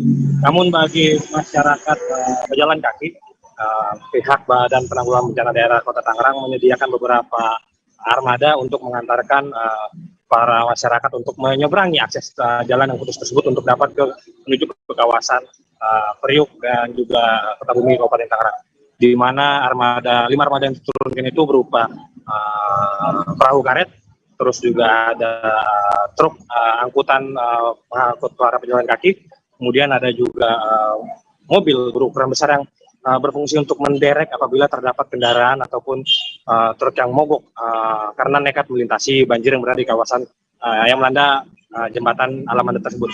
Dan Kepala BPBD Kota Tangerang, Denny Koswara, mengatakan bahwasanya banjir disebabkan oleh pembangunan tanggul turap yang berada yang untuk menampung air, membatasi air dari Kali Leduk tersebut belum dapat dirampungkan oleh Dinas Pekerjaan Umum dan Penataan Ruang Kota Tangerang, di mana proses pembangunan turap masih berjalan setengah, sehingga air dari Kali Leduk yang menjadi penyebab utama banjir meluap dan menggenangi jalan Villa Tangerang Indah ataupun jembatan Alamanda yang memutus akses bagi masyarakat Kota Tangerang untuk wilayah Kabupaten Tangerang.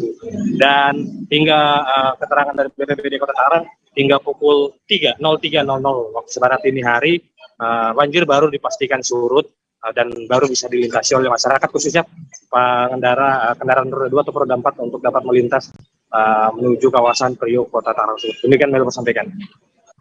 Terima kasih rekan Gilbert atas laporan Anda. Selamat bertugas kembali. Upaya untuk pengendalian inflasi, satu diantaranya dengan menggelar pasar murah, terus dilakukan pemerintah Kabupaten Tabalong. Selain bekerja sama dengan pemerintah Provinsi Kalimantan Selatan, pasar murah juga ada yang dilaksanakan sendiri oleh Dinas Koperasi UKM Perindustrian Perdagangan Tabalong.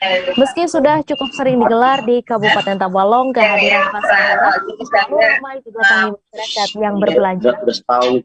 Tapi akan disampaikan langsung oleh wartawan Banjarmasin Pos, Doni Usman, yang kini sudah terhubung bersama kami. Silakan rekan Doni. Baik, rekan Mei dan Tribuners, dapat saya laporkan kemarin Kamis 22 September 2022 pagi, pasar murah kembali digelar oleh pemerintah Kabupaten Tabalong. Dalam hal ini dilaksanakan oleh Dinas Koperasi UKM Perindustrian dan Perdagangan Kabupaten Tabalong yang dilaksanakan di halaman kantor dinasnya di Jalan PHM Nur, Kelurahan Pembataan, Kecamatan Murung Pudak, Kabupaten Tabalong. Nah, pasar murah ini sendiri dilaksanakan dengan menggait beberapa distributor, kemudian juga ada pelaku UMKM lokal, serta petani lokal yang ada di Kabupaten Tabalong. Sedangkan komoditi yang dijual itu lebih banyak kepada kebutuhan harian, diantaranya seperti ada gula, minyak goreng, beras, bawang, sayur mayur, dan lain sebagainya. Nah, semua komoditi yang dijual itu dipastikan harganya lebih terjangkau dibandingkan dengan harga di pasaran biasa. Ini karena pola yang dipakai Dinas Koperasi UKM dan Perindah Kabupaten Tabalong, mereka memberikan semacam bantuan dana untuk membantu biaya angkut kepada supplier yang mengikuti pasar murah tersebut. Sehingga harga yang dijual itu tetap dengan harga supplier dan juga tidak memberikan beban kerugian terhadap para distributor. Dari pantauan kemarin memang bawang merah dan bawang putih itu termasuk yang paling diminati. Dari ratusan kilogram yang dibawa oleh supplier itu sudah ludes dalam hitungan beberapa jam saja.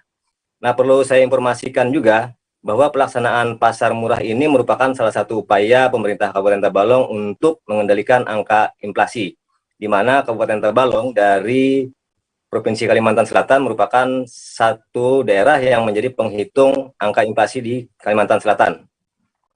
Di mana juga bahwa pasar murah ini dilakukan untuk menghadapi lonjakan harga. Karena di Kabupaten Tabalong itu setiap bulan Maulid ada potensi terjadinya kenaikan sejumlah harga kebutuhan harian.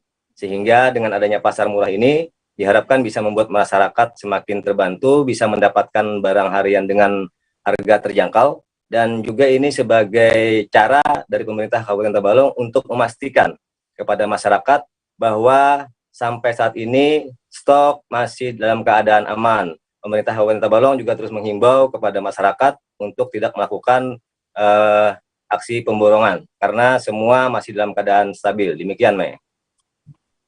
Terima kasih rekan Doni Usman atas laporan Anda, dan Tribuners, wartawan kami juga telah menghimpun wawancara dengan Sekretaris Diskopuk Perindak Tabalong. Berikut tayangannya untuk Anda. Ya, ini ya cukup ramai ya. Hari ini kita acara pasar murah. Ini pasar murah dilaksanakan dalam rangka pengendalian inflasi. Pertama ini untuk menghadapi Maulid Nabi kan. Jadi kami memang mengagendakan pasar murah dalam menghadapi hari-hari besar keagamaan. Siapa-siapa Bu yang dilibatkan dalam pasar murah ini Bu? Dalam pasar murah ini kita melibatkan para distributor, kemudian juga UKM. Nah, komoditas yang dijual ini kayak apa Bu mekanismenya? Mekanismenya kita ambil barang dari distributor, terus kita support untuk operasionalnya sehingga bisa dijual dengan harga distributor. Jadi saya khusus jual bawang merah dan bawang putih. Berapa harganya Pak? Bawang merahnya harga 24, bawang putih harga 20 per kilo ya. Per kilo.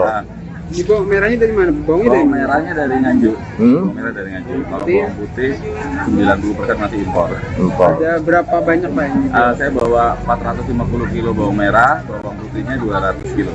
Ini sampai jam segini Pak, berapa yang perkiraan? Ini sudah hampir habis semua. Hampir habis. Dan saya rasa ini mungkin apa ya, sebuah langkah cerdas dari Kabupaten Tanjung ya untuk menekan angka inflasi ya. Sehingga langsung datangkan langsung supplier dari luar pulau lah. Jadi harganya kompetitif sekali gitu. Kalau di pasaran bawang merah 33 sampai 35. Bawang putih 25 sampai 27. Per kilo tuh Pak? Per kilonya harga di pasar. Jadi langsung potong mata rantainya sehingga harga lebih terjangkau. Polda Kepulauan Riau resmi memberlakukan penerapan tilang elektronik di Kota Batam pada Kamis 22 September. Sebanyak 3 alat elektronik traffic law enforcement sudah dipasang di sejumlah titik di Kota Batam. Meski masih dalam tahap sosialisasi, penerapan tilang elektronik ini diharapkan mampu membuat pengendara lebih tertib dan patuh guna menciptakan keselamatan berlalu lintas. Untuk informasi selengkapnya akan disampaikan langsung oleh wartawan Tribun Batam, Argianto Nugroho yang kini sudah terhubung bersama kami. Silakan. Oke, terima kasih Mei. Selamat sore Tribuners. Saat ini Polda Kepri pada hari Kamis tanggal 22 September 2022 lalu, Polda Kepri resmi menerapkan tilang elektronik atau e-tilang di wilayah Provinsi Kepulauan Riau. Kota Batam sendiri menjadi wilayah pertama di Provinsi Kepri yang menerapkan tilang elektronik bagi pengendara yang melanggar lalu lintas. Untuk e-tilang sendiri saat ini masih dalam tahap sosialisasi. Untuk beberapa hari Polda Kepri baru sekedar memberikan sosialisasi terkait penerapan e-tilang di wilayah Kota Batam. Untuk alat e-tilang atau Electronic Traffic Law Enforcement (ETLE), terdapat 3 alat yang telah terpasang di Kota Batam, diantaranya yang pertama adalah di sekitar kawasan industri di Batam Center atau tepatnya di Jalan Selasih. Untuk alat yang kedua, Polda Kepri memasang di wilayah yang biasa menjadi pusat keramaian yang biasa terjadi di akhir pekan, yaitu di Jalan Ungku Putri, Kota Batam. Sedangkan untuk yang ketiga, ETLE sendiri terpasang di Jalan Laksamana Bintan.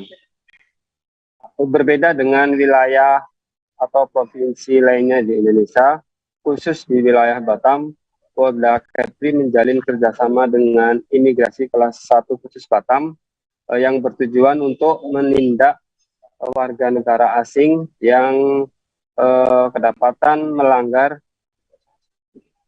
peraturan lalu lintas saat berada di Kota Batam. Kota Batam sendiri di akhir pekan ini biasanya terdapat peningkatan jumlah kunjungan WNA. Biasanya juga WNA ini berasal dari Singapura maupun Malaysia.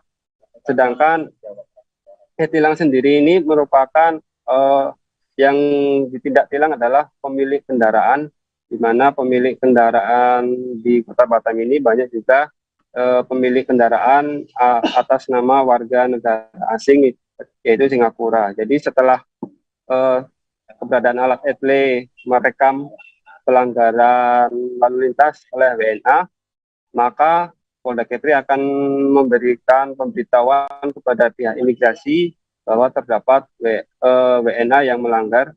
Jadi sebelum WNA ini pulang ke negara asalnya, WNA ini harus membayar denda tilang ya sesuai dengan pelanggaran lalu lintas yang telah dilakukan. Begitu, Mei.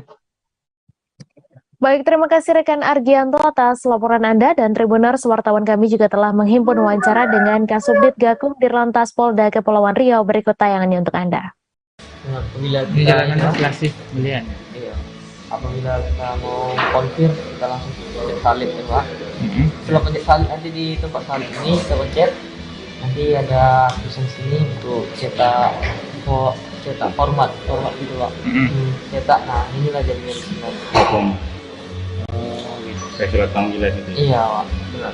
Ini dikirimnya manual atau lewat email, SMS ya atau? Dia bisa dari email juga, dari SMS Pak, bisa Pak. Oh, SMS yang berarti terkoneksi dengan nomor handphone ya. Iya.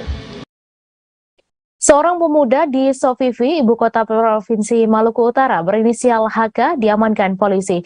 Ia diduga kedapatan membawa ratusan kantong minuman keras jenis cap tikus untuk dipasok ke wilayah ibu kota Sofifi. Penangkapan HK dan barang bukti ini setelah anggota Direktorat Samapta Polda Maluku Utara dipimpin Ibtu Zulkifli Mahmud melakukan patroli. Untuk laporan selengkapnya akan disampaikan langsung oleh wartawan Tribun Ternate, Randi Basri, yang kini sudah terhubung bersama kami. Silakan rekan Randi. Ya, terima kasih rekan Mei di studio. Memang benar dapat saya laporkan dari Ternate, Maluku Utara, di mana beberapa pekan kemarin tim anggota dari Direktorat Samapta Polda Maluku Utara berhasil mengamankan puluhan kantong minuman keras jenis cap tikus, di mana razia tersebut dipimpin langsung oleh Ibtu Zulkifli Mahmud sebagai Kanit Samapta Polda Maluku Utara. Di mana bersama timnya melakukan razia dan patroli di wilayah seputaran ibu kota Sofifi, Provinsi Maluku Utara. Dari hasil razia tersebut, di mana anggota di Samapta Polda Maluku Utara berhasil menemukan puluhan kantung cap tikus beserta salah satu terduga pelaku yang merupakan pemilik barang cap tikus tersebut. Dan hal ini juga dibenarkan oleh Kabid Humas Polda Maluku Utara, Kombes Pol Minsel Irwan, di mana dirinya menyebut temuan tersebut berdasarkan hasil patroli anggota di lapangan. Dan untuk dari keterangan sendiri yang diinterogasi anggota terhadap terduga pelaku, di mana pelaku menyebut barang tersebut di mana dirinya mengambil dari Kabupaten Halmahera Barat, nantinya dibawa ke ibu kota Provinsi Maluku Utara, tepatnya di Sofifi, untuk diedar atau dijual belikan. Meski begitu, saat ini menurut Kabid Humas, barang bukti dan terduga pelaku sudah diamankan di Polda Maluku, kantor Direktorat Samapta Polda Maluku Utara yang berada di Sofifi. Dan selanjutnya tim akan melakukan penyelidikan lebih lanjut terkait dengan temuan tersebut. Seperti itu, Mi, saya kembalikan ke studio. Terima kasih rekan Randi Basri atas laporan Anda. Selamat bertugas kembali. Papua Muda Inspiratif atau PMI Wilayah Adat Animha berkolaborasi dengan Dinas Tanaman Pangan dan Hortikultura Merauke menggelar tanam perdana kegiatan pengembangan jagung hibrida di Kampung Marga Mulia, Distrik Semangga, Kabupaten Merauke, Papua pada Jumat 23 September. Sekda Merauke, Rusran Ramli, yang memimpin tanam perdana pengembangan jagung hibrida ini mengapresiasi kolaborasi PMI Wilayah Adat Animha dengan Dinas Tanaman Pangan dan Hortikultura Merauke. Menurutnya, pengembangan jagung hibrida juga mendorong pembangunan daerah dalam kemandirian pangan. Untuk informasi selengkapnya akan disampaikan langsung oleh wartawan Tribun Papua, Hidayatillah, yang kini sudah terhubung bersama kami. Silakan rekan Hidayati. Baik, rekan Mei dan Tribuners dimanapun berada, dapat saya laporkan sore tadi sudah terselenggara tanam perdana pengembangan jagung hibrida yang digelar oleh Papua Muda Inspiratif berkolaborasi dengan Dinas Tanaman Pangan dan Hortikultura Kabupaten Merauke. Nah, Sekda Merauke memimpin langsung kegiatan tanam perdana ini Dan menurut Sekda, upaya dari Papua Muda Inspiratif mendorong kegiatan pengembangan jagung hibrida ini sejalan dengan Merauke sebagai lumbung pangan, juga mendorong pembangunan daerah dalam aspek ketahanan pangan. Kemudian Koordinator Papua Muda Inspiratif Wilayah Adat Animha Isayas Balagaise kepada Tribun Papua menjelaskan bahwa kegiatan tanam perdana pengembangan jagung hibrida ini awalnya digarap seluas 15 hektar dan rencananya nanti akan diupayakan hingga total secara keseluruhan seluas 50 hektar. Dan dari Papua Muda Inspiratif ini mereka melakukan pendampingan kepada kelompok tani Papua Muda Bersatu di wilayah Kampung Margamulya, Distrik Semangga, Kabupaten Merauke. Nantinya dari produksi tanam jagung ini akan dimanfaatkan oleh kelompok tani Papua Muda Bersatu bersama pionir petani setempat, yaitu warga ekstransmigrasi di wilayah Margamulya untuk pakan ternak di kampungnya, sehingga Papua Muda Inspiratif ini hanya melakukan pendampingan dan hasilnya akan dimanfaatkan oleh petani setempat. Dari kegiatan pengembangan jagung hibrida ini nantinya juga diharapkan dapat mendongkrak ekonomi masyarakat di wilayah Kabupaten Merauke, khususnya di wilayah Semangga. Dalam kegiatan tanam perdana pengembangan jagung ini juga diwarnai dengan penyerahan bantuan pupuk dan beberapa keperluan dari petani Distrik Semangga oleh Dinas Ketahanan Pangan dan Hortikultura Kabupaten Merauke. Dan kegiatan tanam perdana ini juga dihadiri langsung oleh Korem 174 KTW, kemudian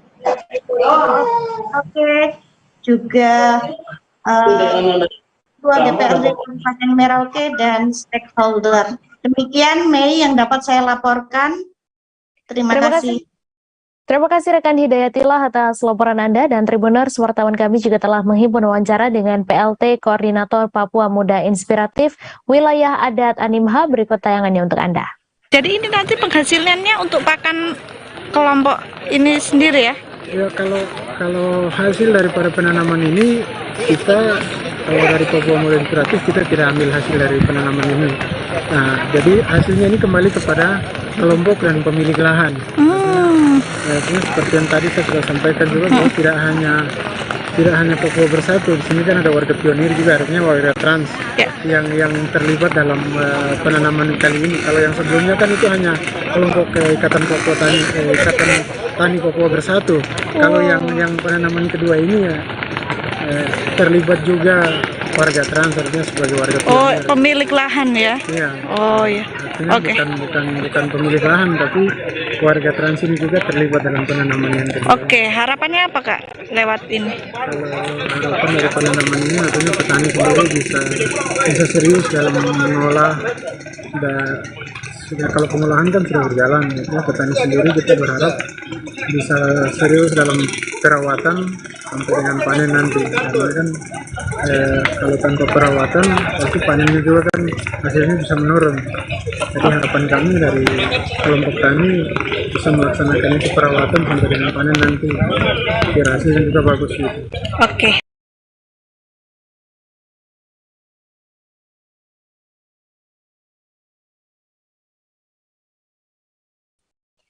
Direktorat Lalu Lintas Polda Sulawesi Utara menggelar syukuran memperingati Hari Lalu Lintas Bayangkara ke-67 pada Kamis 22 September pagi di Ruang Catur Prasetya Mapolda. Syukuran diawali dengan mengikuti video conference peringatan Hari Lalu Lintas Bayangkara yang dipimpin langsung oleh Kapolri Jenderal Polisi Listio Sigit Prabowo.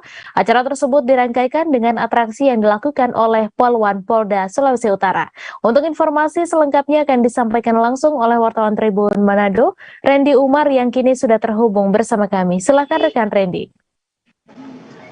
Oke, baik semuanya Tribuners dimanapun Anda berada. Saya dari Kota Manado, Sulawesi Utara akan melaporkan hasil liputan saya pada hari kemarin, di mana Polda Sulawesi Utara melaksanakan kegiatan syukuran atau Hari HUT Lalu Lintas yang ke-67. Nah, dalam rangkaian HUT Lalu Lintas ke-67 itu, Polda Sulawesi Utara juga melaksanakan beberapa kegiatan dan syukuran, ada juga kegiatan video conference langsung dari Jakarta dengan Kakor Lantas Polri, dan selanjutnya di sini ada juga atraksi dari Poluan Polda Sulawesi Utara. Mereka melaksanakan persembahan dance dari Poluan Polda Sulut. Nah, Poluan Polda Sulut itu dari semua kalangan umur ya, dari kalangan umur yang sudah senior maupun dengan yang sudah junior. Nah, atraksi itu memang mendapat apresiasi dan mendapat sorotan dari banyak netizen yang ada di Sulawesi Utara, termasuk juga dari apresiasi dari jajaran Polda Sulawesi Utara, dalam hal ini Pak Kapolda Sulut Irjen Pol Mulyanto dan Wakapolda Sulut Brigjen Pol Joni Isir. Nah, acara pun seperti Tribuners bisa melihat bahwa atraksi itu memang dipersembahkan langsung. Beberapa kali saya melihat latihan-latihan yang mereka telah lakukan sebelum akhirnya mereka tampil pada hari itu. Dan itu merupakan salah satu persiapan yang sangat baik yang dilakukan Polda Sulut. Goyangan-goyangan, orang bilang goyangan yang baik dan yang menghibur, karena itu merupakan salah satu memberikan juga pesan lalu lintas untuk mereka, tak sekedar bergoyang tapi ada beberapa gaya-gaya yang menunjukkan untuk berhati-hati, memberikan arahan untuk taat berlalu lintas. Nah, acara pun berlangsung dengan baik sampai pada akhirnya, pada puncaknya pada Jumat pagi tadi mereka melaksanakan kegiatan olahraga bersama, dan Dirlantas pun memberikan pesan kepada jajarannya untuk tetap bersemangat terus untuk melayani masyarakat, bersemangat untuk tetap mengayomi masyarakat, apalagi sebagai penegak hukum di lalu lintas, untuk tetap taat bersama-sama, mendukung program untuk mengingatkan selalu para pengendara untuk menaati peraturan lalu lintas. Itu saja yang bisa saya sampaikan dari Kota Manado, Sulawesi Utara. Terima kasih dan selamat malam Kota Manado. Terima kasih rekan Randy Umar atas laporan Anda. Selamat bertugas kembali. Pengamat kepolisian dari Institute for Security and Strategic Studies, Bambang Rukminto, menyoroti jadwal sidang Brigjen Hendra Kurniawan yang kembali molor. Diketahui sejatinya Brigjen Hendra Kurniawan dijadwalkan menjalani sidang etik pada 7 September lalu. Namun, sidang Brigjen Hendra Kurniawan ditunda hingga dijadwalkan ulang untuk ketiga kalinya pada 21 September. Kini mantan Karopaminal Divpropam Polri kembali dijadwalkan sidang etik pada pekan depan. Kepala Divisi Humas Polri Irjen Dedi Prasetyo mengatakan alasan sidang etik Brigjen Hendra ditunda adalah kondisi saksi yang tak memungkinkan hadir lantaran sakit. Adapun saksi kunci AKBP Arif Rahman Arifin yang juga tersangka obstruction of justice kasus Brigadir C. Merespons ditundanya sidang etik Brigjen Hendra, pengamat kepolisian dari Institute for Security and Strategic Studies, Bambang Rukminto menilai penjadwalan sidang KKEP Brigjen Hendra Kurniawan seperti diulur. Bambang mengatakan penjadwalan sidang KKEP yang merupakan kewenangan Polri itu seolah menempatkan Brigjen Hendra Kurniawan tidak di awal. Apalagi Brigjen Hendra adalah orang nomor 2 setelah mantan Kadif Propam Polri Irjen Verdi Sambo dalam perkara obstruction of justice. Seperti diketahui, Brigjen Hendra Kurniawan tampaknya sangat dibela oleh Verdi Sambo. Bahkan Verdi Sambo pasang badan agar Brigjen Hendra Kurniawan dan Kombes Agus Nurpatria yang juga menjadi tersangka kasus obstruction of justice tak sampai dikenai sanksi. Dalam sepucuk surat yang ditulisnya dan bertanda tangan serta bermaterai pada tanggal 30 Agustus lalu, Verdi Sambo menyebut kedua bekas anak buahnya itu sebagai aset Polri yang tak layak dikenai sanksi dalam penanganan kasus obstruction of justice.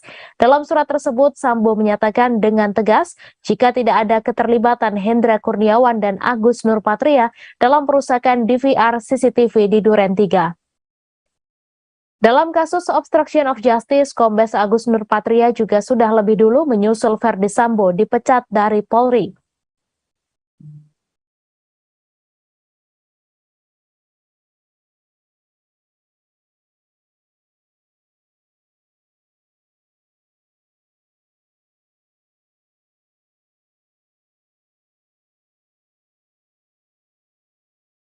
Koordinator Masyarakat Anti Korupsi Indonesia atau MAKI, Boyamin Saiman, ikut angkat suara soal jet pribadi dalam kasus tewasnya Brigadir J oleh Verdi Sambo CS. Diketahui jet pribadi yang ditunggangi mantan Karopaminal Divisi Propam Polri Brigjen Hendra Kurniawan beserta rombongan menjadi sorotan. Jet pribadi yang dipakai ke Jambi menemui keluarga Brigadir J dituding difasilitasi oleh mafia judi online Konsorsium 303.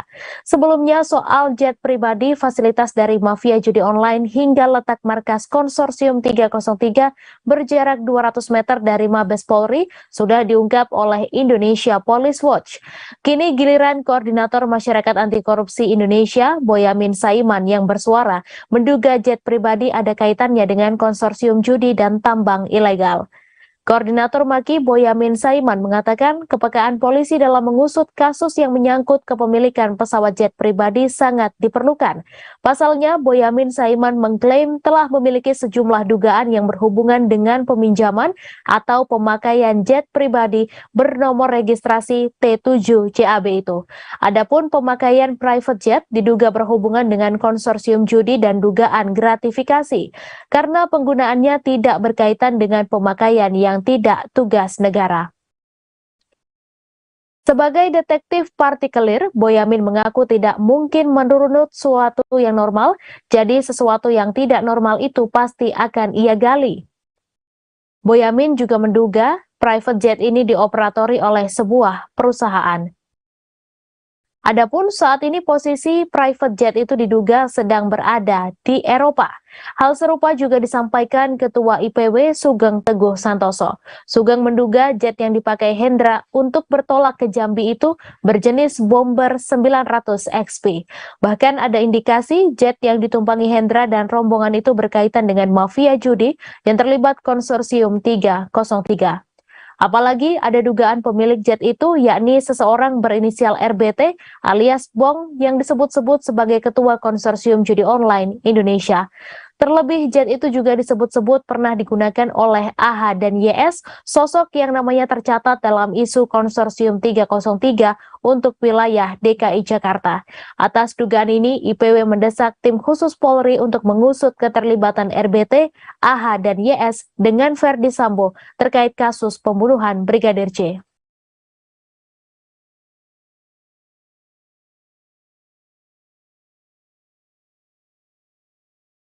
Pusat Politik dan Keamanan Universitas Padjadjaran Bandung yang juga mantan penasihat Kapolri, Prof. Muradi, mengungkapkan kakak asuh Verdi Sambo sudah mulai beraksi ketika mantan Kadif Propam itu hendak dijadikan tersangka pembunuhan Brigadir J. Ia menganalisa lamanya penetapan Verdi Sambo menjadi tersangka diduga tak lepas dari upaya intervensi sang kakak asuh dalam kasus tewasnya Brigadir J. Penetapan tersangka Verdi Sambo dalam kasus tewasnya Brigadir J ini memakan waktu lebih dari 1 bulan sejak insiden berdarah yang terjadi pada 8 Juli lalu. Kemudian upaya intervensi yang dilakukan selanjutnya oleh para kakak asuh itu pada saat sidang Komisi Kode Etik Polri pemecatan Verdi Sambo. Setelah 2 upaya intervensi tersebut gagal, kakak asuh Verdi Sambo tidak berhenti. Mereka mencoba membela Verdi Sambo dengan mengajukan banding. Muradi mengatakan dengan gagalnya 3 upaya intervensi tak membuat kakak asuh berhenti.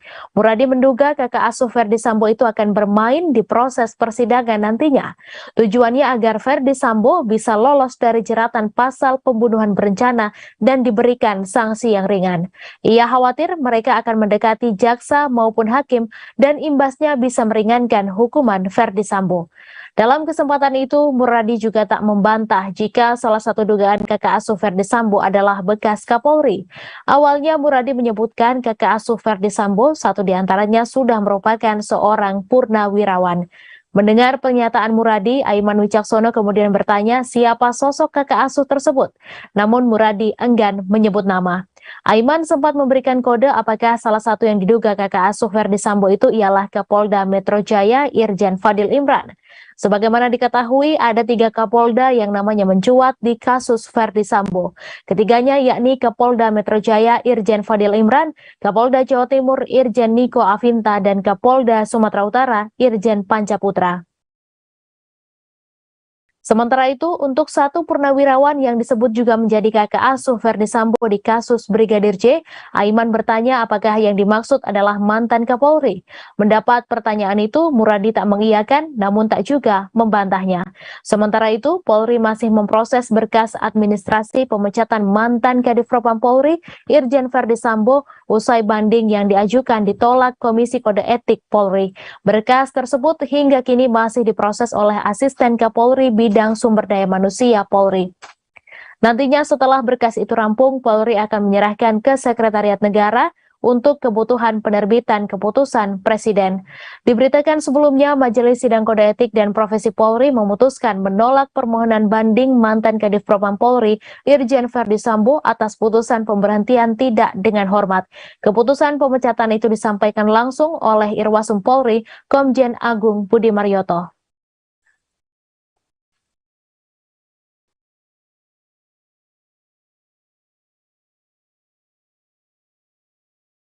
Gubernur Jawa Tengah Ganjar Pranowo berharap kader Partai Demokrasi Indonesia Perjuangan atau PDIP dan pendukungnya saling menahan diri di tengah dinamika politik menjelang Pilpres 2024. Ganjar bicara demikian merespons pendukungnya yang membentuk Dewan Kopral untuk menyaingi Dewan Kolonel buatan para anggota DPR RI dari fraksi PDIP.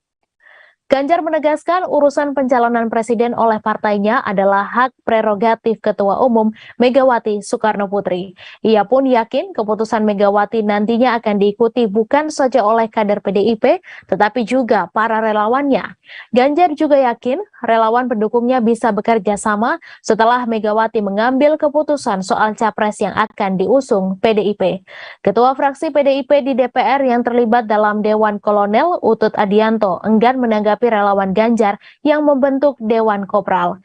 Utut juga menjelaskan pembentukan Dewan Kolonel untuk Puan Maharani 2024 hanya sekedar julukan yang dibuat oleh anggota Komisi 3 DPR RI Johan Budi agar semangat memenangkan Puan Maharani di pemilu 2024 nanti. Saat disinggung mengenai apakah seluruh anggota DPR RI fraksi PDIP mendukung Puan sebagai capres PDIP, Utut enggan menjawab hal tersebut. Menurutnya hal itu merupakan ranah DPP PDIP. Sementara Sekretaris Jenderal PDIP Hasto Kristianto menyebut rencana pembentukan Dewan Kopral tersebut hanya guyonan politik. Hasto juga menanggapi terkait pembentukan Dewan Kolonel oleh beberapa anggota fraksi PDIP DPR RI untuk mendukung Puan Maharani maju di Pilpres mendatang.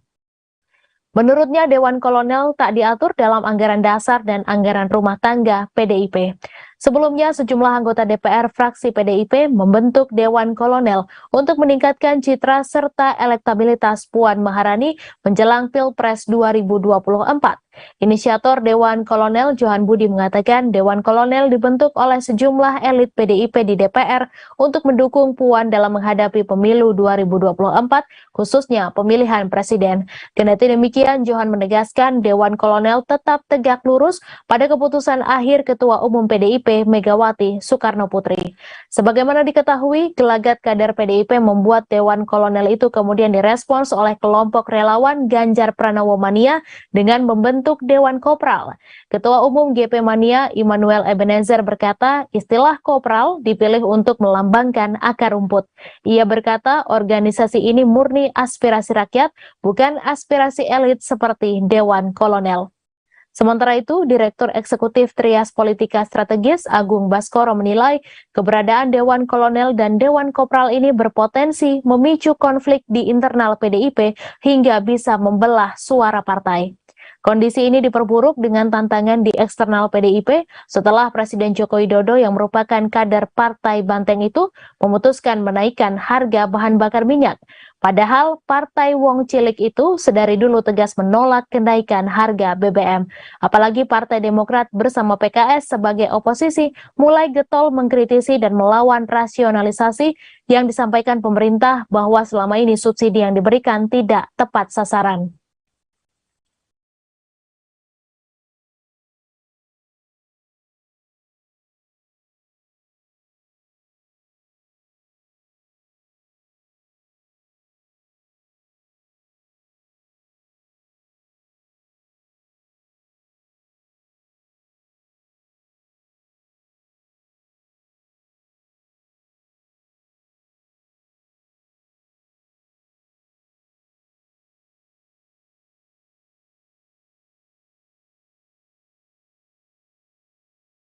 Wakil Gubernur DKI Jakarta Ahmad Riza Patria melarang lurah menarik pungutan liar berkedok sumbangan kepada warga yang mengurus dokumen di kelurahan. Hal tersebut sekaligus membantah dugaan adanya perintah dari Gubernur DKI Jakarta Anies Baswedan bagi para lurah untuk menarik sumbangan dari warga. Ariza juga berjanji akan mendalami kasus lurah menarik sumbangan pada warga yang pertama kali diungkap oleh anggota DPRD DKI fraksi PSI Justin Adrian Untayana. Ia juga memastikan tak akan segan memberikan sanksi kepada lurah yang terbukti menarik sumbangan dari warga tersebut. Sebelumnya, anggota DPRD DKI Jakarta dari fraksi PSI, Justin Adrian Untayana, mengungkap adanya lurah yang meminta sumbangan kepada warga yang sedang mengurus dokumen di kelurahan. Hal ini diungkapkan Justin berdasarkan pengaduan warga yang sedang mengurus surat keterangan di salah satu kelurahan di DKI Jakarta. Saat sedang mengurus surat tersebut, warga tersebut dimintai sumbangan oleh kepala kantor lurah setempat. Politikus muda ini pun mengaku langsung mengkonfirmasi hal ini kepada lurah tersebut. Sang lurah pun membenarkannya dan menyebut hal itu dilakukan atas perintah Gubernur DKI Jakarta Anies Baswedan. Bahkan lurah itu mengklaim diberi target untuk mengumpulkan kurang lebih 88 juta rupiah untuk zakat dan 55 juta rupiah untuk Palang Merah Indonesia. Justin pun mengkritik kebijakan Gubernur Anies Baswedan ini yang dinilai justru membebani lurah. Justin khawatir hal ini justru mencoreng citra pelayan publik di ibu kota yang makin baik dan profesional. Oleh karena itu, Justin berencana menyurati Gubernur Anies Baswedan untuk menanyakan kebenaran perintah atau arahan soal sumbangan yang disampaikan kepada para lurah.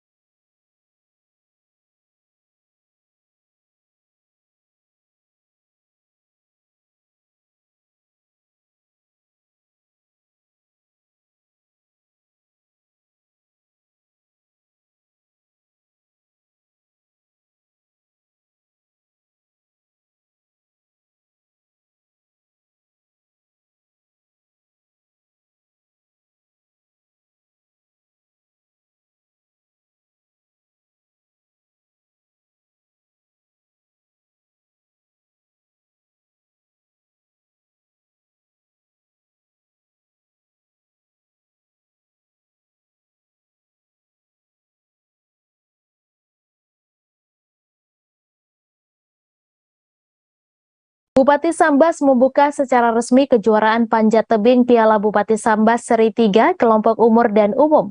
Event tersebut diikuti total 75 atlet sebagai peserta yang berlangsung pada 22 hingga 24 September 2022. Mewakili pengurus Provinsi Federasi Panjat Tebing Indonesia Kalimantan Barat, Rusli mengatakan sebelum dilaksanakan di Sambas, kejuaraan serupa lebih dulu digelar di 2 kota dan kabupaten.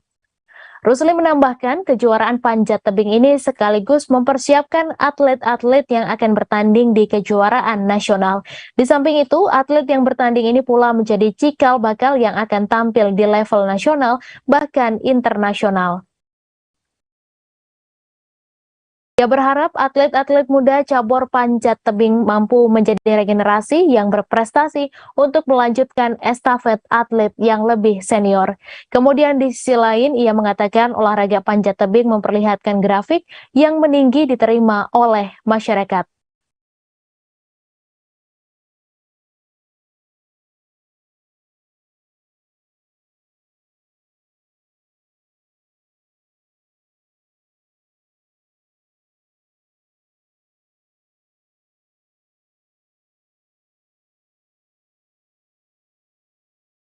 Informasi tadi sekaligus menutup perjumpaan kita dalam live update sore hari ini. Jangan lupa saksikan informasi terbaru lainnya hanya di kanal YouTube Tribun Network. Terima kasih atas kebersamaan Anda. Saya Meisa Desirait beserta kru yang bertugas pamit undur diri dan sampai jumpa.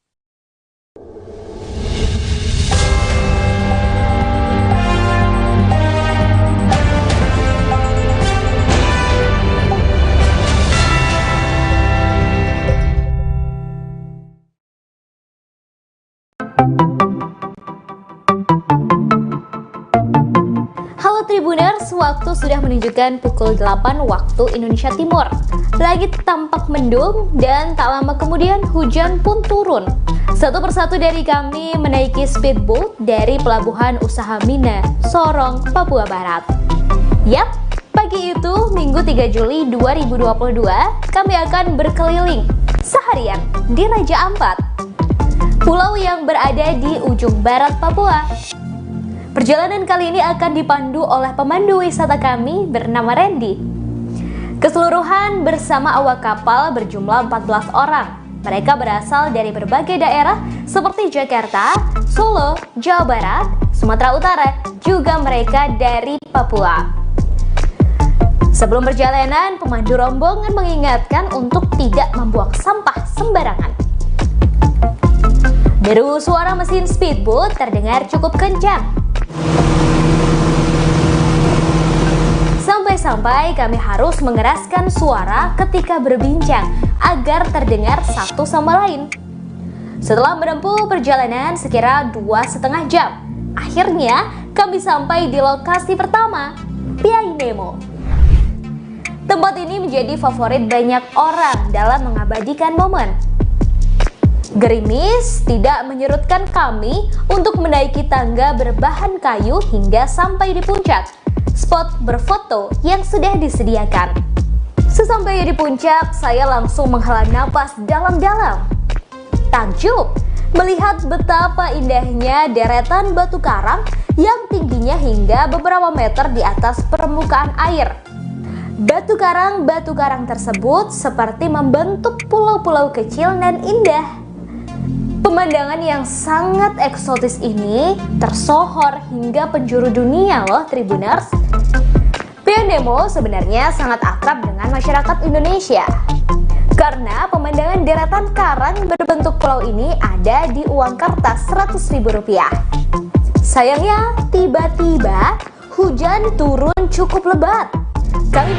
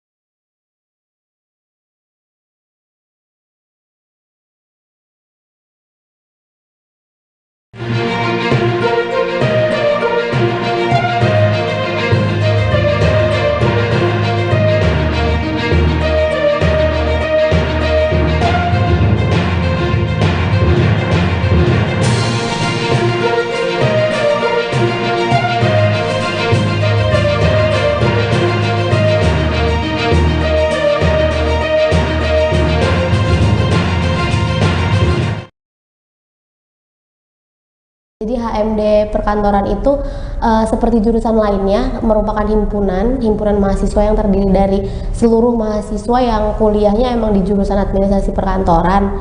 Di dalamnya juga kita punya banyak prokja yang positif, seperti jurusan S1 juga gitu. Jadi di dalamnya udah ada struktur organisasinya juga tentunya. Halo Tribuners, jumpa lagi bersama dengan saya Kusnul Syaifah di Bincang Kampus. Tribuners, hari ini saya sudah bersama dengan tamu saya. Di sini sudah hadir Andini, ini selaku dari Koordinator Akademik HMJ Perkantoran. Halo Andini. Halo Kak. Mungkin boleh sapa Tribuners di rumah dan sampaikan Andini sekarang kegiatannya ngapain sih? Halo semuanya, saya Andini. Jadi di sini sebagai koordinator akademik dari HMD Administrasi Perkantoran. Kebetulan udah masuk semester terakhir, jadi lagi ngurus-ngurus untuk kelulusan aja. Oke, jadi Andini sudah lulus ya, tinggal ngurus untuk wisuda aja. Iya.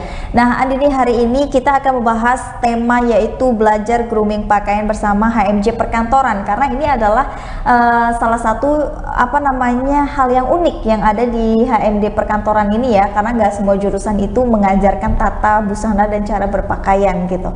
Mungkin untuk mengawali bincang kita kali ini, Andini bisa jelasin HMD Perkantoran itu apa sih gitu, untuk Tribuners di rumah bisa tahu. Oke, jadi HMD Perkantoran itu seperti jurusan lainnya merupakan himpunan mahasiswa yang terdiri dari seluruh mahasiswa yang kuliahnya emang di jurusan administrasi perkantoran.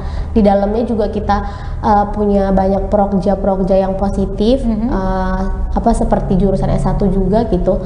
Jadi di dalamnya udah ada struktur organisasinya juga tentunya, yang ada prokja rutin bulanan dan lain-lain gitu. Oke, nah untuk kalau struktur organisasinya sendiri ini ada struktur apa aja sih di HMD Perkantoran ini? Nah, kalau di perkantoran sendiri itu yang umumnya udah pasti ada ketua umum, sekretaris umum, bendahara umum, dan wakil ketua umumnya. Terus kalau untuk kita di sini ada 4 bidang, tapi di dalam 4 bidang itu juga ada sekbid-sekbidnya. Jadi kayak di bidang pertama itu ada pelayanan publik, terus ada sosial agama, ada hubungan masyarakat, ada sumber daya, dan itu masing-masing punya 2 bidang masing-masingnya lagi gitu. Ada yang akademik, di bawahnya ada yang eksternal internal, terus juga ada juga yang untuk kaderisasi gitu-gitu. Oke. Bisa jelasin nggak Andini dengan Tribuners di rumah di setiap bidang itu job desk-nya ngapain aja sih? Kayak misalkan tadi di pelayanan publik ya. Iya. Nah, itu mereka tuh khususnya untuk ngapain gitu? Nah, salah satunya itu ada kita bidang pelayanan publik. Nah, di bidang pelayanan publik itu kan kita lebih ke untuk brandingnya si HMD Perkantoran ini sendiri. Jadi kita lebih untuk keluarnya brandingnya kita gimana gitu dengan halayak luar, begitu juga dengan dalamnya gimana gitu. Karena di bawah pelayanan publik itu sendiri itu ada akademik dan sosial agama. Jadi itu yang ngebantu branding HMD Perkantoran itu sendiri gimana. Oke. Nah, lalu bisa ada pelayanan publik, ada apa lagi? Pelayanan publik itu ada sumber daya manusia. Sumber daya manusia itu ada bidangnya itu ada kaderisasi. Nah, kaderisasi itu untuk biasanya tuh untuk kayak keakraban internal, terus itu untuk mahasiswa baru biasanya. Oh, jadi dia yang handle ya? Iya gitu. Lalu setelah itu? Setelah itu ada kepala untuk bidang hubungan masyarakat. Hubungan masyarakat itu ada eksternal dan internal. Eksternal dan internal itu seperti namanya humas ya. Jadi untuk dia hubungan dari luar ke dalam dan juga yang dari dalam ke luar gitu. Nah, setelah itu ada apa lagi tuh? Tadi kayaknya ada bidang agama ya? Oh iya, sosial agama. Untuk sosial agama itu untuk kegiatan-kegiatan sosial, kayak misalkan kita ada beberapa waktu lalu tuh kita ada untuk di bulan Ramadan kita ada bakti sosial, terus juga ada kegiatan keagamaannya kayak buka puasa bersama bersama seluruh alumni, dosen, terus juga seluruh mahasiswa AP gitu. Jadi yang terkait dengan sosial, terus kita juga sering ngumpulin donasi apabila ada yang membutuhkan, kerjasama gitu juga bisa. Oke. Nah, kalau untuk bagian yang Andi dipegang sendiri nih, koordinator akademik itu membidangi apa? Nah, untuk koordinator akademik itu di bawah naungan tadi bidang pelayanan publik.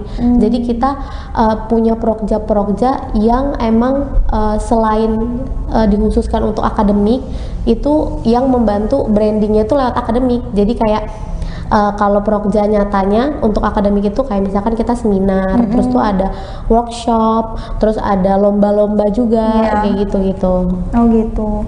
Nah, kalau untuk visi misinya sendiri apa sih visi misi dari HMD perkantoran ini sendiri gitu? Nah, kalau untuk visi misinya sendiri itu, kalau visi perkantoran itu membangun dan menjadikan HMD perkantoran yang unggul, berinovasi dan berjiwa sosial. Nah, kalau misinya itu yang pertama ada menjalankan program kerja yang positif dengan semangat kekeluargaan, kemudian ada mengembangkan prestasi, kemudian ada menjalin kerjasama dan hubungan baik antar organisasi secara internal maupun eksternal, dan juga membangun budaya diskusi sebagai wujud organisasi yang aspiratif. Oke. Nah, kalau untuk kegiatannya nih Andi nih, ada apa aja sih kegiatan yang dilakukan dari HMD perkantoran ini? Nah, kalau untuk HMD perkantoran ini udah pasti kita ada kegiatan rutin dan juga kegiatan jangka panjang. Nah, kalau untuk kegiatan rutinnya kita tuh biasanya 2 bulan sekali itu kita ada seminar atau webinar, karena kita banyak gitu ya kuliahnya, dan juga itu masuk ke dalam beberapa untuk pekerjaan itu sangat berkaitan. Jadi kita bikin webinar atau seminar yang biasanya untuk internal, atau biasanya kita ngundang SMK yang emang ada jurusan perkantorannya. Gitu. Nah, terus kalau untuk acara tahunannya ini yang sedang berjalan itu ada event nasional, kita ada lomba public speaking secara nasional gitu. Dan ada 3 cabang lomba, ada MC, ada CV, mendesain CV. Kalau yang lain mendesain poster, kita ada mendesain CV. Kemudian yang terakhir itu ada yang paling penting yang nggak punya jurusan lain itu grooming itu tadi. Oke. Gitu. Nah, kita bakal bahas satu-satu nih. Untuk event nasional ini memang itu diselenggarakan setiap tahunkah atau memang event tertentu aja? Itu alhamdulillah sebenarnya baru jalan tahun lalu, tapi karena antusias dari seluruh mahasiswa dan siswanya cukup antusias, jadi tahun ini kita adain lagi. Ini tahun kedua. Oke. Tadi cabangnya ada apa aja? Ada MC, mendesain kurikulum vitae, terus sama grooming. Sama grooming ya. Iya. Nah, untuk ini sudah berjalankah atau maksudnya secara pendaftaran, secara woro-woronya udah jalan belum? Udah. Jadi pembukaan pendaftarannya kemarin udah dari tanggal 12 September sampai nanti tutupnya 30 September. Oke. Nah, kenapa dari administrasi perkantoran ini memilih 3 kategori lomba itu yang untuk dilombakan? Nah, untuk 3 kategori lomba itu kenapa dipilihnya itu karena itu merupakan yang paling merupakan identitas atau yang paling menonjol gitu sebagai seorang administrator itu tadi. Seperti MC itu kan kita public speaking ya. Public speaking itu kita berarti banyak gitu kan untuk dengan orang lain gitu. Dan mata kuliah kita juga berkaitan dengan hal itu gitu. Ada public speakingnya gitu. Terus yang kedua CV. CV itu mungkin banyak yang belum mengetahui gitu. Kalau ternyata CV itu penting gitu loh, dan berpengaruh. Iya, dan cukup berpengaruh gitu untuk melamar ke dunia kerja nanti gitu kan. Jadi kita adain itu karena itu juga yang benar-benar dipelajari banget gitu di jurusan administrasi perkantoran. Dan yang terakhir grooming itu kan kalau secara umumnya itu dia banyak sebenarnya kan, dari mengangkat telepon, berpakaian, berdandan, berias gitu kan. Grooming itu kan umumnya gitu. Iya, jadi untuk di grooming ini sendiri itu juga yang dipelajari di jurusan administrasi perkantoran ini untuk mengembangkan atau menonjolkan karakteristik sebagai administrasi perkantoran gitu.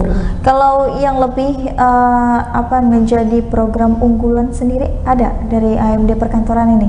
Ya ini event nasional ini. Oke. Karena kita se-Indonesia gitu kan, mahasiswa dan siswa. Oh, jadi pendaftarannya nggak hanya ruang lingkupnya Unila aja, enggak? Enggak. Jadi seluruh mahasiswa? Seluruh mahasiswa dan siswa. Oh, oke. Jadi karena kan kita SMK sebenarnya kalau di Lampung mungkin belum cukup terkenal ya, SMK di Lampung yang ada administrasi perkantoran, tapi di luar Lampung, di Indonesia itu sebenarnya banyak SMK dan jurusan administrasi perkantoran itu sendiri gitu.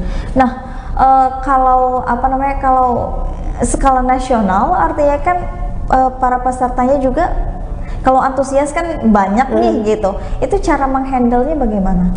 Apakah kalian buat ini secara daring saja atau perlombaan secara offline juga gitu? Nah kalau untuk itu iya kita masih daring karena kan ini kemarin pencetusnya di tahun lalu, kemudian di tahun lalu juga masih pandemi ya prokjalnya, jadi kita masih adakan secara daring karena mengingat tahun lalu aja itu pesertanya sampai Medan. Kalau harus offline sepertinya kita belum memiliki kapasitas itu gitu. Mudah-mudahan tahun depan, amin. Oke, amin. Jadi ya seperti itu, masih kita secara online aja daring. Oke, jadi sudah ada event nasional ini menjadi event ataupun program unggulan lah ya dari AMD Perkantoran ini. Tapi kalau kegiatan sehari-harinya ada nggak sih kegiatan yang dilakukan dari AMD Perkantoran ini? Itu kita ada kalau sehari-harinya nggak sehari-hari sih, bulanan paling kayak rapat bulanan, terus gitu. Kita ada dari rapat bulanan itu nanti ada keakraban itu tadi untuk nggak antar strukturnya aja tapi seluruh mahasiswanya gitu. Oke. Nah kalau untuk pelajaran mungkin ya, apa sih yang dipelajarin di administrasi perkantoran ini yang mungkin orang luar tuh belum tahu gitu? Iya, jadi kalau untuk mata kuliah sendiri atau yang dipelajarin sendiri di administrasi perkantoran ini mungkin kayak dengernya D3 gitu ya, D3 apalagi administrasi perkantoran ini makanya jadi admin aja gitu. Tapi setelah masuk terus kuliah di situ ternyata tuh banyak banget gitu loh. Banyak banget yang dipelajarin dari yang mungkin kalau dari jurusannya aja kayaknya nggak mungkin gitu melajarin itu. Tapi iya, jadi kayak misalkan di dalamnya tuh kita ada manajemen logistik. Ternyata di dalam logistik itu perlu manajemen juga loh, dan itu dari kita gitu.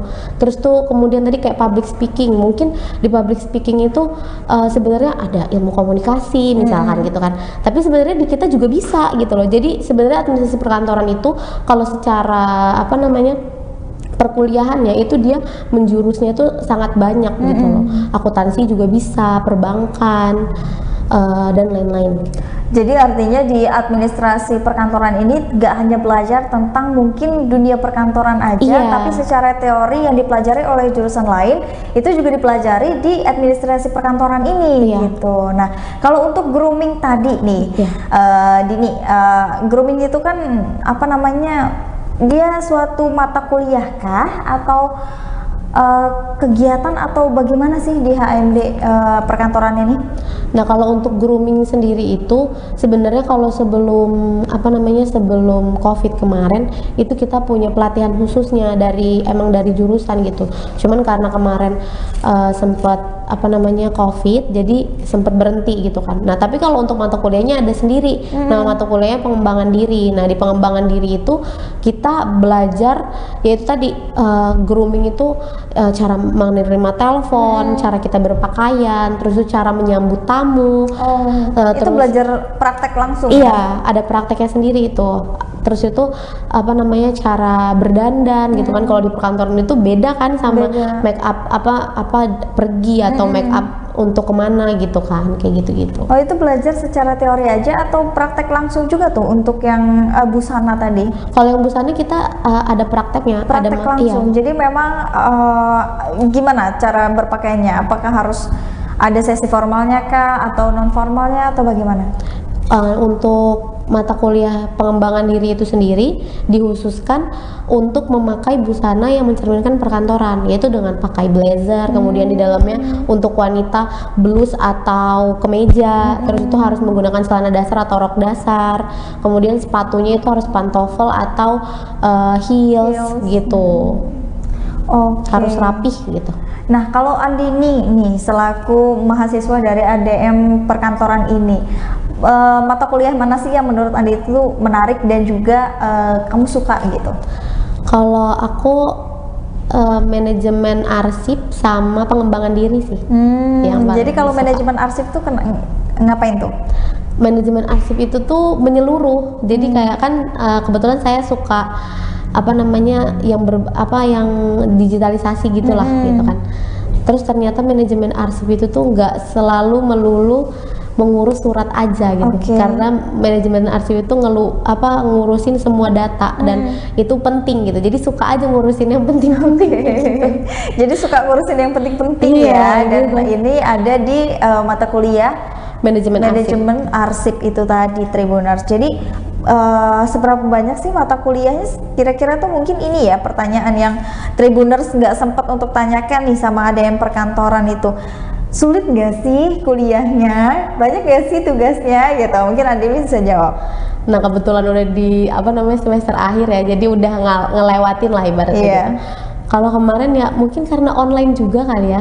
Jadi sebenarnya kalau untuk kuliahnya sendiri sama aja kayak jurusan-jurusan lain gitu ya, nggak terlalu susah.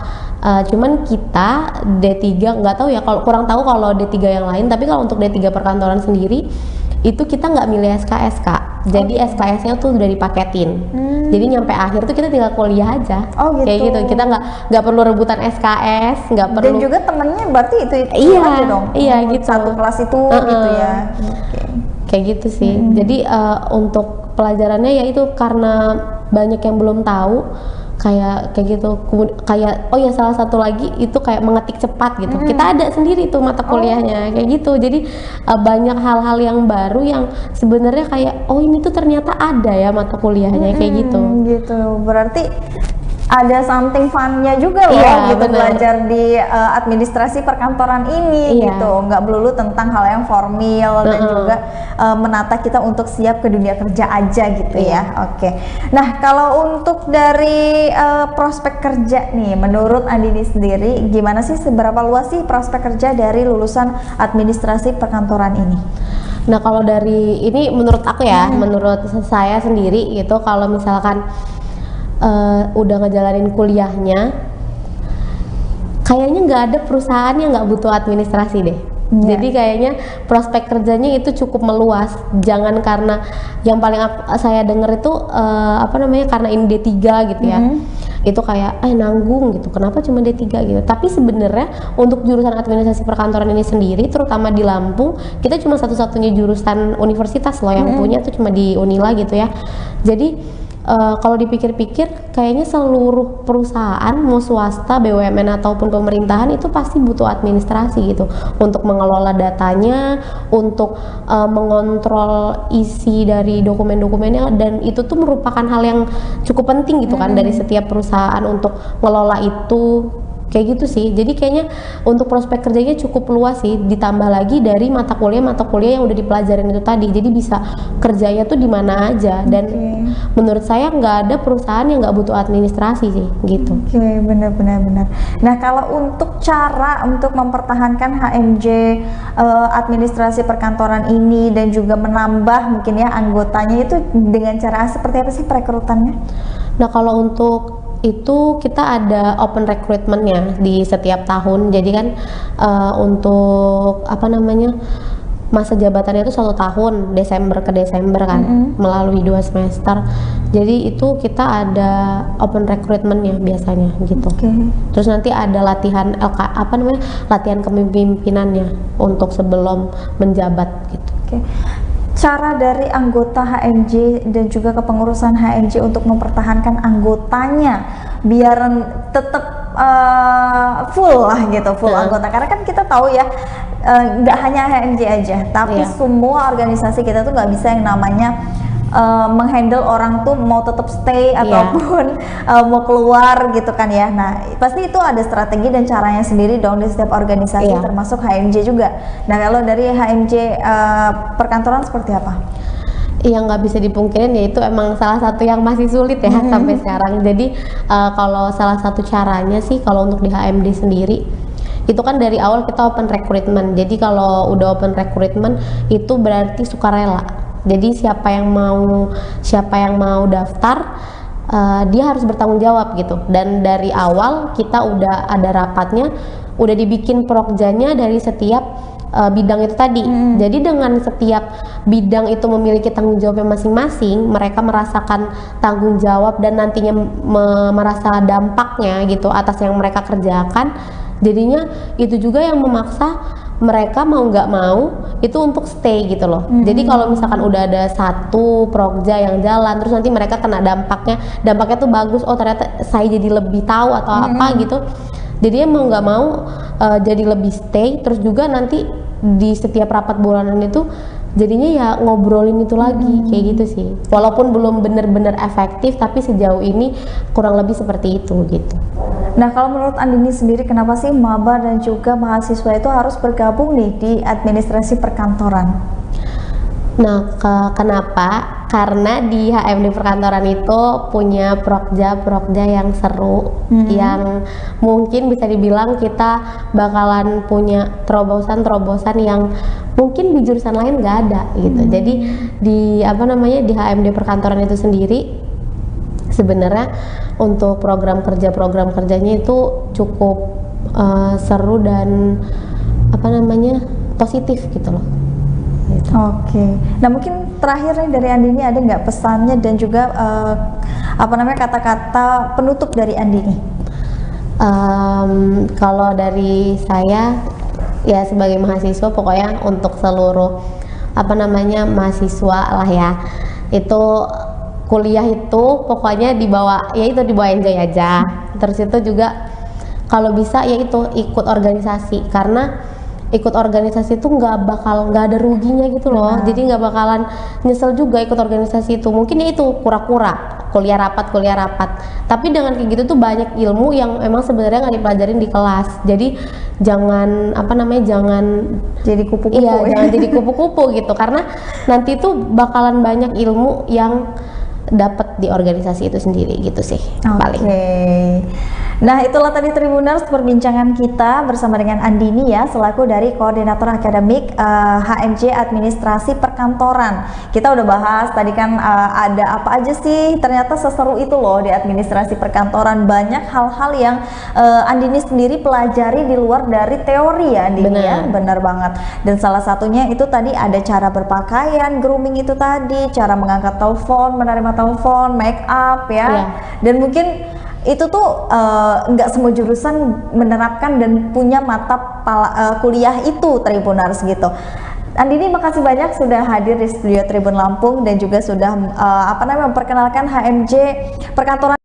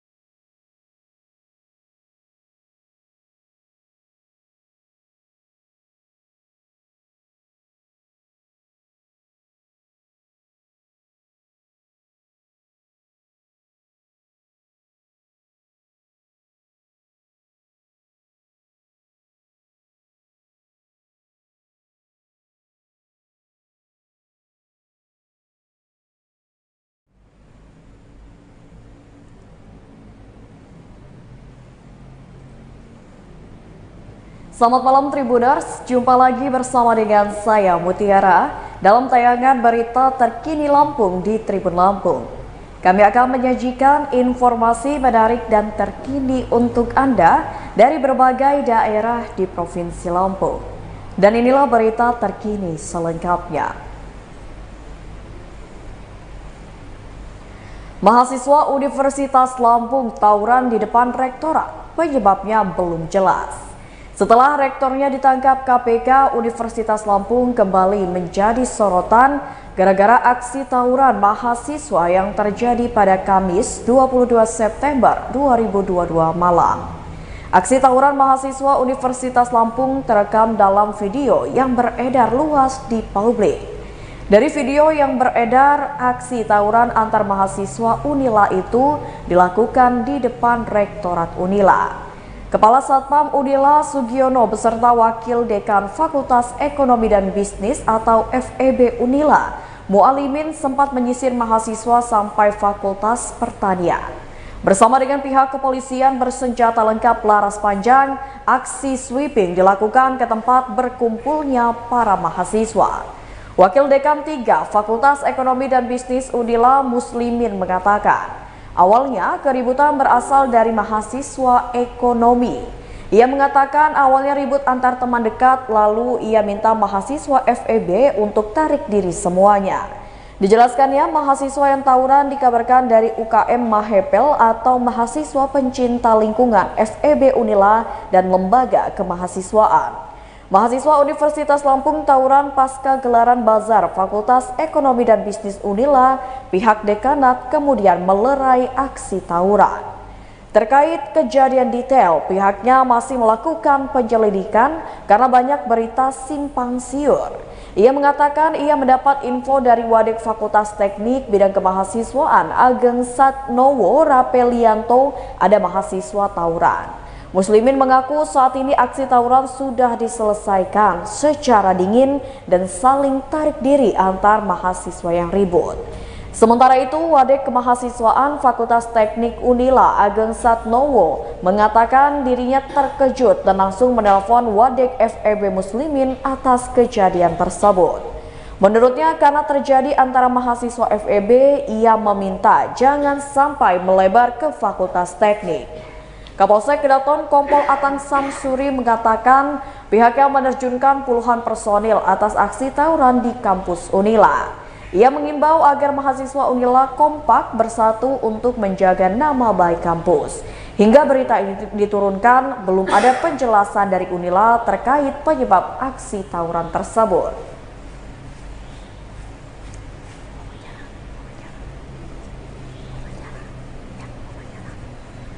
Berikut wawancara dengan pihak terkait. Ya, namanya berantem ya, ya adalah beberapa ini Pak. Ya, cuma kan kemudian kita tarik itu, udah kita tarik dulu semua. Ya sudah, kita coba selesaikan bagaimana baiknya besok.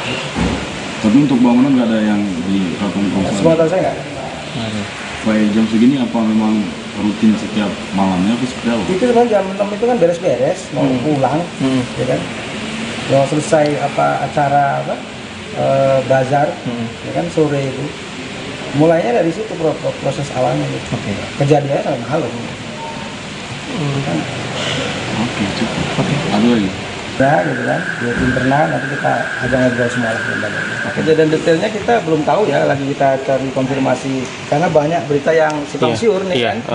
Ya, saya lagi di rumah gitu kan, ya lagi dengar pengajian gitu 15 menit.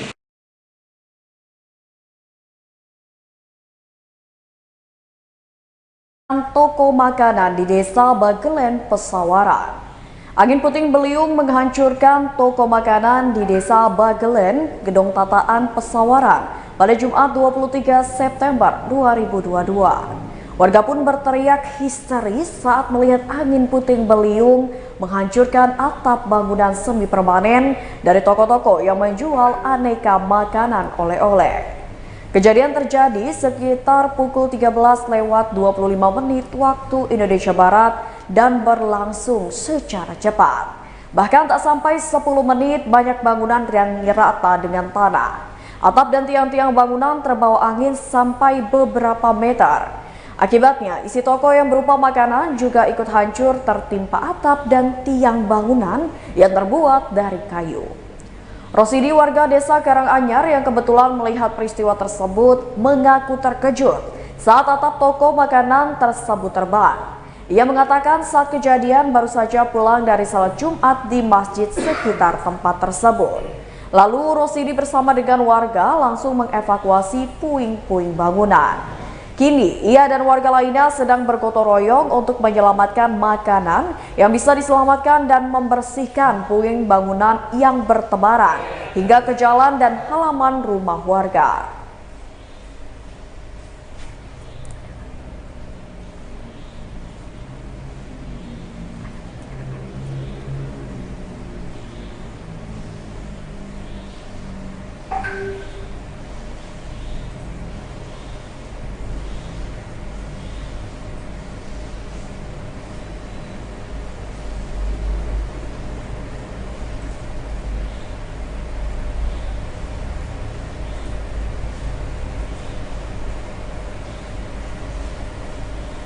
Berita selanjutnya, roadshow anti korupsi di Bandar Lampung, KPK perkenalkan konsep Trisula. Gelar roadshow anti korupsi di Lampung, Komisi Pemberantasan Korupsi atau KPK kenalkan konsep Trisula. Kali ini roadshow bus KPK menyasar halaman parkir Transport Lampung pada Jumat 23 September 2022. Kegiatan ini dihadiri oleh sejumlah pejabat KPK, Gubernur Lampung, Wali Kota Bandar Lampung, Kapolda, serta Bupati sejumlah daerah di Lampung. Deputi Pendidikan dan Peran serta Masyarakat KPK, Wawan Wardiana mengatakan, jika kasus korupsi di Indonesia saat ini masih sangat tinggi. Menurutnya, saat ini pelaku korupsi sudah menyentuh kalangan muda. Sampai dengan Desember 2021, menurutnya ada sekitar 1.462 orang yang ditangani KPK dengan berbagai profesi dan latar belakang yang berbeda.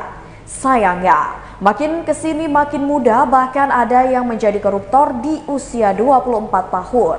Padahal menurut Wawan, usia 24 tahun seharusnya menjadi waktu bagi seseorang untuk mengembangkan diri. Wawan mengatakan sejak tahun 2004 hingga 2021 lalu, KPK tidak berhenti-henti menangkap orang. Kendati demikian, ia mengatakan jika KPK tidak bangga memanggil orang atau menangkap orang. Hal itu pula yang mendorong KPK memperlihatkan konsep pencegahan melalui Trisula. KPK ingin memperlihatkan konsep pencegahan melalui Trisula, yakni pendekatan pendidikan, pencegahan, dan juga penindakan. Sementara itu, Wali Kota Bandar Lampung Eva Duyana mengatakan pihaknya telah menjalankan serta mensosialisasikan instruksi dari KPK. Menurutnya, semangat anti korupsi harus dimulai dari diri sendiri dan lingkungan terdekat. Eva juga menyampaikan pihaknya terus berkoordinasi dan konsultasi dengan BPKP serta Kejari dalam menjalankan program kerja. Bahkan, pemerintah kota juga mensosialisasikan apa yang diinstruksikan KPK dan dilakukan pendidikan anti korupsi di sekolah mulai dari SD, SMP, SMA, dan perguruan tinggi.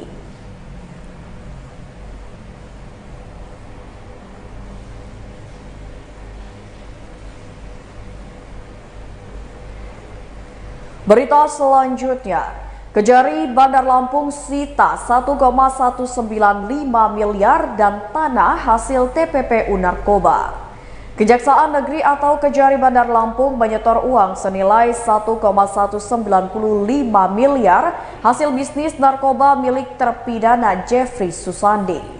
Uang itu disetorkan ke kas negara melalui Bank Mandiri Cabang Cut Mutia Bandar Lampung pada Kamis 22 September 2022. Kepala Kejari Bandar Lampung Helmi mengatakan penyetoran uang ini berdasarkan hasil putusan Mahkamah Agung atas tindak pidana pencucian uang dari bisnis narkoba terpidana Jeffrey. Putusan Mahkamah Agung RI itu nomor 3943K /PID.Esus/2021 tertanggal 8 November 2021. Selanjutnya, Kepala Kejari Bandar Lampung juga menerbitkan surat perintah pelaksanaan putusan pengadilan pada tanggal 29 Maret 2022 untuk mengeksekusi dan menyetorkan uang tersebut ke kas negara. Menurut Helmi, uang rampasan negara tersebut berasal dari perkara tindak pidana narkotika atas nama Jeffrey Susandi alias UJ. Helmi mengatakan penyetoran ini dilakukan sebagai bentuk eksekusi atas uang yang diperoleh terpidana dari hasil bisnis sabu-sabu. Selain uang, terdapat sejumlah aset yang disita, seperti 4 bidang tanah di Kecamatan Sukabumi, Bandar Lampung, 2 bidang di Pandeglang dan Pesawaran, 2 unit mobil yakni Kijang Innova dan angkot, serta logam mulia. Aset-aset sitaan ini akan dilelang di Kantor Pelayanan Kekayaan Negara dan Lelang. Dan berdasarkan hasil putusan Pengadilan Negeri Tanjung Karang, terpidana Jeffrey dijatuhi vonis selama 20 tahun dan denda sebesar 1 miliar rupiah, subsidiar 4 bulan penjara.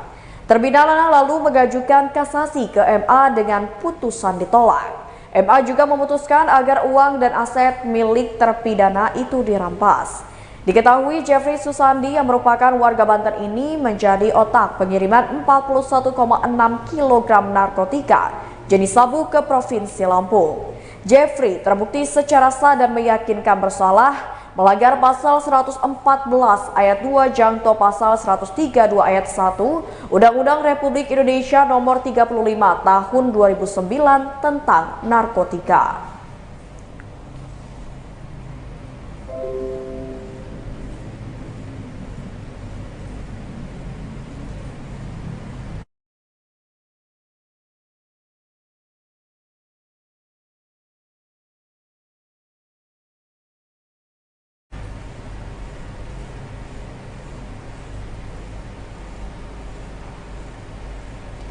Berita selanjutnya, perbaikan gorong-gorong di Jalan Bar Pringseu sebabkan kemacetan parah. Perbaikan gorong-gorong di Jalan Ahmad Yani Pringseu mengakibatkan kemacetan sekira 1 km. Kemacetan tersebut terjadi di lokasi perbaikan gorong-gorong dekat Mall Chandra Pringseu menuju arah Jalan Jenderal Sudirman. Pantauan dari Tribun Lampung pada Kamis 22 September 2022. Pukul 16 waktu Indonesia Barat, terlihat beberapa mobil yang melintas terpaksa harus memutar balik. Sebab mobil tersebut terbilang pendek, sementara perbaikan gorong-gorong terbilang tinggi.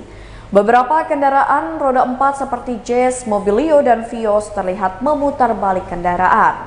Karena bila melewati perbaikan gorong-gorong tersebut, bagian bawah mobil akan tersangkut. Terlihat juga beberapa kendaraan yang mengambil jalur di sebelahnya sehingga pengendara dari 2 arah hanya menggunakan 1 jalur. Sedangkan truk yang melintas perbaikan gorong-gorong terlihat sangat berhati-hati dan memelankan laju kendaraannya. Hal itu membuat kemacetan di Jalan Bar Pringseu semakin mengular. Salah satu pengendara yang melintas mengatakan ia harus mengambil jalur lainnya karena mobilnya pun tersangkut. Sementara saat dimintai keterangan pada Jumat 23 September 2022, Kabid Bina Marga PUPR Fahmi mengatakan pengerjaan gorong-gorong dilakukan oleh pihak provinsi. Namun meski begitu ia mengimbau masyarakat untuk tetap berhati-hati saat melintas. Secara terpisah, Kasat Lantas Polres Pringseu Ibtu Khairul Bahri meminta pengendara untuk berhati-hati. Atas kemacetan yang terjadi, Khairul mengaku telah menerjunkan anggotanya pada sore hari guna mengamankan lalu lintas.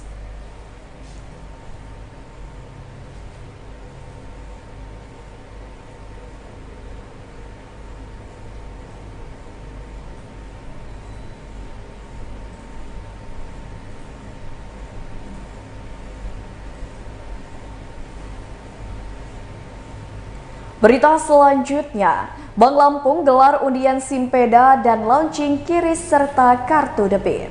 Bank Lampung adakan undian tabungan Simpeda lokal tahun 2022 sekaligus launching QRIS dan kartu debit Bank Lampung di Ballroom Hotel Novotel pada Kamis 22 September 2022.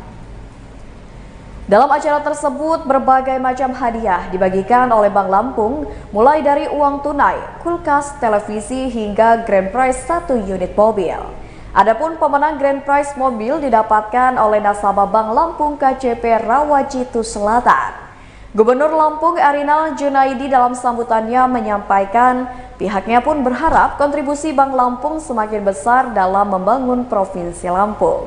Ia pun menyampaikan jika pemerintah Provinsi Lampung menyambut baik telah dilakukan undian Simpeda tahun 2022. Ia pun mengapresiasi atas peresmian kartu debit serta kiris Bank Lampung. Menurut Arinal, ini merupakan salah satu upaya merangsang dan membangkitkan semangat masyarakat untuk menabung di Bank Lampung. Gubernur menyebut hal ini membuktikan bahwa Bank Lampung tidak tertinggal dan dapat mengikuti percepatan teknologi digital. Ia pun berharap ke depannya semua masyarakat Lampung dapat menggunakan sistem digital. Sementara itu, Direktur Utama PT Bank Lampung Presley Huta Barat menyampaikan jika Bank Lampung terus memperkuat layanannya melalui berbagai inovasi. Menurutnya, Bank Lampung telah melakukan pembukaan kantor cabang baru serta pemindahan lokasi sejumlah kantor cabang. Seperti Bank Lampung cabang Jakarta saat ini pindah ke Jalan Fatmawati Jakarta Selatan dan cabang Sudirman pindah ke Jalan Tengku Umar. Kemudian pembukaan cabang baru Jalan Riasudu dan KCP Bank Lampung Panjang serta penerbitan sejumlah penerbitan produk baru. Presley menjelaskan Bank Indonesia telah memberikan persetujuan terhadap produk baru kartu debit ini. Kemudian penerbitan produk baru kiris Bank Lampung juga telah disetujui oleh pihak Bank Indonesia.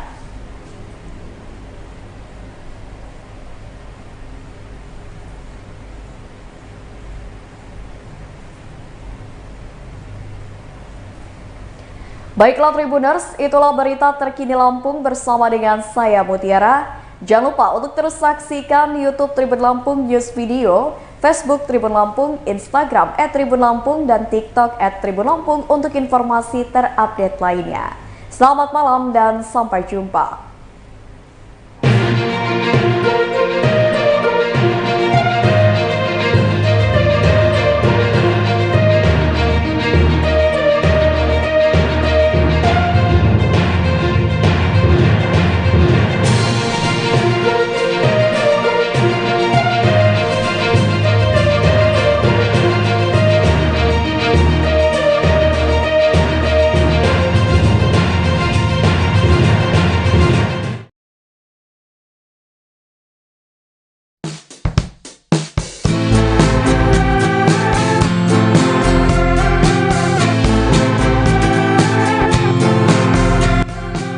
Halo Tribuners, Wisata Lampung kembali menyapa Anda tentunya dengan sederet rekomendasi wisata dan juga kuliner menarik di Lampung. Inilah Wisata Lampung di Ricalemong.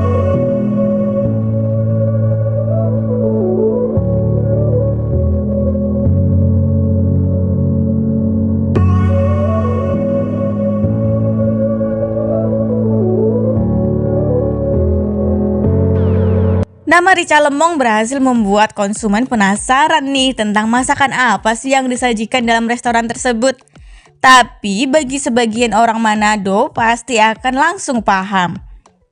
Lemong sudah pasti diambil dari bahasa Manado yang berarti jeruk. Sedangkan rica adalah nama sambal khas Manado. Ricalemong ini adalah restoran Manado yang menyajikan menu rahang tuna pertama di Lampung.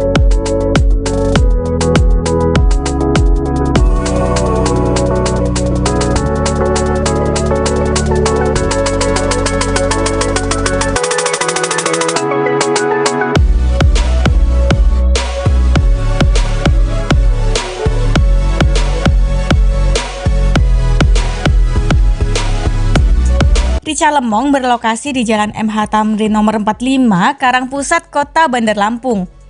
Restoran Ricalemong ini menyajikan menu spesialis ikan bakar dan juga rahang tuna. Tempat yang disediakan untuk menyantap menu andalannya juga nyaman dan sejuk di bawah pohon, serta diterangi oleh lampu-lampu gantung saat malam.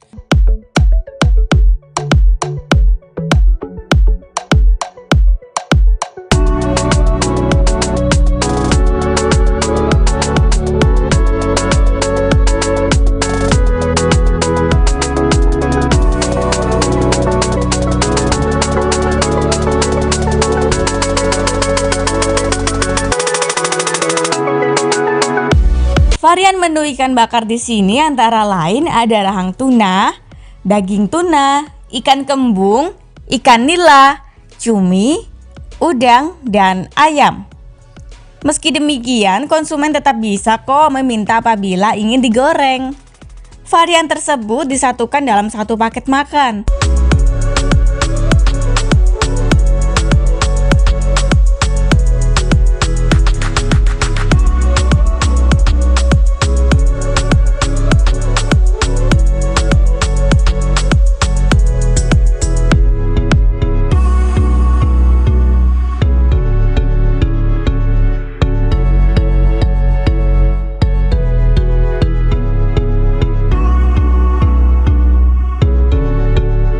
Satu paket makan disajikan bersama sayur kangkung, cumi crispy, lalapan, dan sambal dabu-dabu serta rica-rica khas Manado. Harganya bisa dijangkau oleh seluruh kalangan, yakni mulai dari Rp23.000 sampai Rp35.000.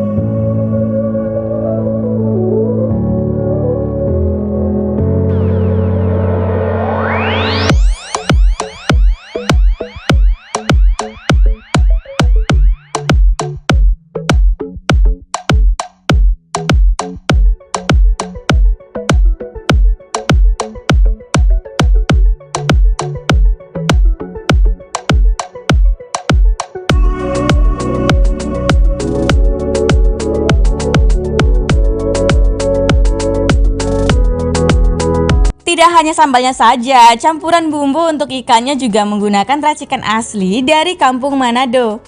Rica Lomong mengangkat rahang tuna khas Manado sebagai menu utamanya. Sebab menurutnya rahang tuna ini masih belum ada di Lampung, terutama kota Bandar Lampung.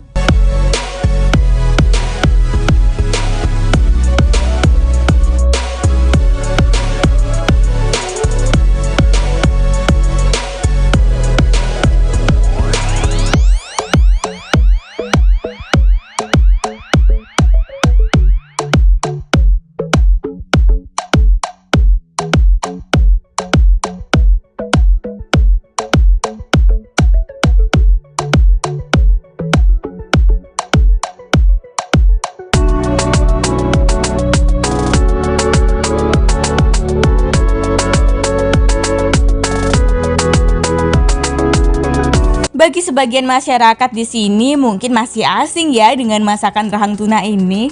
Jadi, itu sebabnya rahang tuna ingin diperkenalkan. Penasaran dengan rasanya? Saatnya icip-icip nih dua menu rahang tuna dan juga ayam bakar.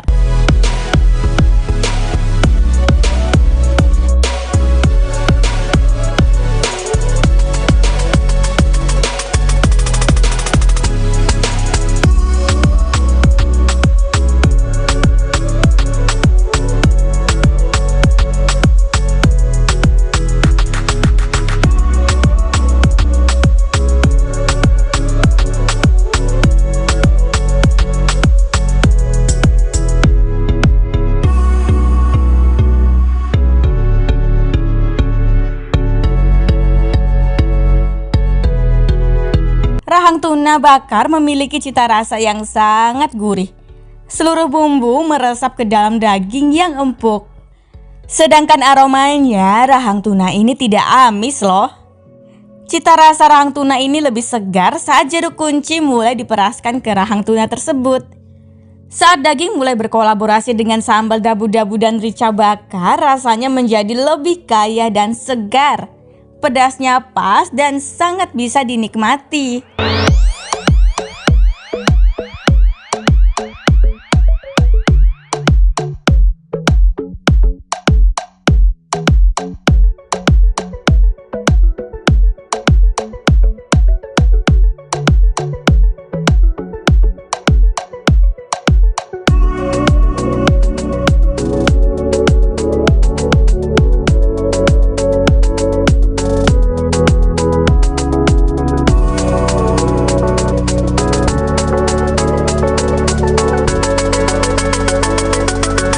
Kedua sambal tersebut nampak seperti sambal mata dan juga sambal goreng biasa. Tapi jangan salah, keduanya memiliki bumbu campuran rahasia loh. Sambal dabu-dabu khas Manado ini memang mirip dengan sambal matah Bali. Bedanya, bila sambal matah Bali menggunakan serai, sambal dabu-dabu tidak. Sambal matah pada umumnya juga menggunakan daun jeruk. Sedangkan sambal dabu-dabu justru memakai buahnya. Buah jeruk yang digunakan juga tidak sembarangan loh.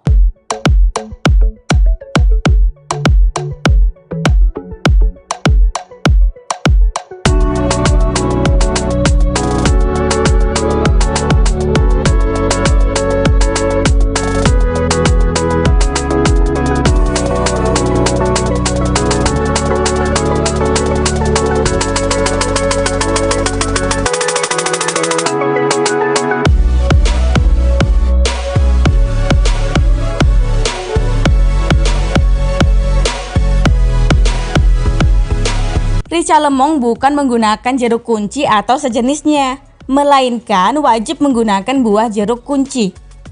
Jeruk kunci tersebut akan sangat mempengaruhi rasa secara drastis. Selain itu, sambal dabu-dabu juga wajib menggunakan tomat buah bukan rampai. Kemudian, cabai yang digunakan juga murni menggunakan cabai caplak.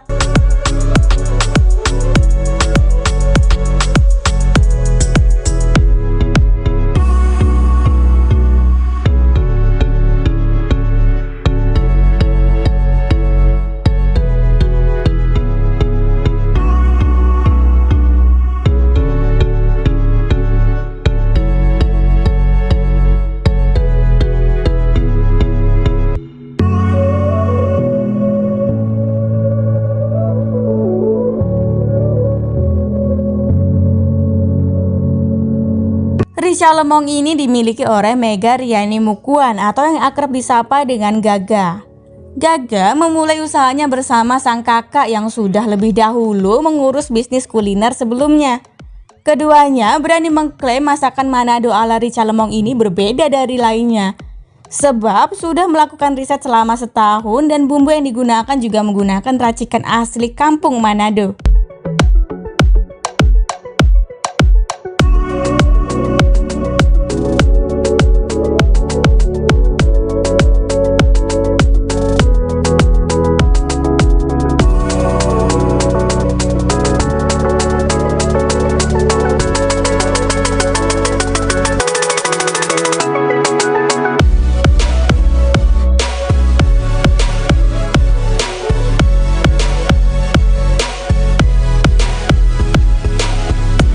Dikatakan bahwa sejak kecil ia sudah tinggal di Manado.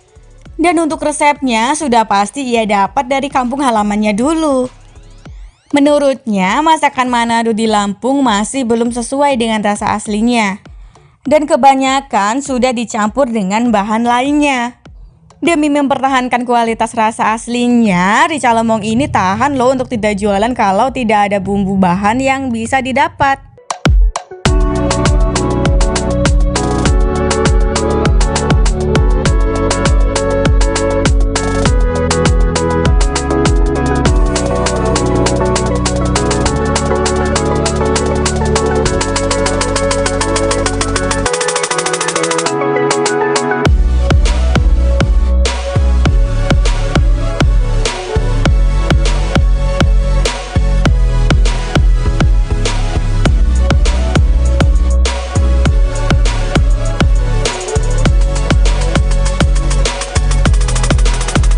Sudah cukup banyak loh konsumen yang datang meski baru 3 minggu buka. Banyak konsumen yang berpendapat bahwa rasanya mirip dengan aslinya. Rica lemong ini berharap untuk mengangkat lagi masakan Manado lainnya ke depannya. Sebab masakan Manado ini masih jarang ditemukan karena cenderung memakan banyak sekali bumbu dapur. Rica lemong ini buka setiap hari loh, mulai dari pukul 11 siang sampai pukul 10 malam. Bisa banget tuh dijadikan referensi untuk Tribuners yang ingin makan siang atau makan malam.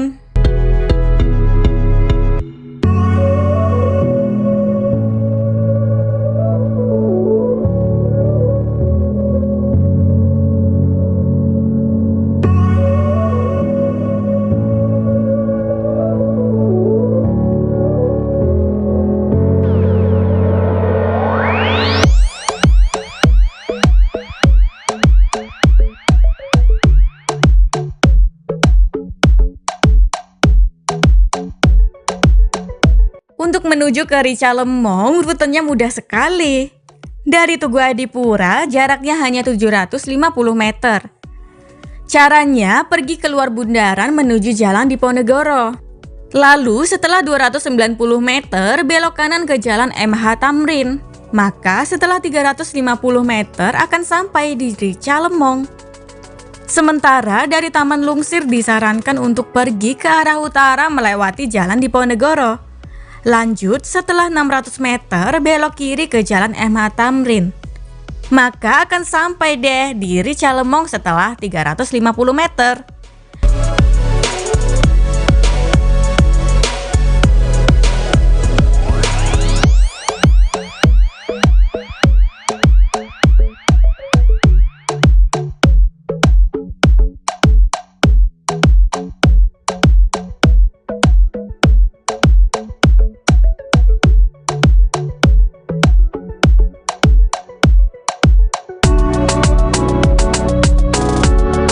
Baiklah Tribuners, inilah wisata Lampung di Rica Lemong.